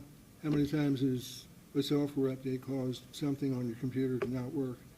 Here it can cause a massive problem. So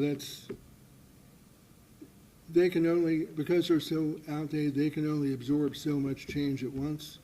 So you have to have your windows correct. You have to have your updates verify that they're not going to cause damage to the system.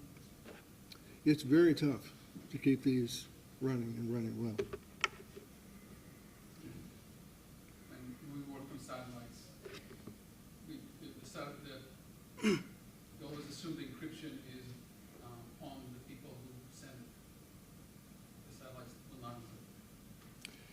Yeah, the thing is, space is a really harsh environment, and the three-way handshake doesn't work there. Mm-hmm. So it's just back and forth. Yeah. Zeros and ones back and forth. It's the only thing you have, and that's part of the problem. That's a big part of the problem. It's expensive. Yeah.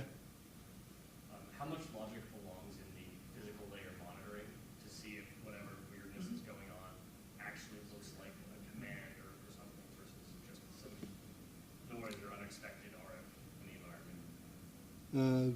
That I'm not sure. That's where I'm saying a lot of the work needs to be done, not like up where the clouds are. It's what is coming into these systems on the ground that control other systems. That's where you need to do good signal intelligence, analyze what's coming in. Is it correct? Has somebody been messing with the timing? They could do signal injects, conceivably.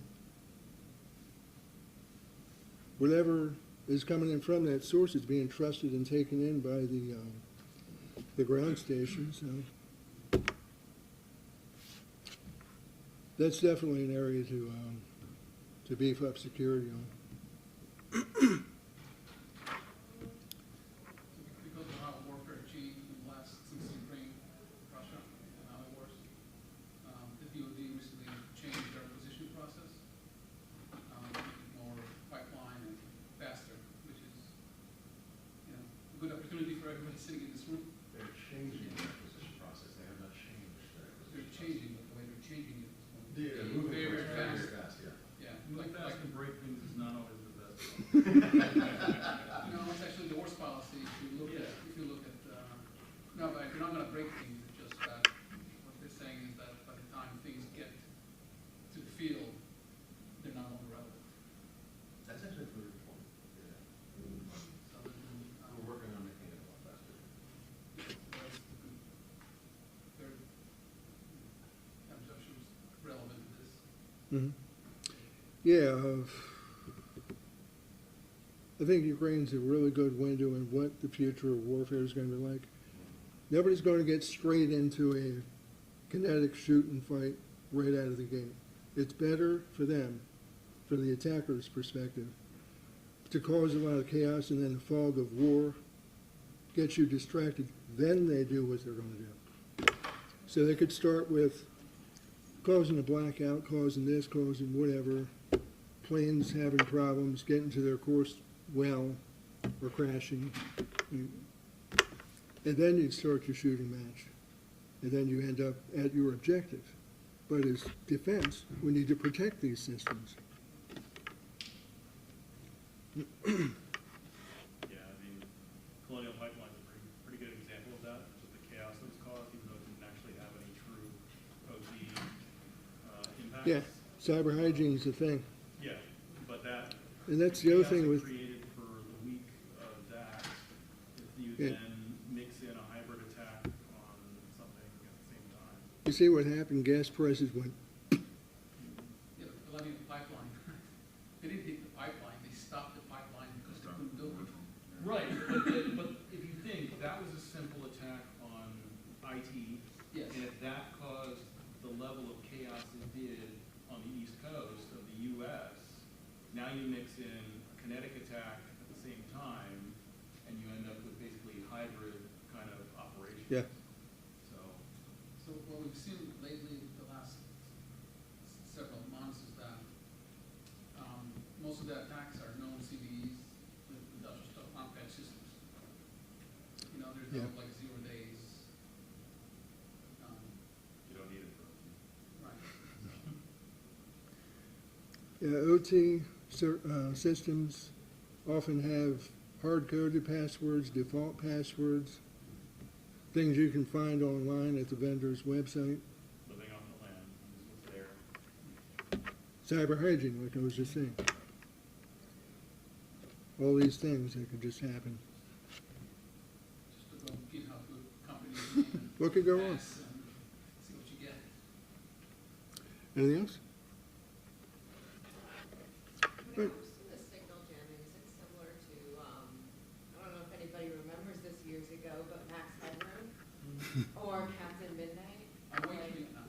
it's essentially with the equipment being now, site equipment is like $3,000. It's getting cheaper and cheaper. All you need is a. You can buy them for under $100.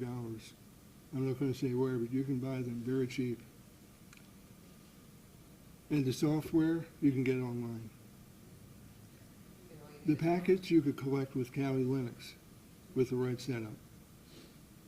So you can do full packet capture, figure out what you're going to do, and then go do it. Interesting. Much easier than I think back then, where you need a lot of power. Yeah. It's more affordable. The level of entry in knowledge and equipment goes down every year. Yeah. I mean, as AI is coming out, everybody's hitting that next level. So the vulnerabilities just keep coming. We'll have a lot of work for a while. All right. Thank you. Thank you very much. Thank you.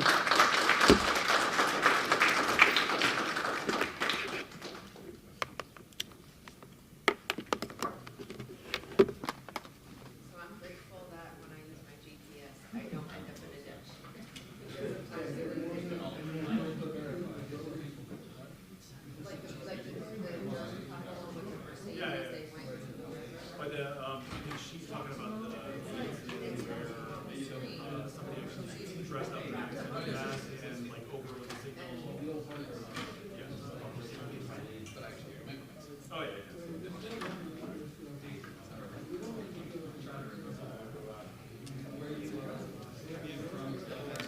No, there's.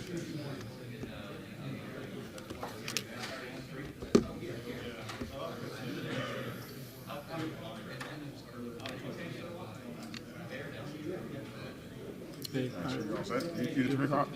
sorry? You the 3 o'clock? Yeah, 3 o'clock, yeah. Okay. So HDMI. I can use this one. Power. Yep. Is it laptop power or is it like it's going to connect it?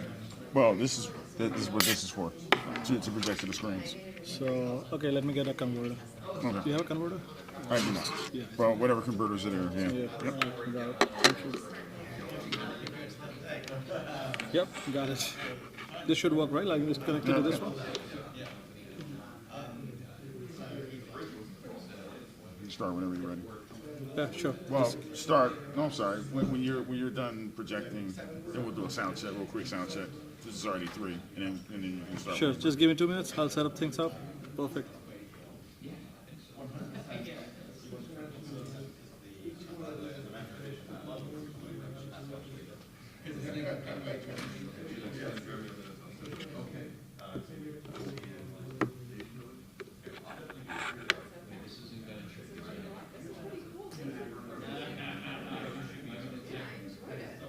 Now I know, like, in the event something goes wrong with sign it, I would have to go here, I would have to go to you and be like, okay, how can we, use your AI? Let's think of what AI can we think of, don't tell AI that was out.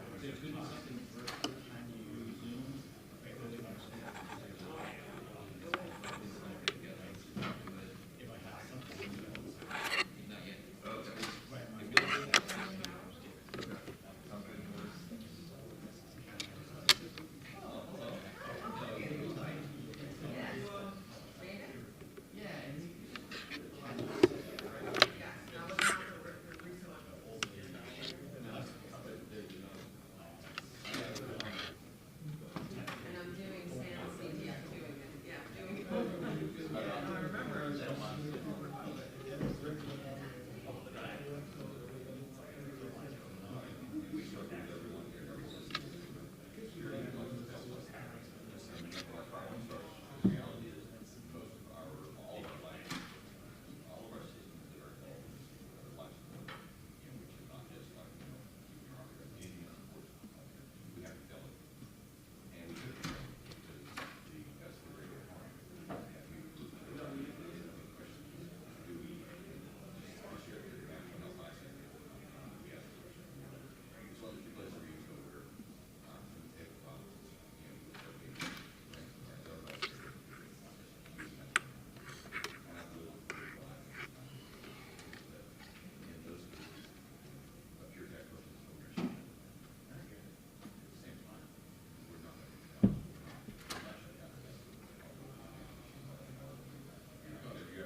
Mahinder?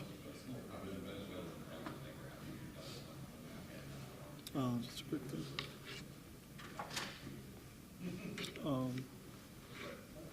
Ideally, it should directly cast it there, right? Or do I have to do some settings to cast it?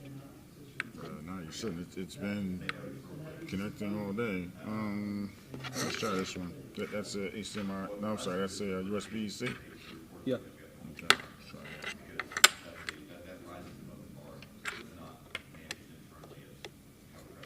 Should give it a shot.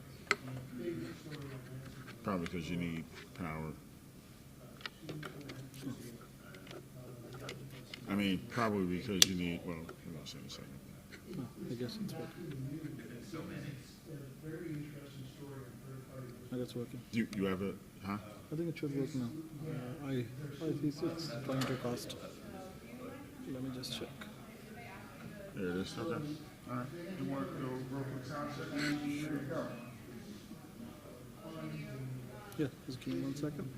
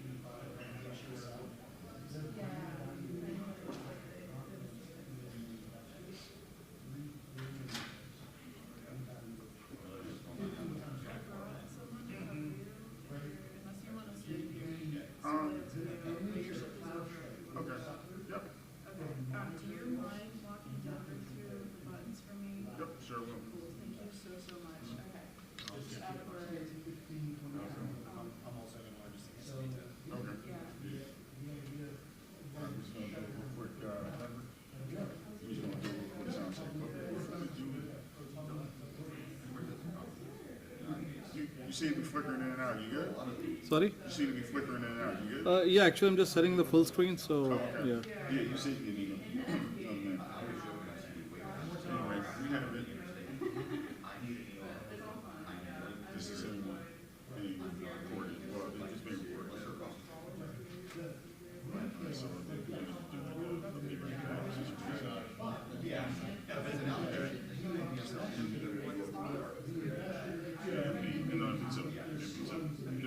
whatever's like.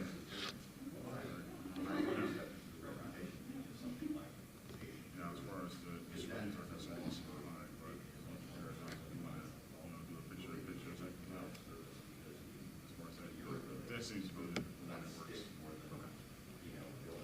But if you want to start recording and the screen, use two buttons. We're not going to do that because it's not necessary right now. All right, so you ready to do that? Yeah, good. Okay. Can do a quick sound check.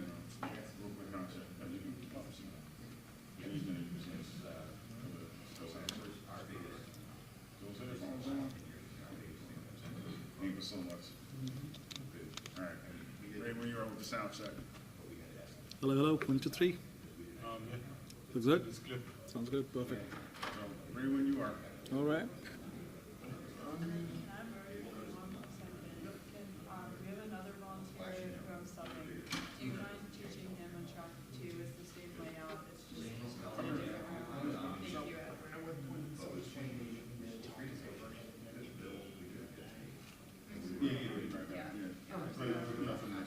I'm gonna keep you with me though, because Yeah, look, the be right back. Yeah, the be right back, I think was this one, the MPG, was it? MP2. Yeah. Press it, because they haven't started yet, so press it. Just so you know, yeah. And it was the source. And then, starting the recording. No, well, no, it's recording now, but you want to stop it, you check these two buttons, but that's those. That's simply for those who don't want to be. So basically, what I'm gonna be doing is right back and then just do you have zoom any in. issues, just put them in the chat and we'll get back to you as soon as possible. Tea, water, snack, whatever. You only have 2 more talks, so it should be pretty easy, but yeah, just let us know if you need anything, okay? Good to go, you're good to go. All right. Fingers crossed nothing breaks on me. Yeah, I think it should be good. We're in the end game. Just 2 more hours. All right. Thank you, team, for setting things up. So hello and good afternoon, everybody. My name is Akash Thakur. Hello. I hope you had a good afternoon. All right. So I'm Akash Thakur, as I told, and I'm a global SRE consultant and the performance consultant on the application side. I worked on multiple assignments throughout the globe and deliver on-site expertise into the client side. So I've done a couple of assignments in Singapore, London, and since last 7 years, I'm serving one of the clients in the New York area. So my job is to make their application infrastructure and then complete site more reliable. And this is what we are going to talk about today. Like I'm the SRE expert, which stands for Site Reliability Engineering. And I'm trying to bridge the gap between the site reliability and the security. And we'll discuss my thoughts on that. So we'll start with that. So this is the change paradox. As you can see, this is the research says that 80% of the production outages are caused by a change, like any change, it can be infrastructure, code level, config, any patches, OS level patches, it could be anything. But ultimately, 80% of the time, if we have a production outage, the main cause is something has changed. So in the current world where the enterprise are getting complex, we need more change because that's what the business drives. We need more change to bring more features. And as we going into the enterprise level, we have an AI coming into the picture, the hybrid environment, the cloud native applications, and that is bringing the entire stack so complex that it is inevitable that, in order to be survive in the market, you have to keep launching new features, keep maintaining it. And at the same time, you have to make things reliable and available.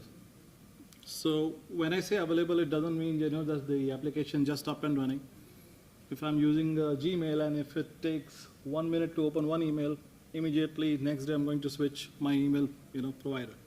I'm going to switch to Yahoo or any other provider. So that is how important, that you miss one chance and the customer is ready to switch and replace you. So in this ever-changing world, it is very important to be reliable, up and running, meeting the same expectation what the customer demands with the competitive environment. And that's where you need to have a trade-off between the new features coming into the market, new changes, and make it reliable at the same times. Because it is not a luck that all the FANG companies or the big organizations are having such a high availability rate. Like, you have heard the 5 nines, 6 nines, like 99.99% or 99.999%.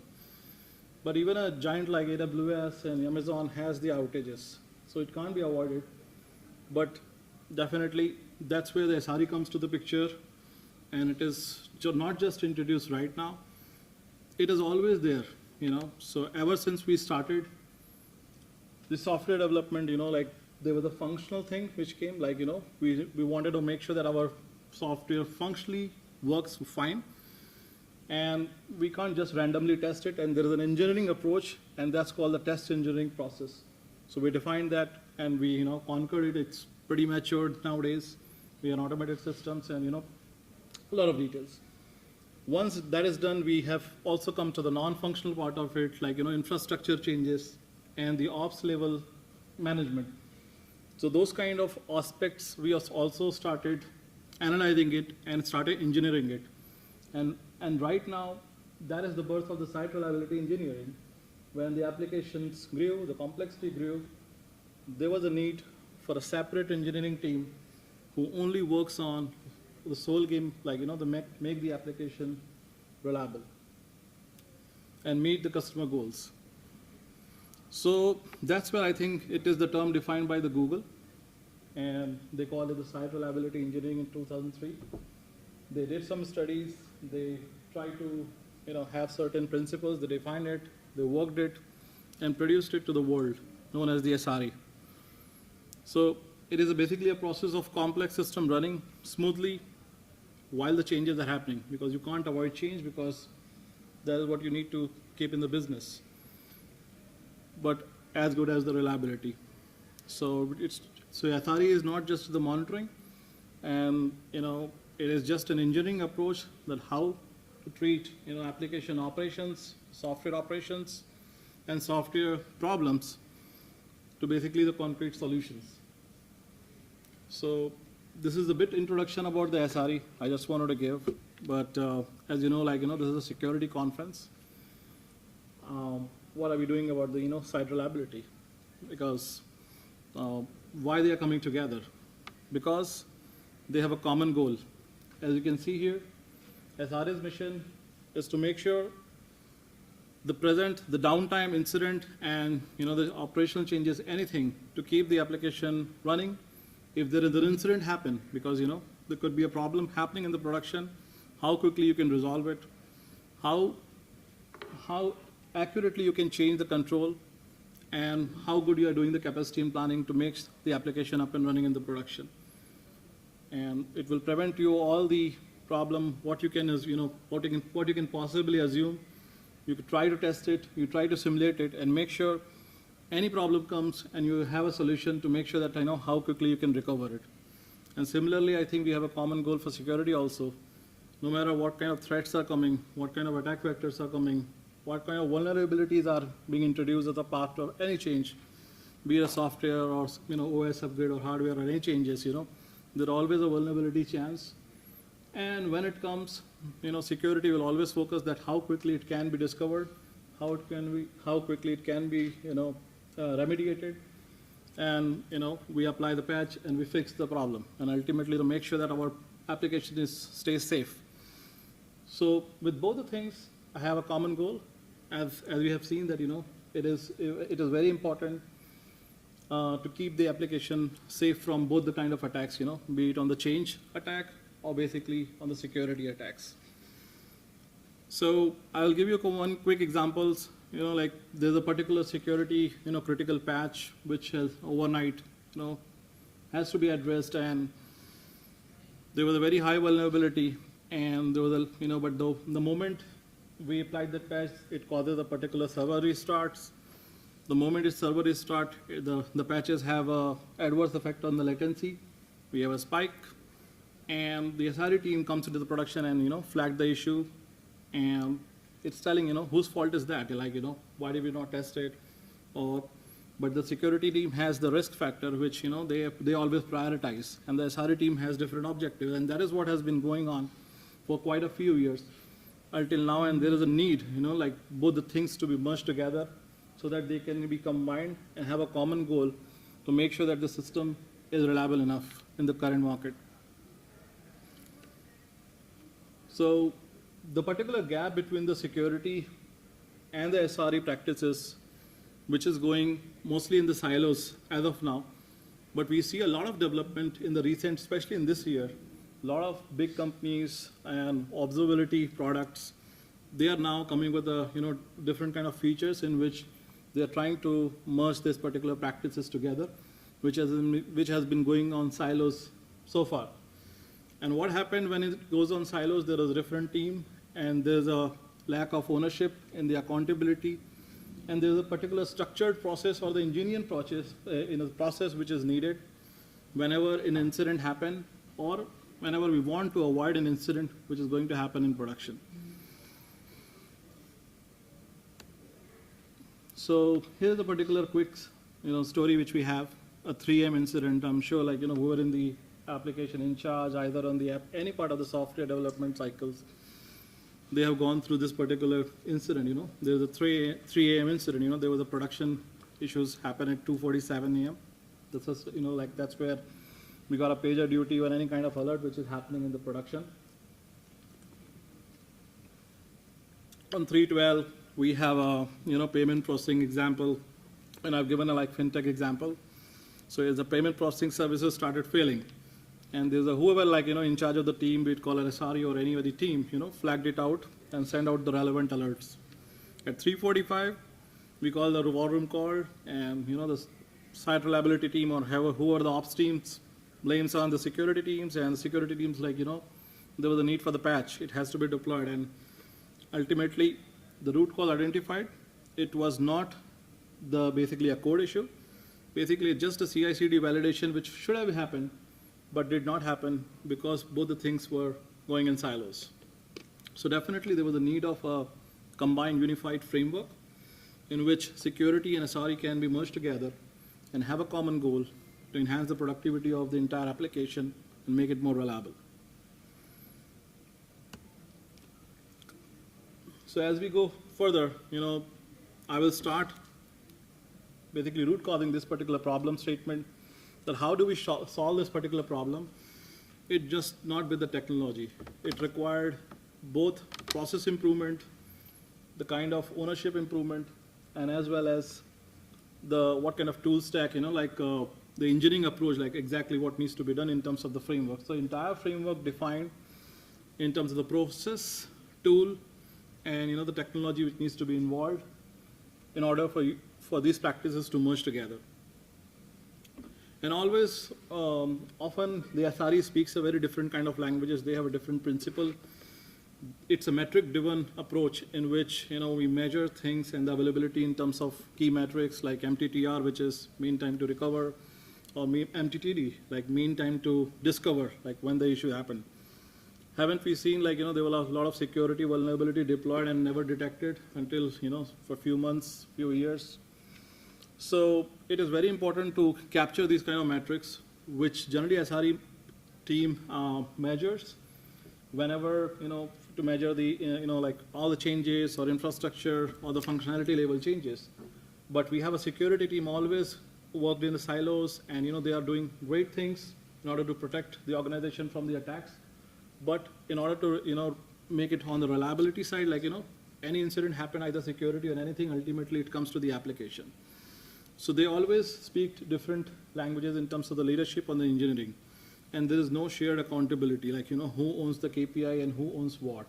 So for that, there's a particular, Racky matrix we need to define, like, who is responsible, who is accountable, and, who should be informed in terms of the entire team and in terms of the cloud native architectures which we have. Right now, we started with, the on-prem environment initially. So we used to own the environment, manage the environment. That's where the cloud comes, which is making more reliable. And guess what happened? We are also having outages in the cloud. We can't just depend on the one cloud provider. Then we went to hybrid cloud, and now, you see, we have an AI-driven architecture in which we have a different form of GPUs, which we also need to manage. So now, the complexity is becoming more and more complex. So definitely, we should have a clear RASCI defined in which who owns what. And this is kind of, right now, has been proposed, and it's worked pretty well for a lot of enterprise organizations. And based on the paper presented and based on the case studies presented, where we have a clear responsibility to find, like, yes, if any incident happened or any problem happened in the production, SRE is responsible, in terms of driving the things, keeping things, making sure it ends and have the blameless postmortem, not to blame anything. If any outcome scheme is pushed to the closure, whatever the manual things are there, we can automate it, and all the practices should be followed. And similarly, once the security team will be there in any instance, they are responsible for it, and they are accountable for certain things. Like, in case of the different types of, threat detections are there, or any breaches in the security side, of course, they will be responsible and accountable to ensure that, the compliance and the security policies and the requirements, and the they coordinate with the, any security, any third party, entities are required to manage it. And similarly, if you have a platform engineering and executive leadership, they are, responsible for certain things and should be consulted and should be informed for certain things. So this particular framework, in which it is clearly defined that who should be accountable and who should be responsible whenever an incident happened and for certain kind of things. It is, so basically once we have this defined, and this is particularly a generic template, and it, I would say it varies from the organization to organization, like, how mature the organization. If something is working for Google and Apple, it doesn't mean, like any company will come and, apply those practices and will become like that. So it's a gradual maturity, but the overall, if we define a certain accountability and informed and this kind of RASCI metrics for the team, it is a one good start process, to have the bridge together between the SRE and the security.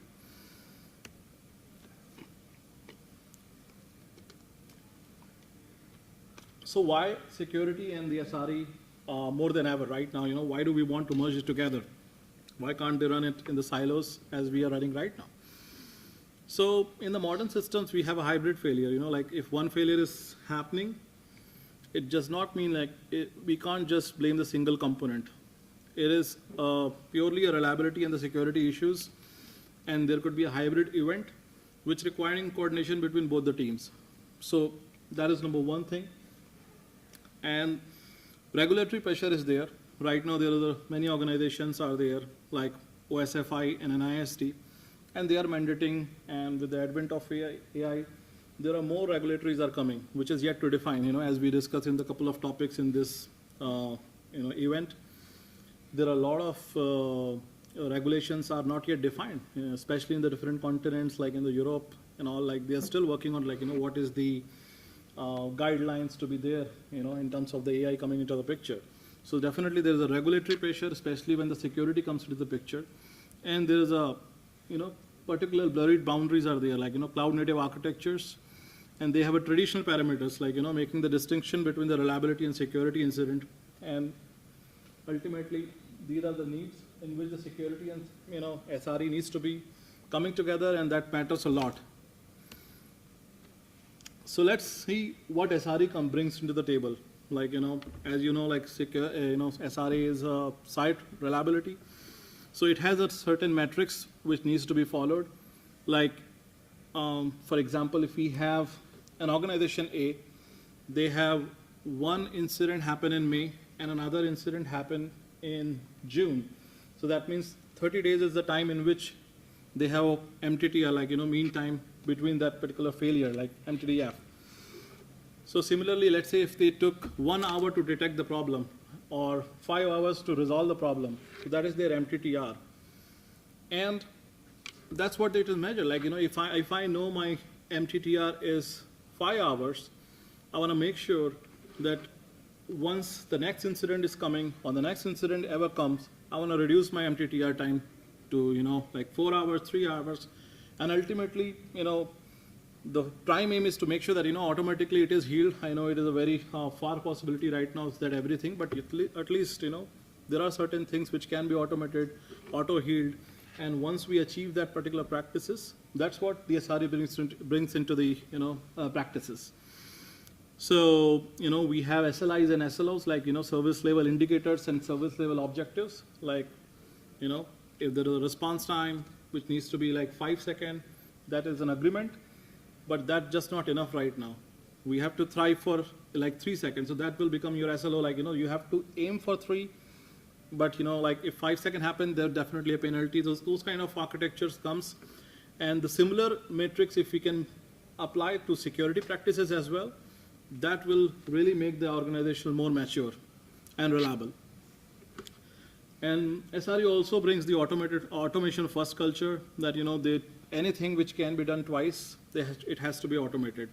So with this kind of approach, it brings the CI/CD pipeline and all the other cloud tools which we have it, in which, we try to make everything as a code, infrastructure as a code, like, we have a Terraform and other tools, Ansible, all the change management, everything is, if it can be controlled by the code, it can be automated by the code.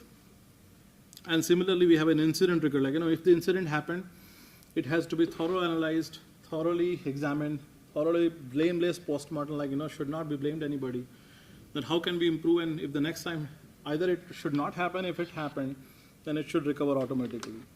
So that is something, main things. I mean, SRE is a vast practice, other principles are there, but these are the core things which it brings into the table, when it comes to the merging with the security.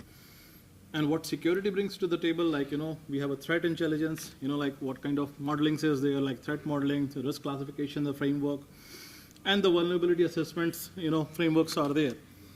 And we have a governance and compliance, like audit readiness and everything in terms of anything, any access management, any issues with the access management, all those things are, being tracked as a part of audit logs and the governance and compliance which is needed. For many security incident, like, later it is needed. So that's what the security, practices comes to the table. And there is a, response capabilities, like, if the security incident happened, there's a separate different kind of response we need. And the blast radius, calculation, who should be informed. If any other incident happened, there could be a multiple team who should be involved. But if a security, incident happened, there has to be a particular level of team. Only few people needs to be involved because of the risk involved with the vulnerability. So these two things, these are the things they bring into the table. And if you want to merge them together, this is what we need. Basically, a unified SRE security operating model, in which we have the shared SLOs. So when I said the SLO term, it's a service level objectives. For example, when it comes to the security or the like any example for the SRE SLOs, we want to have, like, my mean time to recovery, which is MTTR, for example, to be 4 hours from 5, on an average we have, like, 8 hours to recover, for example, any organization. So SLO, I want to define that, in the next quarter, our incident recover time should be of 5 hours or something. So the similar things should be applied to the security as well. Like, there is an error budget concepts. Like, for example, if my application can be down for any reason, whether I want to deploy my features, I have to make the application down for, let's say, few minutes. So similarly, there's a monthly calculation of an error budget. Like, if an application can be down for 1 hour, that means 1 hour is my monthly budget. Whether I want to make it down for any incident, whether I want to make it down for any deployment, or whether it is down because of any security or any other incident. If I consume that particular 1 hour of downtime, that means my error budget is gone. And this term is needed to trade off between the new features and the reliability or availability. For example, if my error budget is gone for an organization which is mature and their reliability is the top priority because of the competitiveness, they want to make sure that they will not bring any new feature until they fix the problem in terms of the reliability. That's what the error budget says. So similar kind of error budget concept should be applied into the security, which I will bring into the next slide. And we have a joint backlog. Both the teams should work together and should have a prioritization. Not every security vulnerability or not all the security defect can be fixed at the same time, because of the resource and other constraint. It has to be jointly decided and jointly prioritized. And there is a particular resilience, the responsibility under the leadership, which we have it. So how do we do that is something, we have, I'm gonna, come up with the next slide, which is the unified response time, like, treat the security events like a reliability incident, because if there is a security incident coming, eventually it's gonna make sure that, it will harm the customer, either make it, identify that the compromised data, or, it is DDoS attack will bring down the entire infrastructure, those kind of, examples I want to give.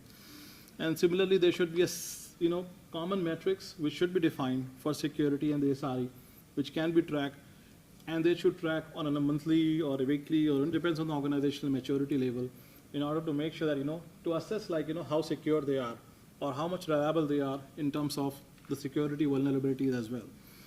And of course, we have an automated remediation, which everybody is aiming for. If any incident happen, that how can we, detect it automatically, how can we remediate it, and how can we deploy it and test it and deploy in the production automatically.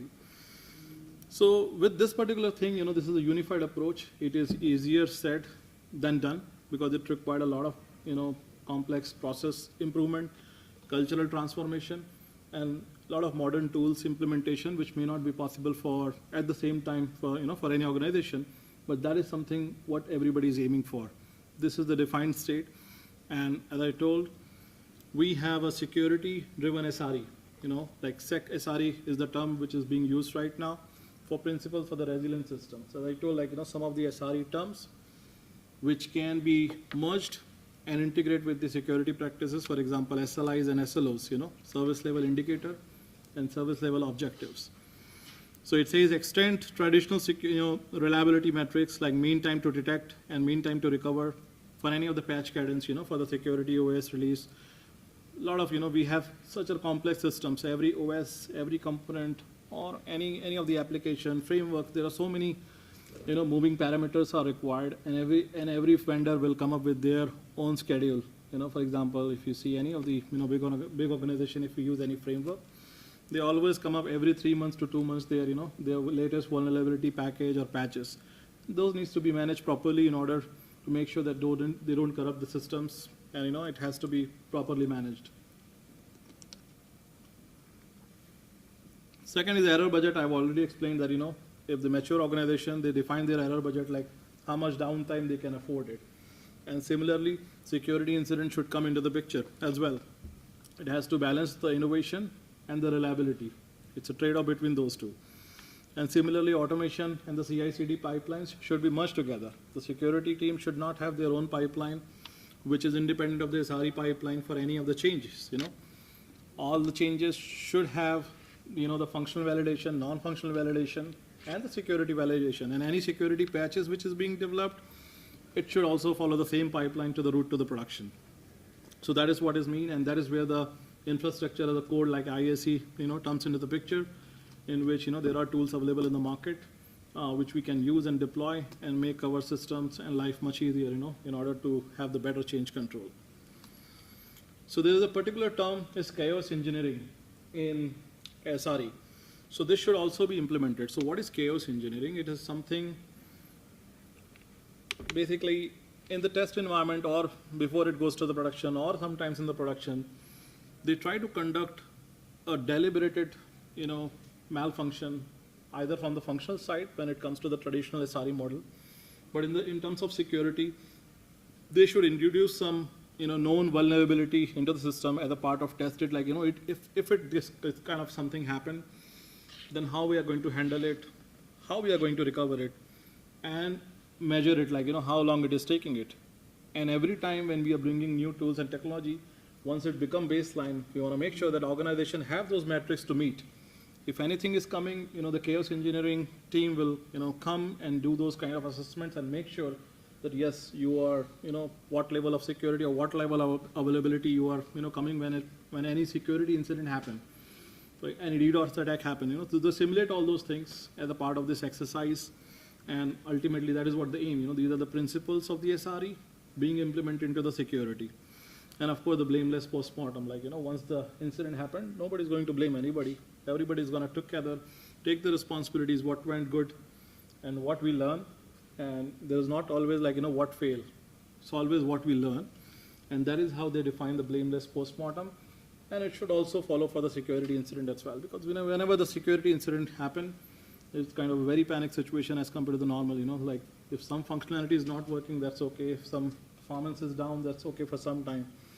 But if any security incident happened, that makes entire the organization from top to bottom is pretty panic. So we want to make sure that the blameless postmortem, that practices should follow in the security as well. So this slide basically covers the overall, that some of the core principle how can be applied into the security as well for the common objectives. And this is some of the case study, like if we applied these things, how the organization will look in something like Log4j patch, which happened, a few years back. That how are we going to, like we got informed, yes, there was a particular vulnerability. So that is how we're going to have, like our zero is the discovery in which the SRE and security team together come up and, immediately assess the blast radius, like, what kind of applications are there and what kind of things are affected. And they just don't go anywhere and search and where the problem is and try to, remove one by one. In order for this to happen, you should have a framework which we discussed in the previous slide.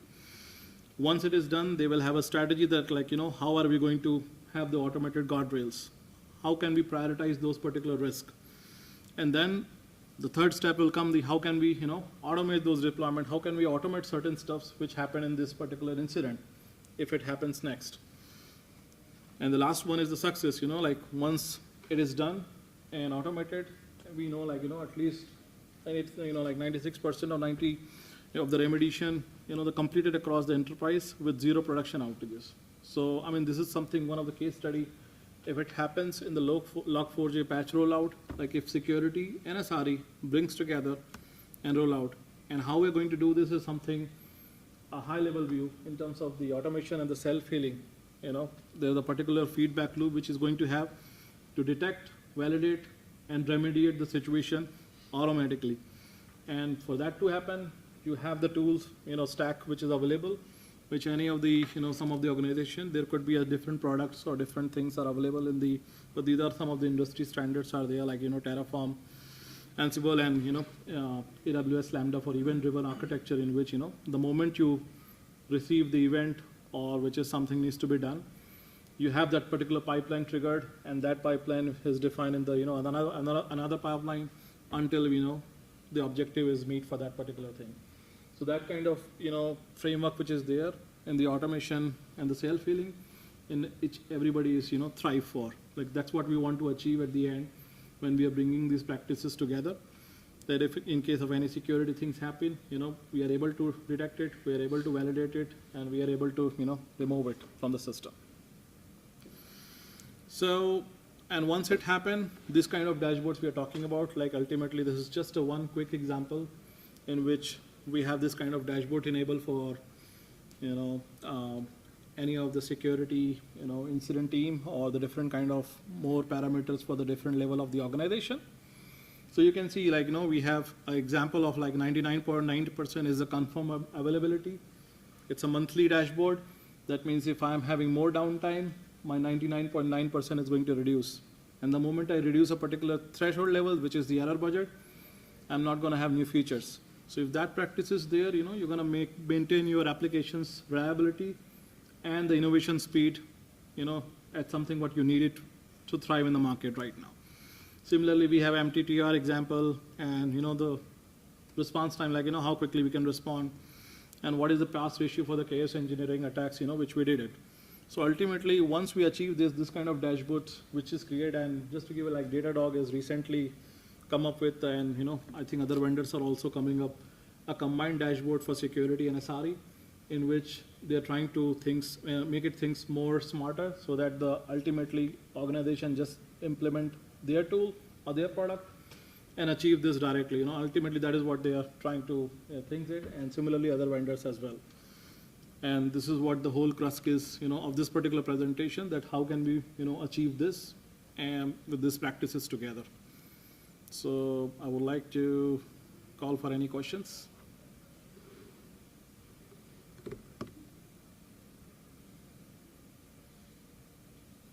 Yes. Could you speak a little bit more to like practical implementations of chaos exercises?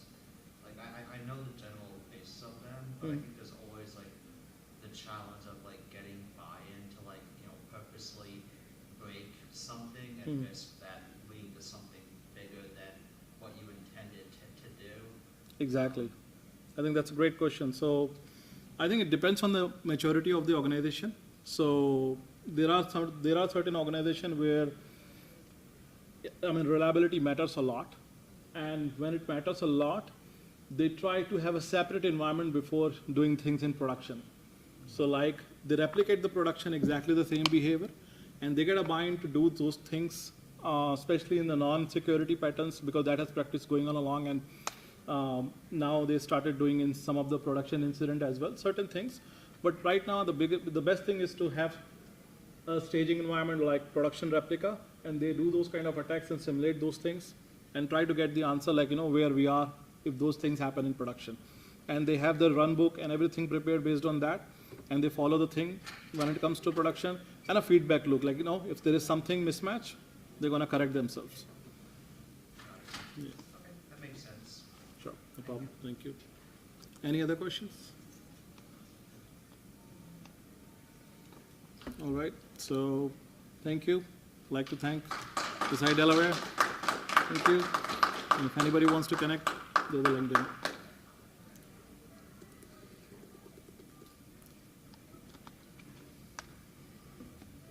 I do want to say,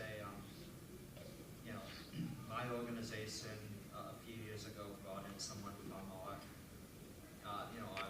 network operations team who basically handled like, SRE response, and basically brought him in, zero cybersecurity experience, and the director told him, you're going to build our cyber incident management program.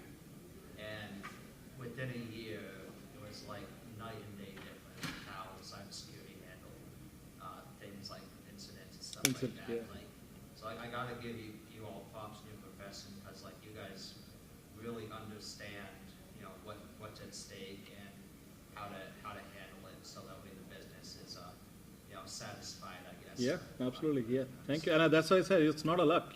Like we just not landed on the moon just like that, no luck. It has to be an engineered process. Like they have researched it, they followed where we went wrong, and that's how they defined those principles and applied and showed that to the world. Like this is how it works, and it is still working. This implemented on 2003, but now I think it's in the trending topic, because I think just now realized how important it is right now. Yeah,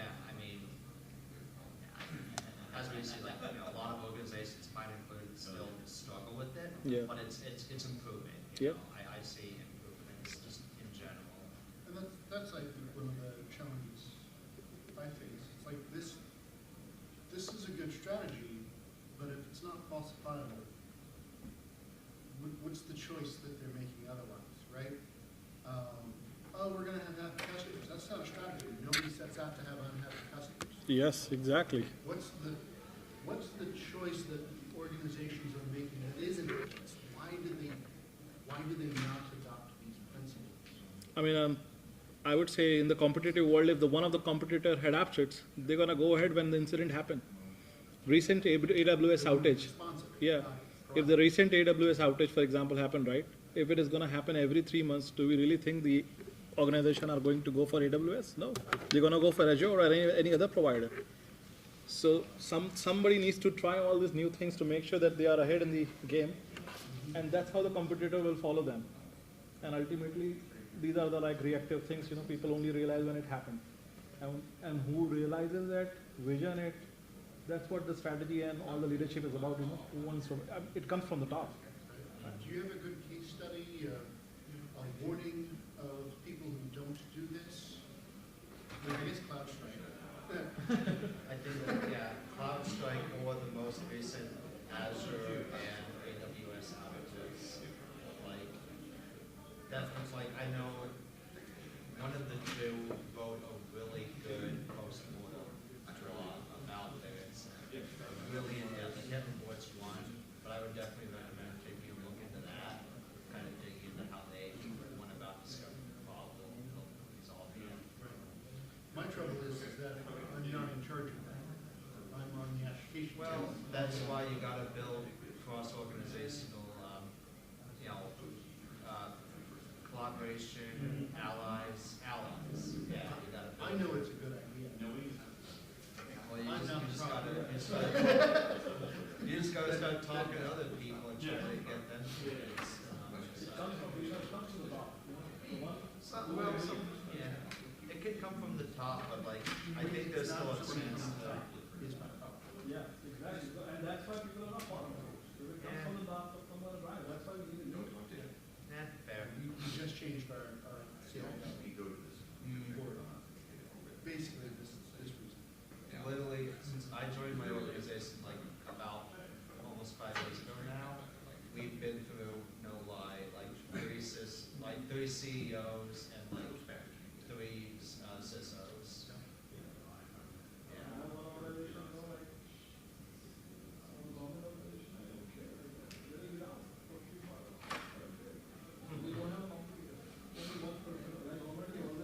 Oh yeah, like who else are you gonna go to? Like too big to fail. You know?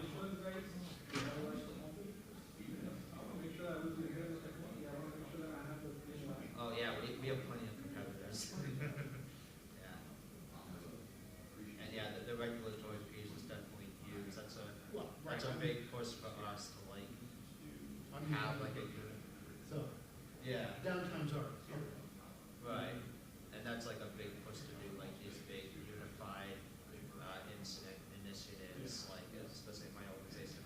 The problem that we have though is that, at least in my organization, big initiatives like that tend to fall into their own silos, to where like, you know, you have all the people around you keeping the lights on that may occasionally be brought in, but you have like this core group that's like kind of doing most of the legwork and making decisions without really consulting the other teams. And that's like, you know, you gotta do the work, but it's kind of like not really solving the silo problem, it's just kind of exacerbating in a way. So that's kind of a pitfall you gotta keep in mind. Oh, that's why the maintenance and should be. There's a leadership room, and then there's the SWAT team. Oh yeah, you were talking about that. Right. And that's, you gotta get the right people in the room, boots on the ground, to tear down the silos. Men should be, okay, I need to open that silo, and that one, and that one. These 3 people in the room, speaking to each other, live time, trading notes. Absolutely. I'm trying really hard to get that in my current organization. I did not need to teach them anything else. They knew that before I joined. Are you with them now? I left them 18 months ago. Okay. We come to them in T-Bank. Oh, you're with them in T? Yeah, they're Okay. Well, probably, I might follow a couple. maturity, like deep disrespect, right? We're about to become fast food. What happens is you get your 250 person house. Oh, wow. And at that point, like, your slide, Bank of America, lost mobile banking for 6 days. That's a pretty big deal. We lost it for 2. Next time we'll be on your slide. Right?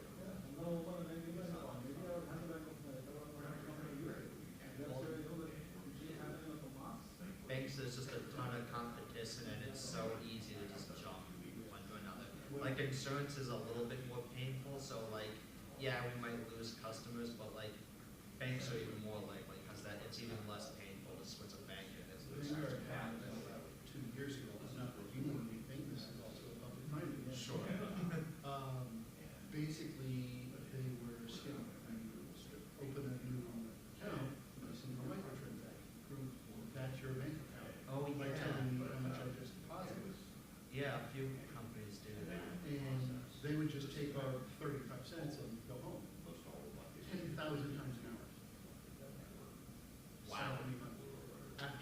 couple of days where like we can't detect bot traffic versus real traffic. We can't turn off the no account sign up for days. Just for time. People are calling up to give us. Yeah. No, Vanguard's huge. Right? Yeah. How many people never called? We spent $40 million, according to the FTC funding, to fight actual candidates. But nobody looked at the Didn't I speak about this in the FSI site at one point? This sounds very familiar. I might have been on that call when you and your folks spoke about it. It wasn't me. Yeah, it sounds very familiar. I mean, it was a pretty major event, and the terrible piece of it is like, all these licenses 20 to 20 years. Oh, yeah. And in response, actually, a good friend of mine started a bot detection software, so that banks can like, oh, you have bot-like behavior, block. You do not want to use. I mean, that's a huge thing. Is there supposed to be audio for the room? I have trouble hearing. Maybe it's just me. Yeah, the projection, I see two microphones, but I'm assuming one's for the recording, yeah. and the other one's probably for the room, but maybe not on, or? Yeah, I don't think it was on, but let me just check. Speak loud. Yeah, I know. Oh, Because right. I was here for last two. And you It's know- too low. Let me just find out from you. Okay. Yeah. We have some time, right? Or else if I speak here, it won't come out there. It should be coming, but it's not been on for a while. And then once that door opens, there's no noise coming in. Yeah, I know. At least they're shutting now, the door's shut. Good, at least you brought it up. Yesterday they kept popping open. Oh, yeah. I don't know. Sorry about that. Let me just find out from you. Yeah, sure. Thank you. I work in incident management now. I basically like took over after the guy that I told you about left the company. And yeah, one of my big incidents now is like site reliability, change management, and I guess, like you said, bridging those gaps, kind of creating a unified response. So all very relevant.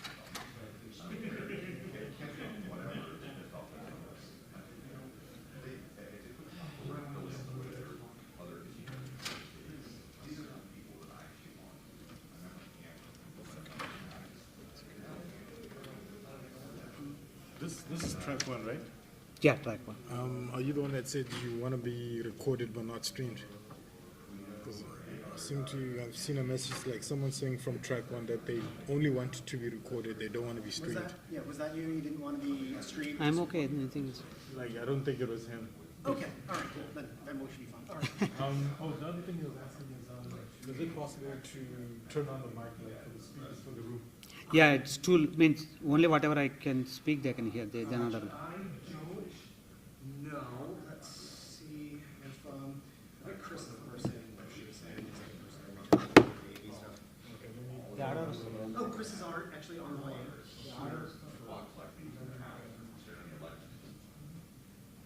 they're looking to see how the grid is, because the change must like or something, to see what the grid is. How they was grid.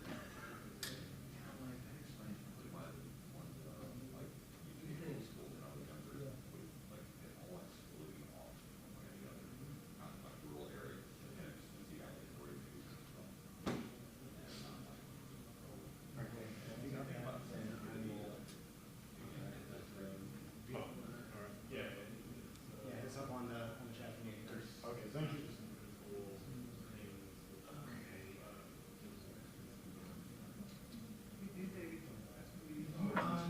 So I'm not entirely certain. I'm over listening for some misunderstanding that. And I don't know if that's our, that's the university. So I want to. Because I was thinking on this. Yeah. Because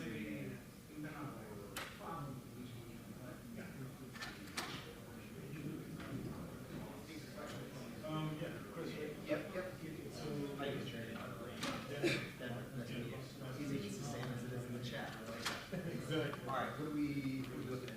So basically, the speaker's asking if you could turn on the speakers for. Okay, yep. So, is this just for you to speak, or do you have audio on the presentation? No audio. So whenever I speak, so Yep. Just amp it up a little bit. cool. So it's because the last two speakers it's too low. Yeah, Because it's good. The previous speakers, like, Yeah, they were short. They were not, it seemed like it was actually off. Cool. No, it looks good. Yeah, that's good. Thanks, man. Sweet. Thanks Yeah. for quick And fix. about him being recorded, he's still good. I don't know where Cool. that came It might be the other track. I think it's track 2. If you, Hello.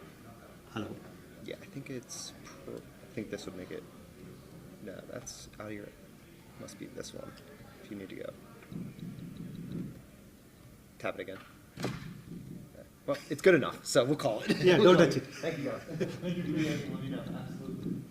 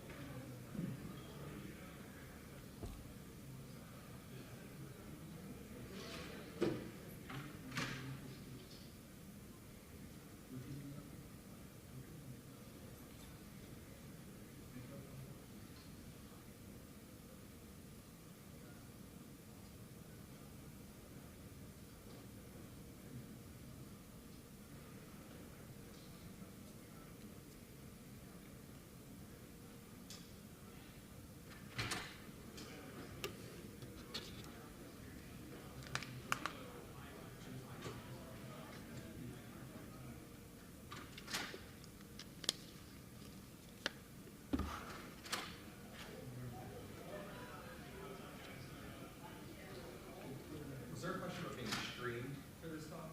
Or No, I think it was. will be streamed, will be recorded? He's cool. Okay. Yeah. Don't worry. Sounds good. Yeah, I'm not talking any controversy, so it's okay. Give us some secrets, let's hear it.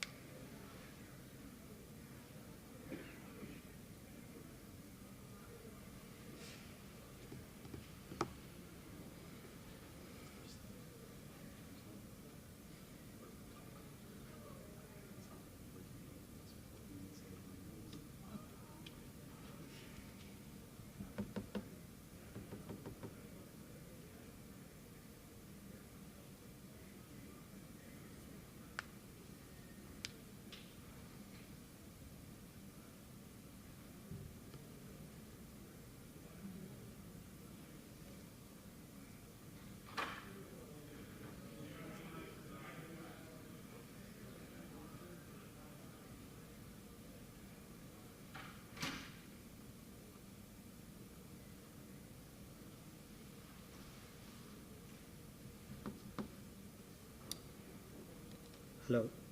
Can you guys hear me clearly now? Okay, good. Yeah. Okay. Yeah. Thank you. Thank you. Thanks for everyone whoever is here, because I know this is the last talk for today and for entire BSides Delaware 2025. So thanks for coming up in the evening. I know it's almost getting pretty dark. Maybe by the time this talk is over, it may be too dark also. So okay, thanks for coming and thanks for your time. And yeah, let's get started. So yeah, before getting started, yeah, I would like to thanks to the BSides Delaware committee, organizers, volunteers, or whoever is helping us to keep this conference running for more than a decade, if I'm not wrong. But yeah, thanks for that. And yeah, one more disclaimer. These are like my personal learning, personal opinions, or like personal learning efforts related to the LLM security, which I'm trying to learning for like maybe around like maybe 1 year. So I try to summarize whatever I learned, whatever I want to learn in the future as well. So obviously these are not reflect my employer or like anyone else. Yeah, like since I said like I'm learning, so most of the links I have kept in the slide are like at the end for, as a reference if somebody wants to take it further. Okay, so without further ado, so who am I? Yeah, my name is Sheshanand Reddy Kandula. It's a long name, Shesha. So currently I'm working as senior security engineer at Adobe. Mostly I have like around 15 years of experience in application security. So I work heavily with the web applications, mobile applications, and nowadays started looking into the AI world as well, like LLMs and all those tech jargons. Maybe since if you guys are here for 2 days, you could have heard a lot of AI ML. If you're not hear that, that's maybe weird, but obviously definitely this is going to be the last talk, in which for this weekend we may hear about AI or ML. Okay, and yeah, let's go to the agenda quickly, like in few seconds. So mostly I'll try to talk a little bit about AI ML. As I said, like maybe you guys got bored already about this one by hearing a lot in last 2 days. After that we'll look into like heavily, like mostly we look into the LLMs, not AI ML or DL part. We look into the LLMs, okay, what is LLM, and like how it attack surface slightly different from web applications, and what are the top 10 OS top 10. We will come back to that later. So what are the attack vectors? I kept few demos. Let's see the time. So based on that, so I'll try to go through the demos. I try to make it simple. I thought of keeping in a live demo. Hopefully demo gods will be with us and it works well. Usually demos always will fail, but let's see how it goes, and at the end we'll discuss about the defenses. Obviously we need to know how to protect okay, as a good guys.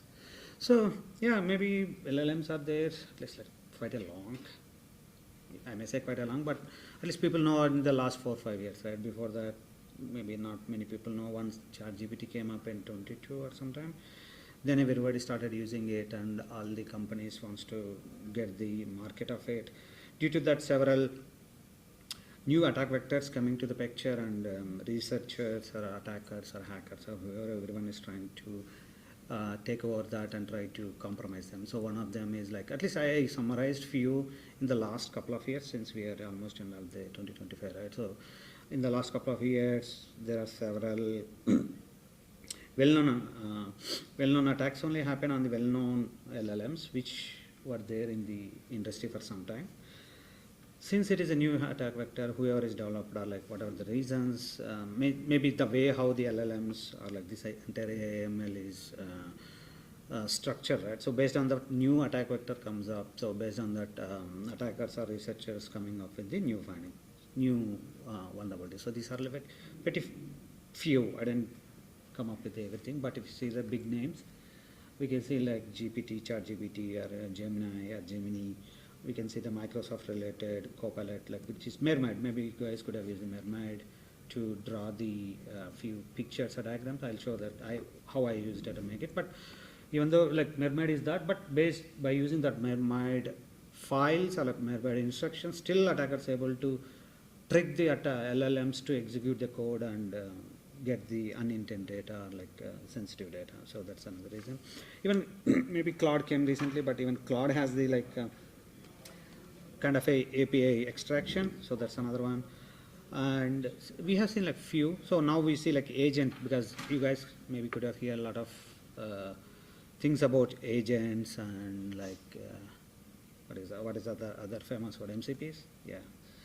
And yeah, because of like these agents also we are seeing few attacks also, like because of like hidden PR instructions. Because if someone is pushing a PR, if like obviously if AI is executing that, there are chances to leaking the codes, because it won't check thoroughly whether it has access or not, because of the lenience it has given, or like the way LLMs work. Sometimes if you are not segregating the roles and permissions, there are chances of leaking the codes and all. Okay, I don't spend too much time there, so let's go back to our main agenda. So as you see in the last two slides, yes, these are new.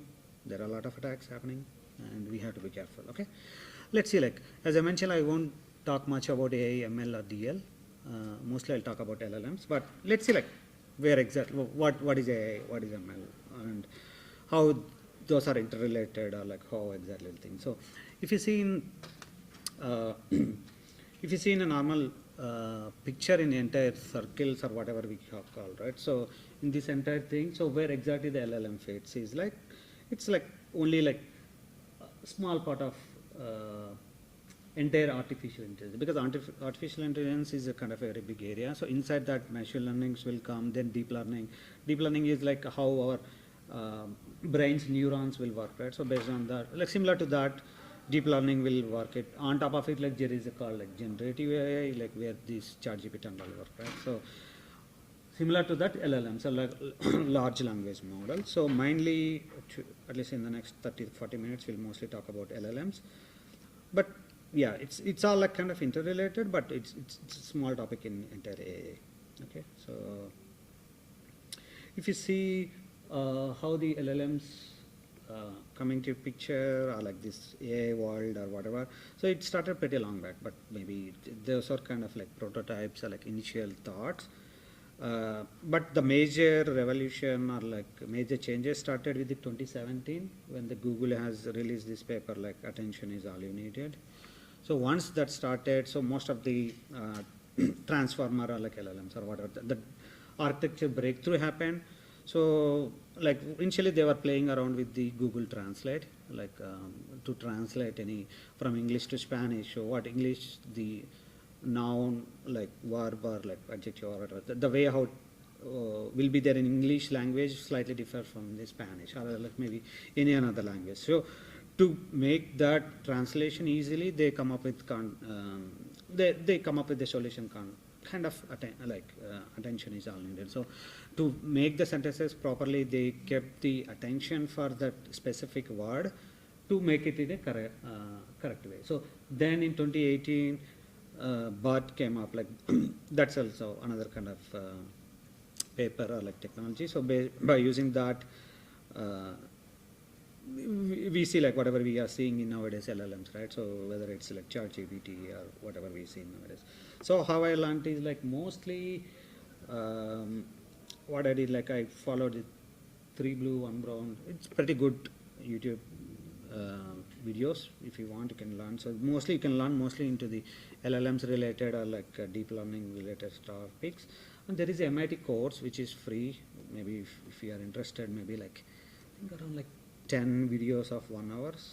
Usually what they do, like they conduct like in January 1st week or second week in Boston for free. So if somebody wants to go there, you can give it a try, or else they post after some time in YouTube, so or else in their website and YouTube, so you can learn more there. So, but it's pretty good topic to learn more. But the more you know more about how these LLMs work, so that's easy to use it, or like whether it's a development or whether it's to protect them, whether it's from security perspective, it's pretty important. So that's the reason I followed few. Okay, that's some part of it, introduction or whatever. So then let's see like what is LLMs usage is today. So, or else like I can say like where exactly we are using LLMs in generic way, not into the security world. If you see like there are like several areas or like several places where LLMs are typically we are using. If you see in the other side, so everyday applications like chatbots or assistants or like maybe writing or like whatever, like supervision or whatever. So that's for everyday applications. If you see like enterprise and security apps, we are seeing LLMs a lot in the SOC automations or like threat analytics or incident responses as well. So if you come into the risk landscape, we are using for data leakage or like any prompt injection kind of stuff. So that's where we are trying to use it, LLMs, at least for now. So we have we got a little bit understanding about LLMs, right? But let's see like few LLMs, do you guys think like how many LLMs are there in nowadays? Like tens or hundreds in the world? So it's a lot, because every company wants to develop their own LLMs because they want to train. They train based on the available data, and they come up with their own LLMs by training or like supervised training or whatever training they want to do it. But if you see in the last 3-4 years, we saw a lot. Even I forgot several LLMs names as well, because they keep on releasing every month or two with a new name. So yeah, obviously we forget the names. So you want more LLMs? Yes, obviously. So if you see like each organization has their own LLM, and every quarter or two they are releasing new updates, whether it's a Claude, Sonnet, Opus, or Llama, or whatever, Mistral, whatever. So it's keep on coming, but we can't say like it may stop it, but obviously it will keep on coming. Maybe into more knowledgeable or like more trained, but obviously like whatever they do, like if they're not training properly, if they're not protecting properly, obviously there are issues. So before going further, so I just want to explain a little bit about LLM model. We have seen several models in the last 2 years, right? We'll see like how those got increased, or like what's the evaluation. So if you see like in the earlier 2020, so when GPT-3 came, it has like OpenAI as a developer. So, but there are pretty less parameters. Like parameter is like each word or something like that we can think. So just for easiness of understanding.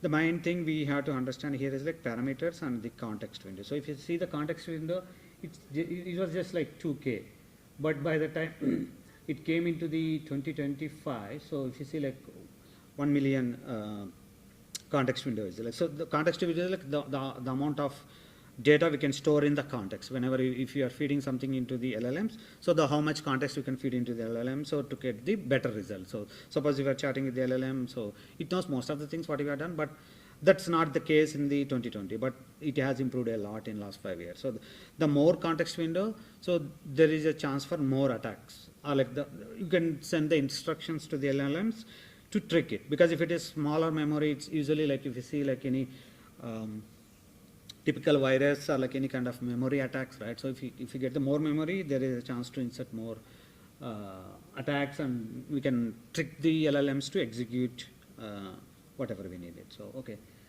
so that's the maybe I didn't talk much about here. I talked about the context window, but if you see the parameter, so it got increased a lot. Like it was like only into the 175 billions, but if you see slowly it went to the 7 billions, and after that suddenly it came into the trillions. And so it depends on the open source or not, but still it's a lot.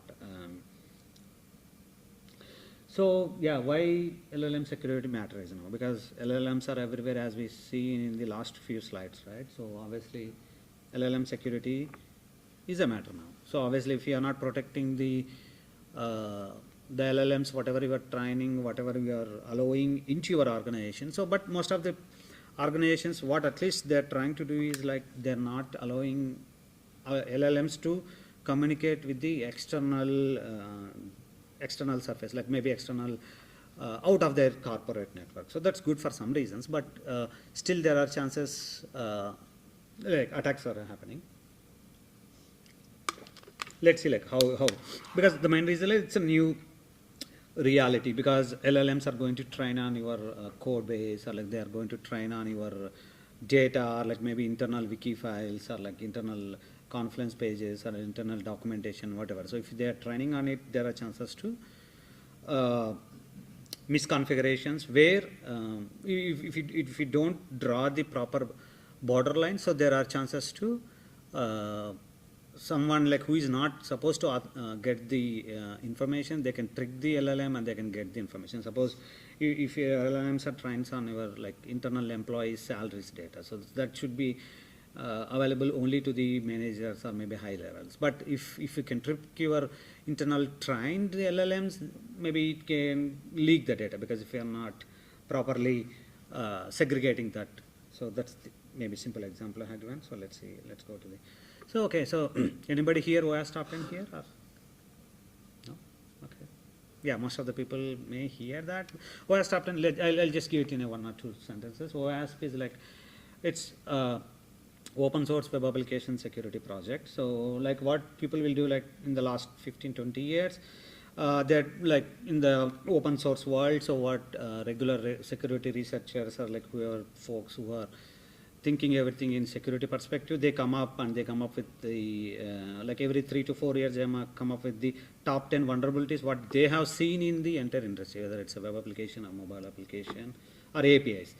So what they, like last 20 years they are doing, so whenever they see these, okay, LLMs are coming up, okay, MCP is coming up, okay, agents are coming up. So obviously they know what exactly they want to do. So they did the same here also. What they did is like, so okay, they are doing for like web application at least like 20 years. So they every 2-3 years or like 4 years, they'll try to change whatever they have seen in the last 10 years.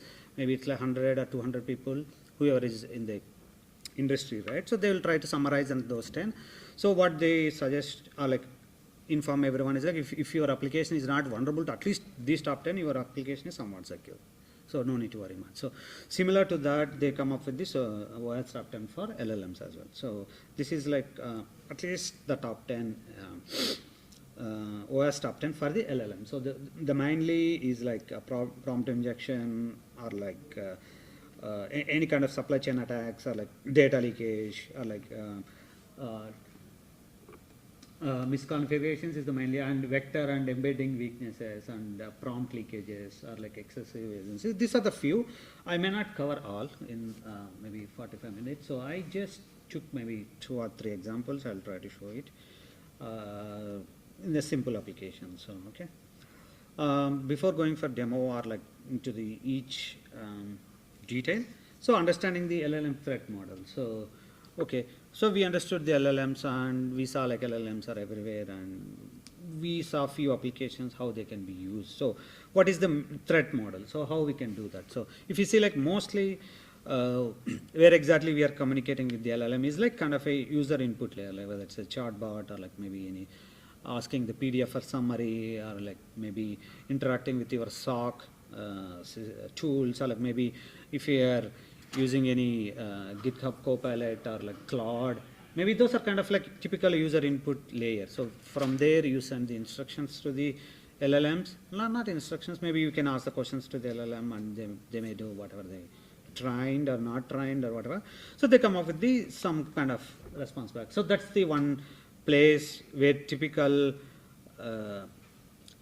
attackers or like researchers can play around with your LLM request and responses. Next one is like context memory. If you remember, I just spoke about like context and memory sometime back in few slides, because earlier I see like it's pretty much less memory was there, or less context we are going to feed to the LLMs, but the way it has expanded, we can give more context to the LLM. So the more you give the context, so there are chances to override the previous instructions, and we can override them, and we can get the unintended data out of it. We will see that as well.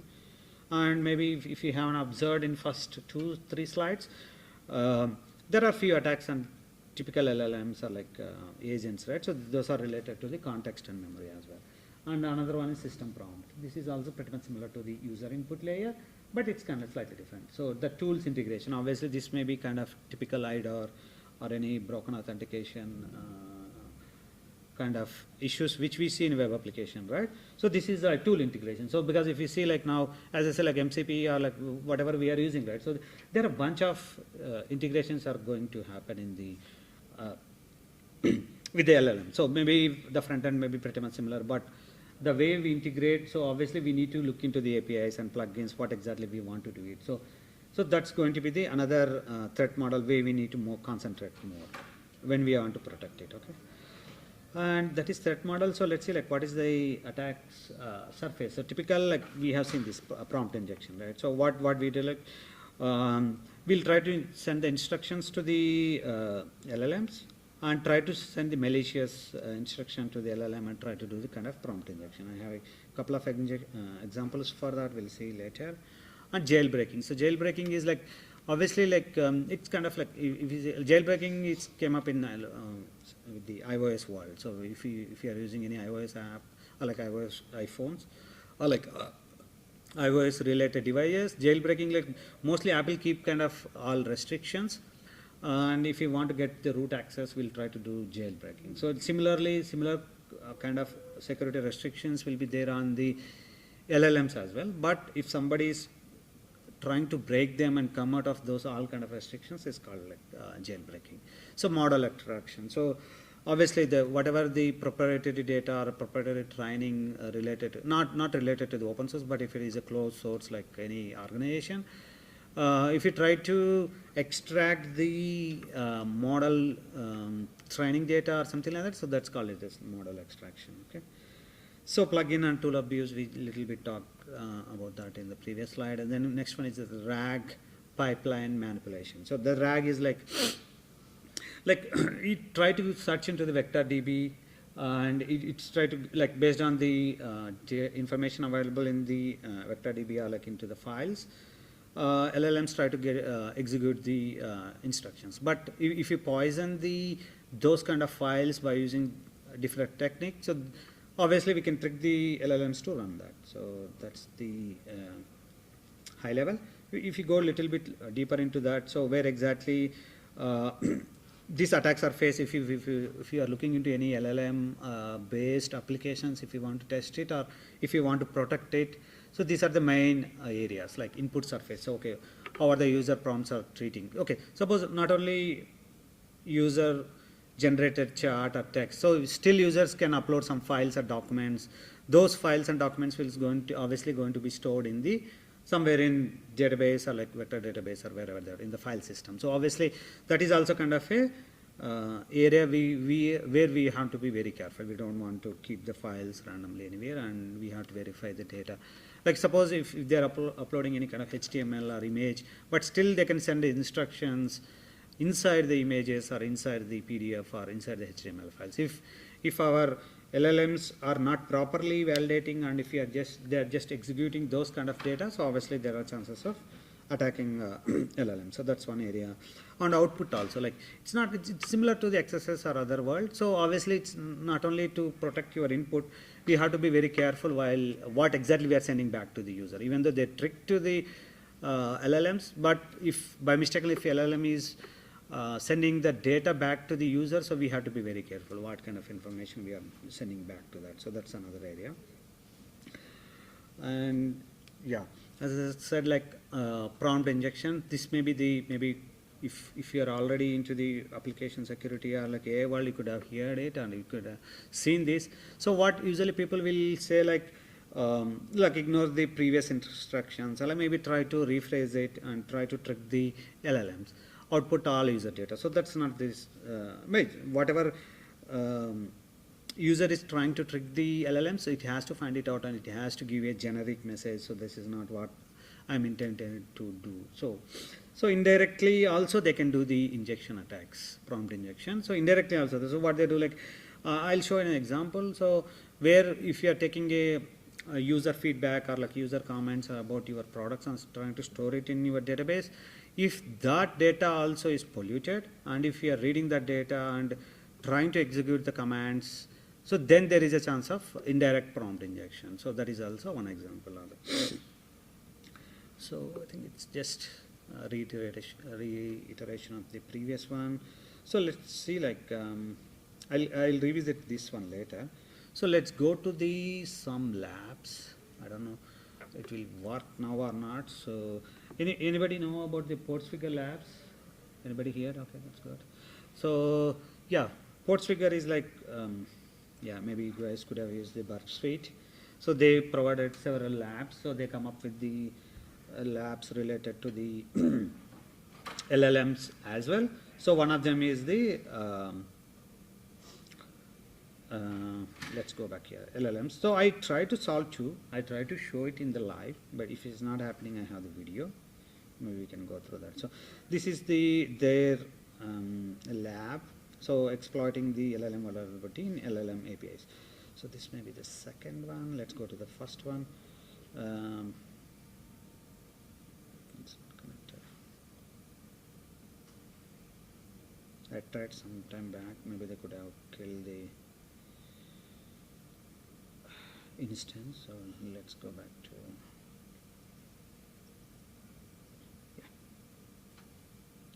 So this is a simple chart application.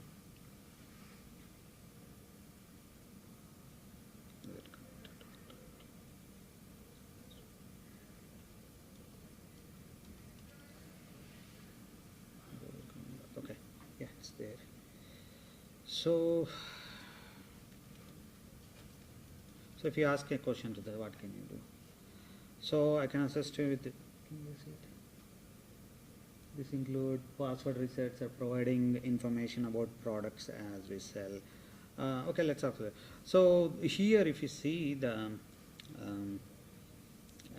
lab description, to solve the lab, use LLM to delete the user Carlos. I know they always ask us to delete the user Carlos, but still we try again. So yeah, let's find out like whether it has a how many users are there in the system. There is one. Who is that? If the context is very low, means this may be very small application, right? It may not remember like who is that means or not. Basically, it's not able to remember the context because it's a small LLM based app. So let's ask a question in a different way.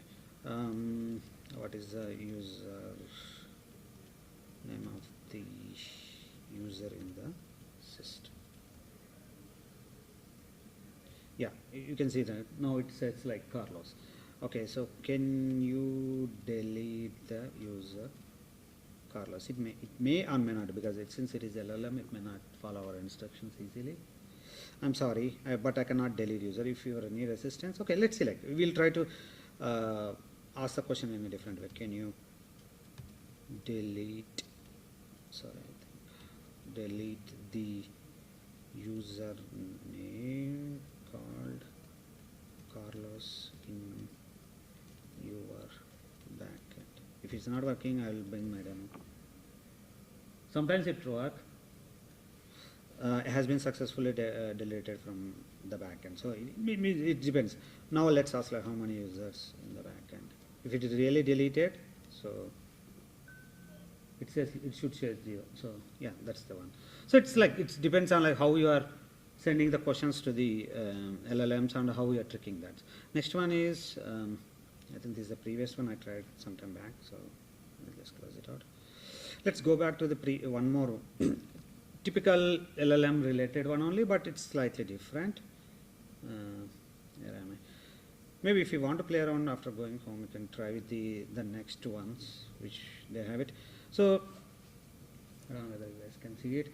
This lab contains OS command injection. So anybody knows what is OS command injection here? Okay. So OS command injection is like you can trick the web applications to send the OS commands to the backend server. So if the server is not validating the user input properly and it's directly constructing the kind of command based on the user input, it's going to execute it. But we are not doing that kind of direct OS command injection here, but we are using that OS command injection vulnerability, but we are using the LLMs to do that task. Okay, let's see. As I said, like if it is happening, it will work. If it is not working, I have the demo video. I'll try to show. I know Yeah. So if you see here, to solve it, or like maybe usually what they do is like they try to provide typical UI, because we need to wait to see some logs or something like that, right? So they provided this is the emails, because just remember this is the email, whatever the email is coming to this account, right? Or like that user or whatever we call it, it will come to this screen. So just for, because obviously we cannot, they cannot provide better web application than this because it's easy to implement. So let's see, like, let's ask a similar question. What functionality we have? It may say similar to the previous, whatever it says, slightly similar to that. So resetting the passwords by sending the password reset email, providing the information about the products as we sell, subscribing. So we can play around with like maybe all these three, but just yes, we are almost 32 minutes, right? So just play around with the subscribing to your newsletter. Okay. Can you guys see there at the other side or else?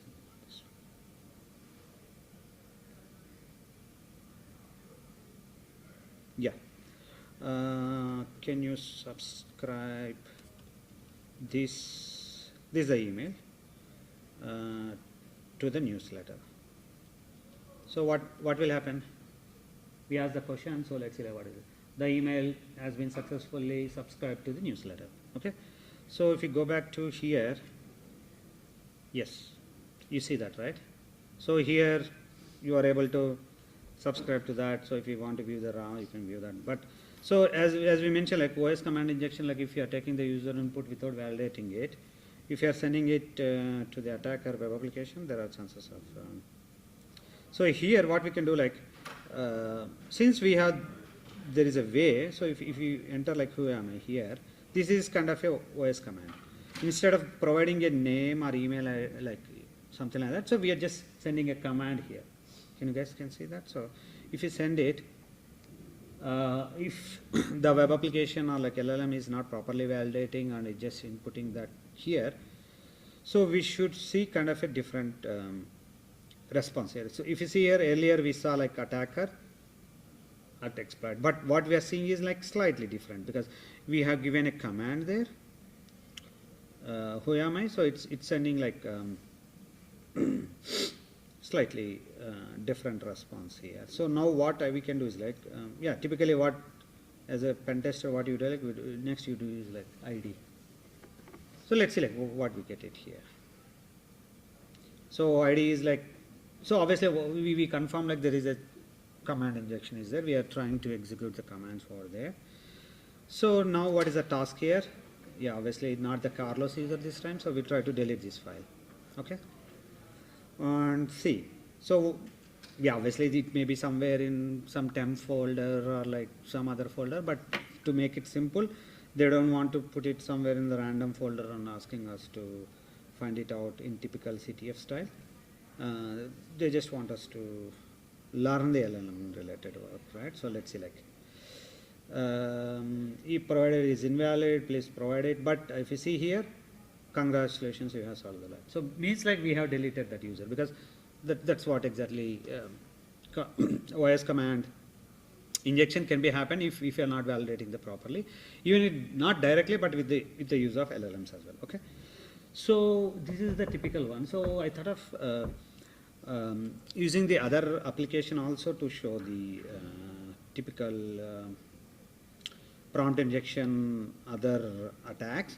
So what I did, like, yeah, obviously like nowadays lot of what you call GitHub Copilot, Cloud or whatever we call, right? So a lot of different applications or different IDEs or vibe coding or whatever we name it. So it came up. So I tried to develop a small application which can demo this kind of. So for that, what I use, obviously like I'm not a super developer, so I use the Cloud help for that.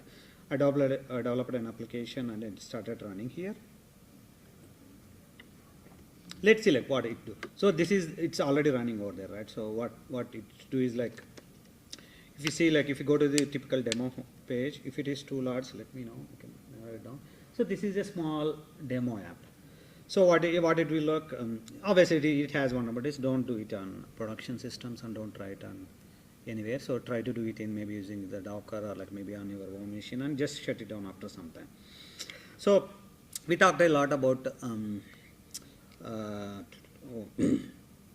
prompt injection. Let's see, like first, as usually, like we'll try to see like send just what can you help with me. So what this application will do is like I have a few slides to explain this application how it is structured that we'll revisit later. So what it do is like this is a typical Python application. It will take our user input from the HTML file and it sends to the Olama. Olama is like it's running on my local machine, and I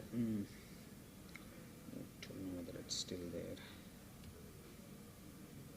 Yeah, I think it's there. So maybe anything like Mistral if you want to run it. So if you say like it's since it is running, if you ask a question, it will send the response back to us. So similarly, this web application, what I have done is like I connected that to the Olama server, which it's already running on my machine. So what it went back to there and get back some response. So it's a simple question like, but if you want to trick this LLM, so I have provided few example comments also. So okay, let's see, like it should respond in a normal way, whether it's a like whatever the user input is there. But if we ask it to respond in a pirate way, so let's see like what it will say.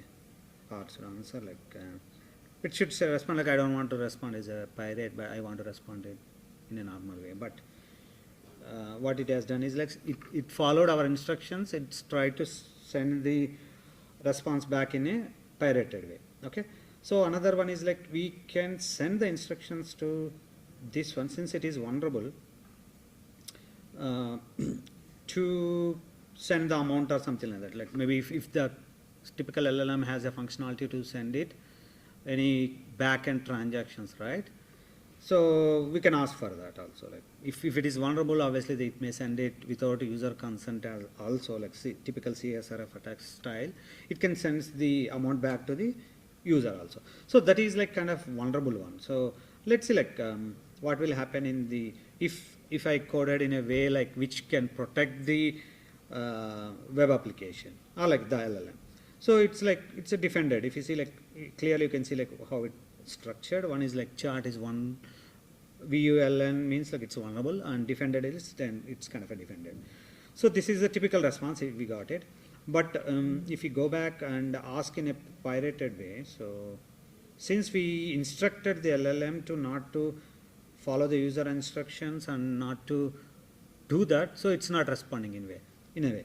So but this is like the way how we need to train it, but it's not possible for all the scenarios. If you see like if you go to another example here, that's like RAG. RAG is like retrieval augmented generation or whatever. So what it tries to do is like let's ask a question. What is the refund policy here?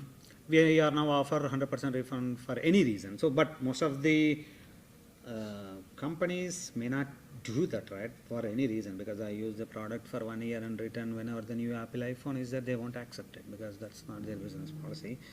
So if you see the as I said, like RAG, usually what it will do, like it will take few sources and it will try to read it and follow that.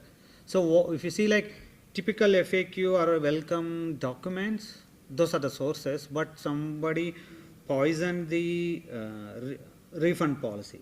So that's the reason it is saying like it can refund any reason, because if you see like if you are taking user input and putting into your proper like maybe any kind of files which this RAG is going to process again, so there are chances of it. But if you ask the same question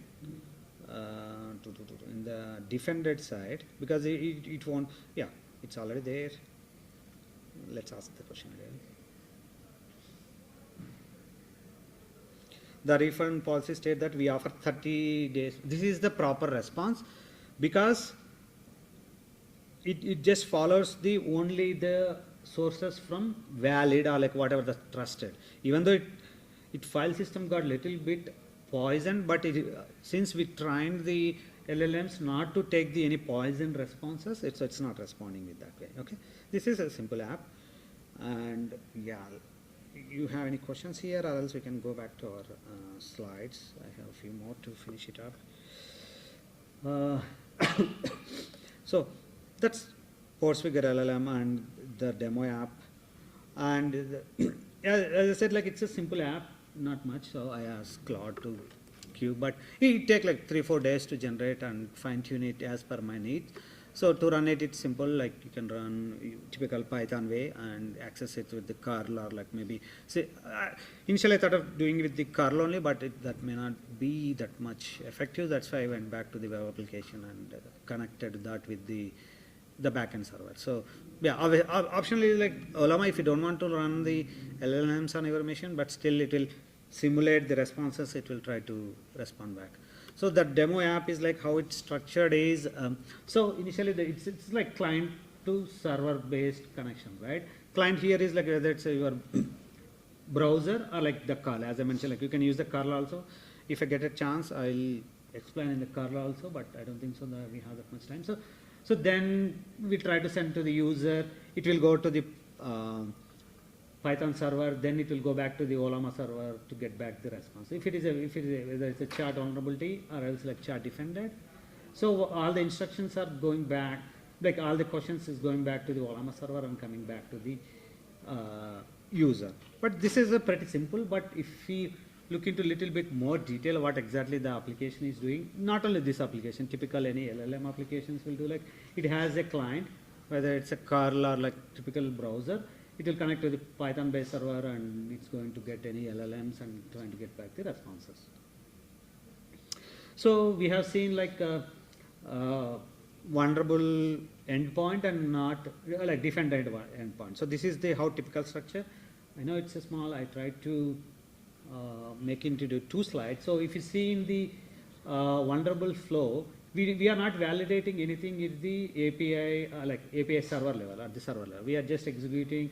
We're just sending back to the server and checking the policy and just responding back to the server. But that's not the way how we want to security. But if you see in a defended flow, so there is a flow where we do internal checks whether that's intentionally executed or not. So for that, yeah, if it is not intended way of working that LLM, we'll try to block it. So that's the one.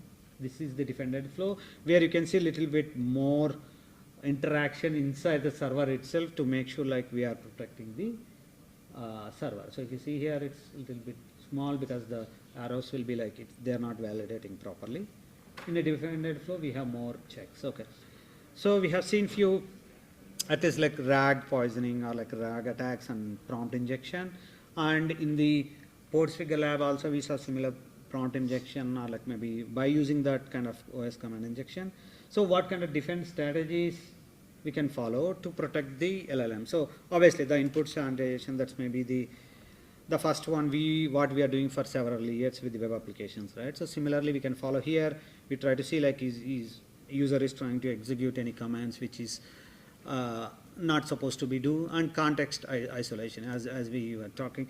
The size or the more context we are trying to support, obviously there is chances of user can insert his own attacks there and try to execute it. And prompt hardening also, like it's kind of like designing the system or trying to segregate the server to other areas. So what are the typical defense strategies moving forward we can follow is like input validations, as we saw, like, and we had to continuously monitoring, and any kind of DLPs we try to keep it on the where the LLMs are running or where the LLM responses are building up. Suppose by mistakenly it is sending a lot of sensitive information back to the server, so that there should be a way to monitor it. We just don't want to send all the data back to the LLM and that LLM is going back to the attacker or someone else. So privilege separations, obviously this is typical hardening way. So because as we see, like a lot of APIs are coming up and we are trying to integrate MCPs or like maybe agents into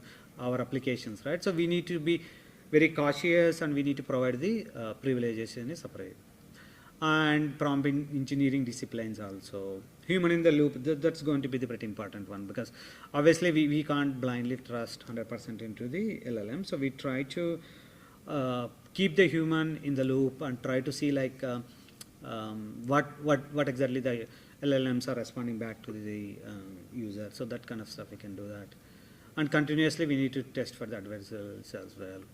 Attack structure. So first, like, okay, user input queries enters the system, then try to sanitize it, then LLM engine will process it. So okay, what exactly it is processing, how it is processing.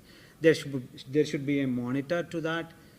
And yeah, if you see entire defense stack, so yeah, if you see like maybe we can divide into 4 or 5 based on like our requirement.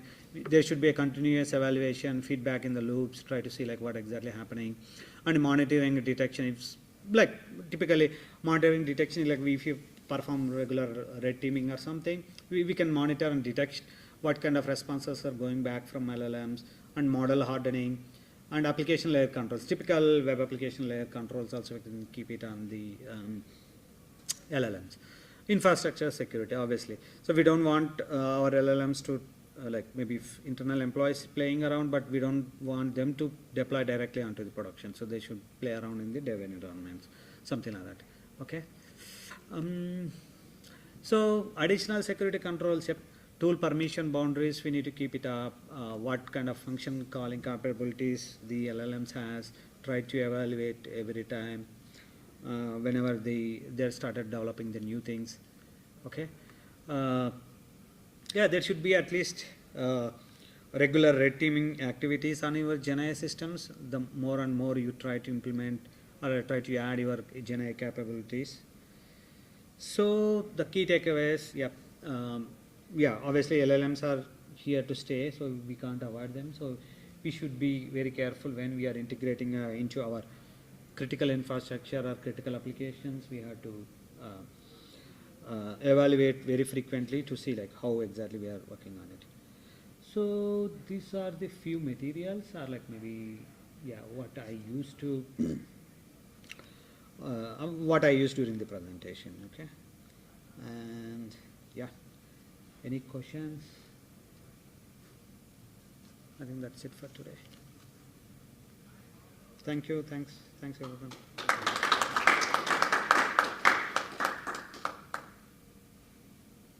And these are few, maybe I just added a few learning questions. Yeah, I'll keep it in my GitHub or somewhere. Okay, thank you. Thanks everyone.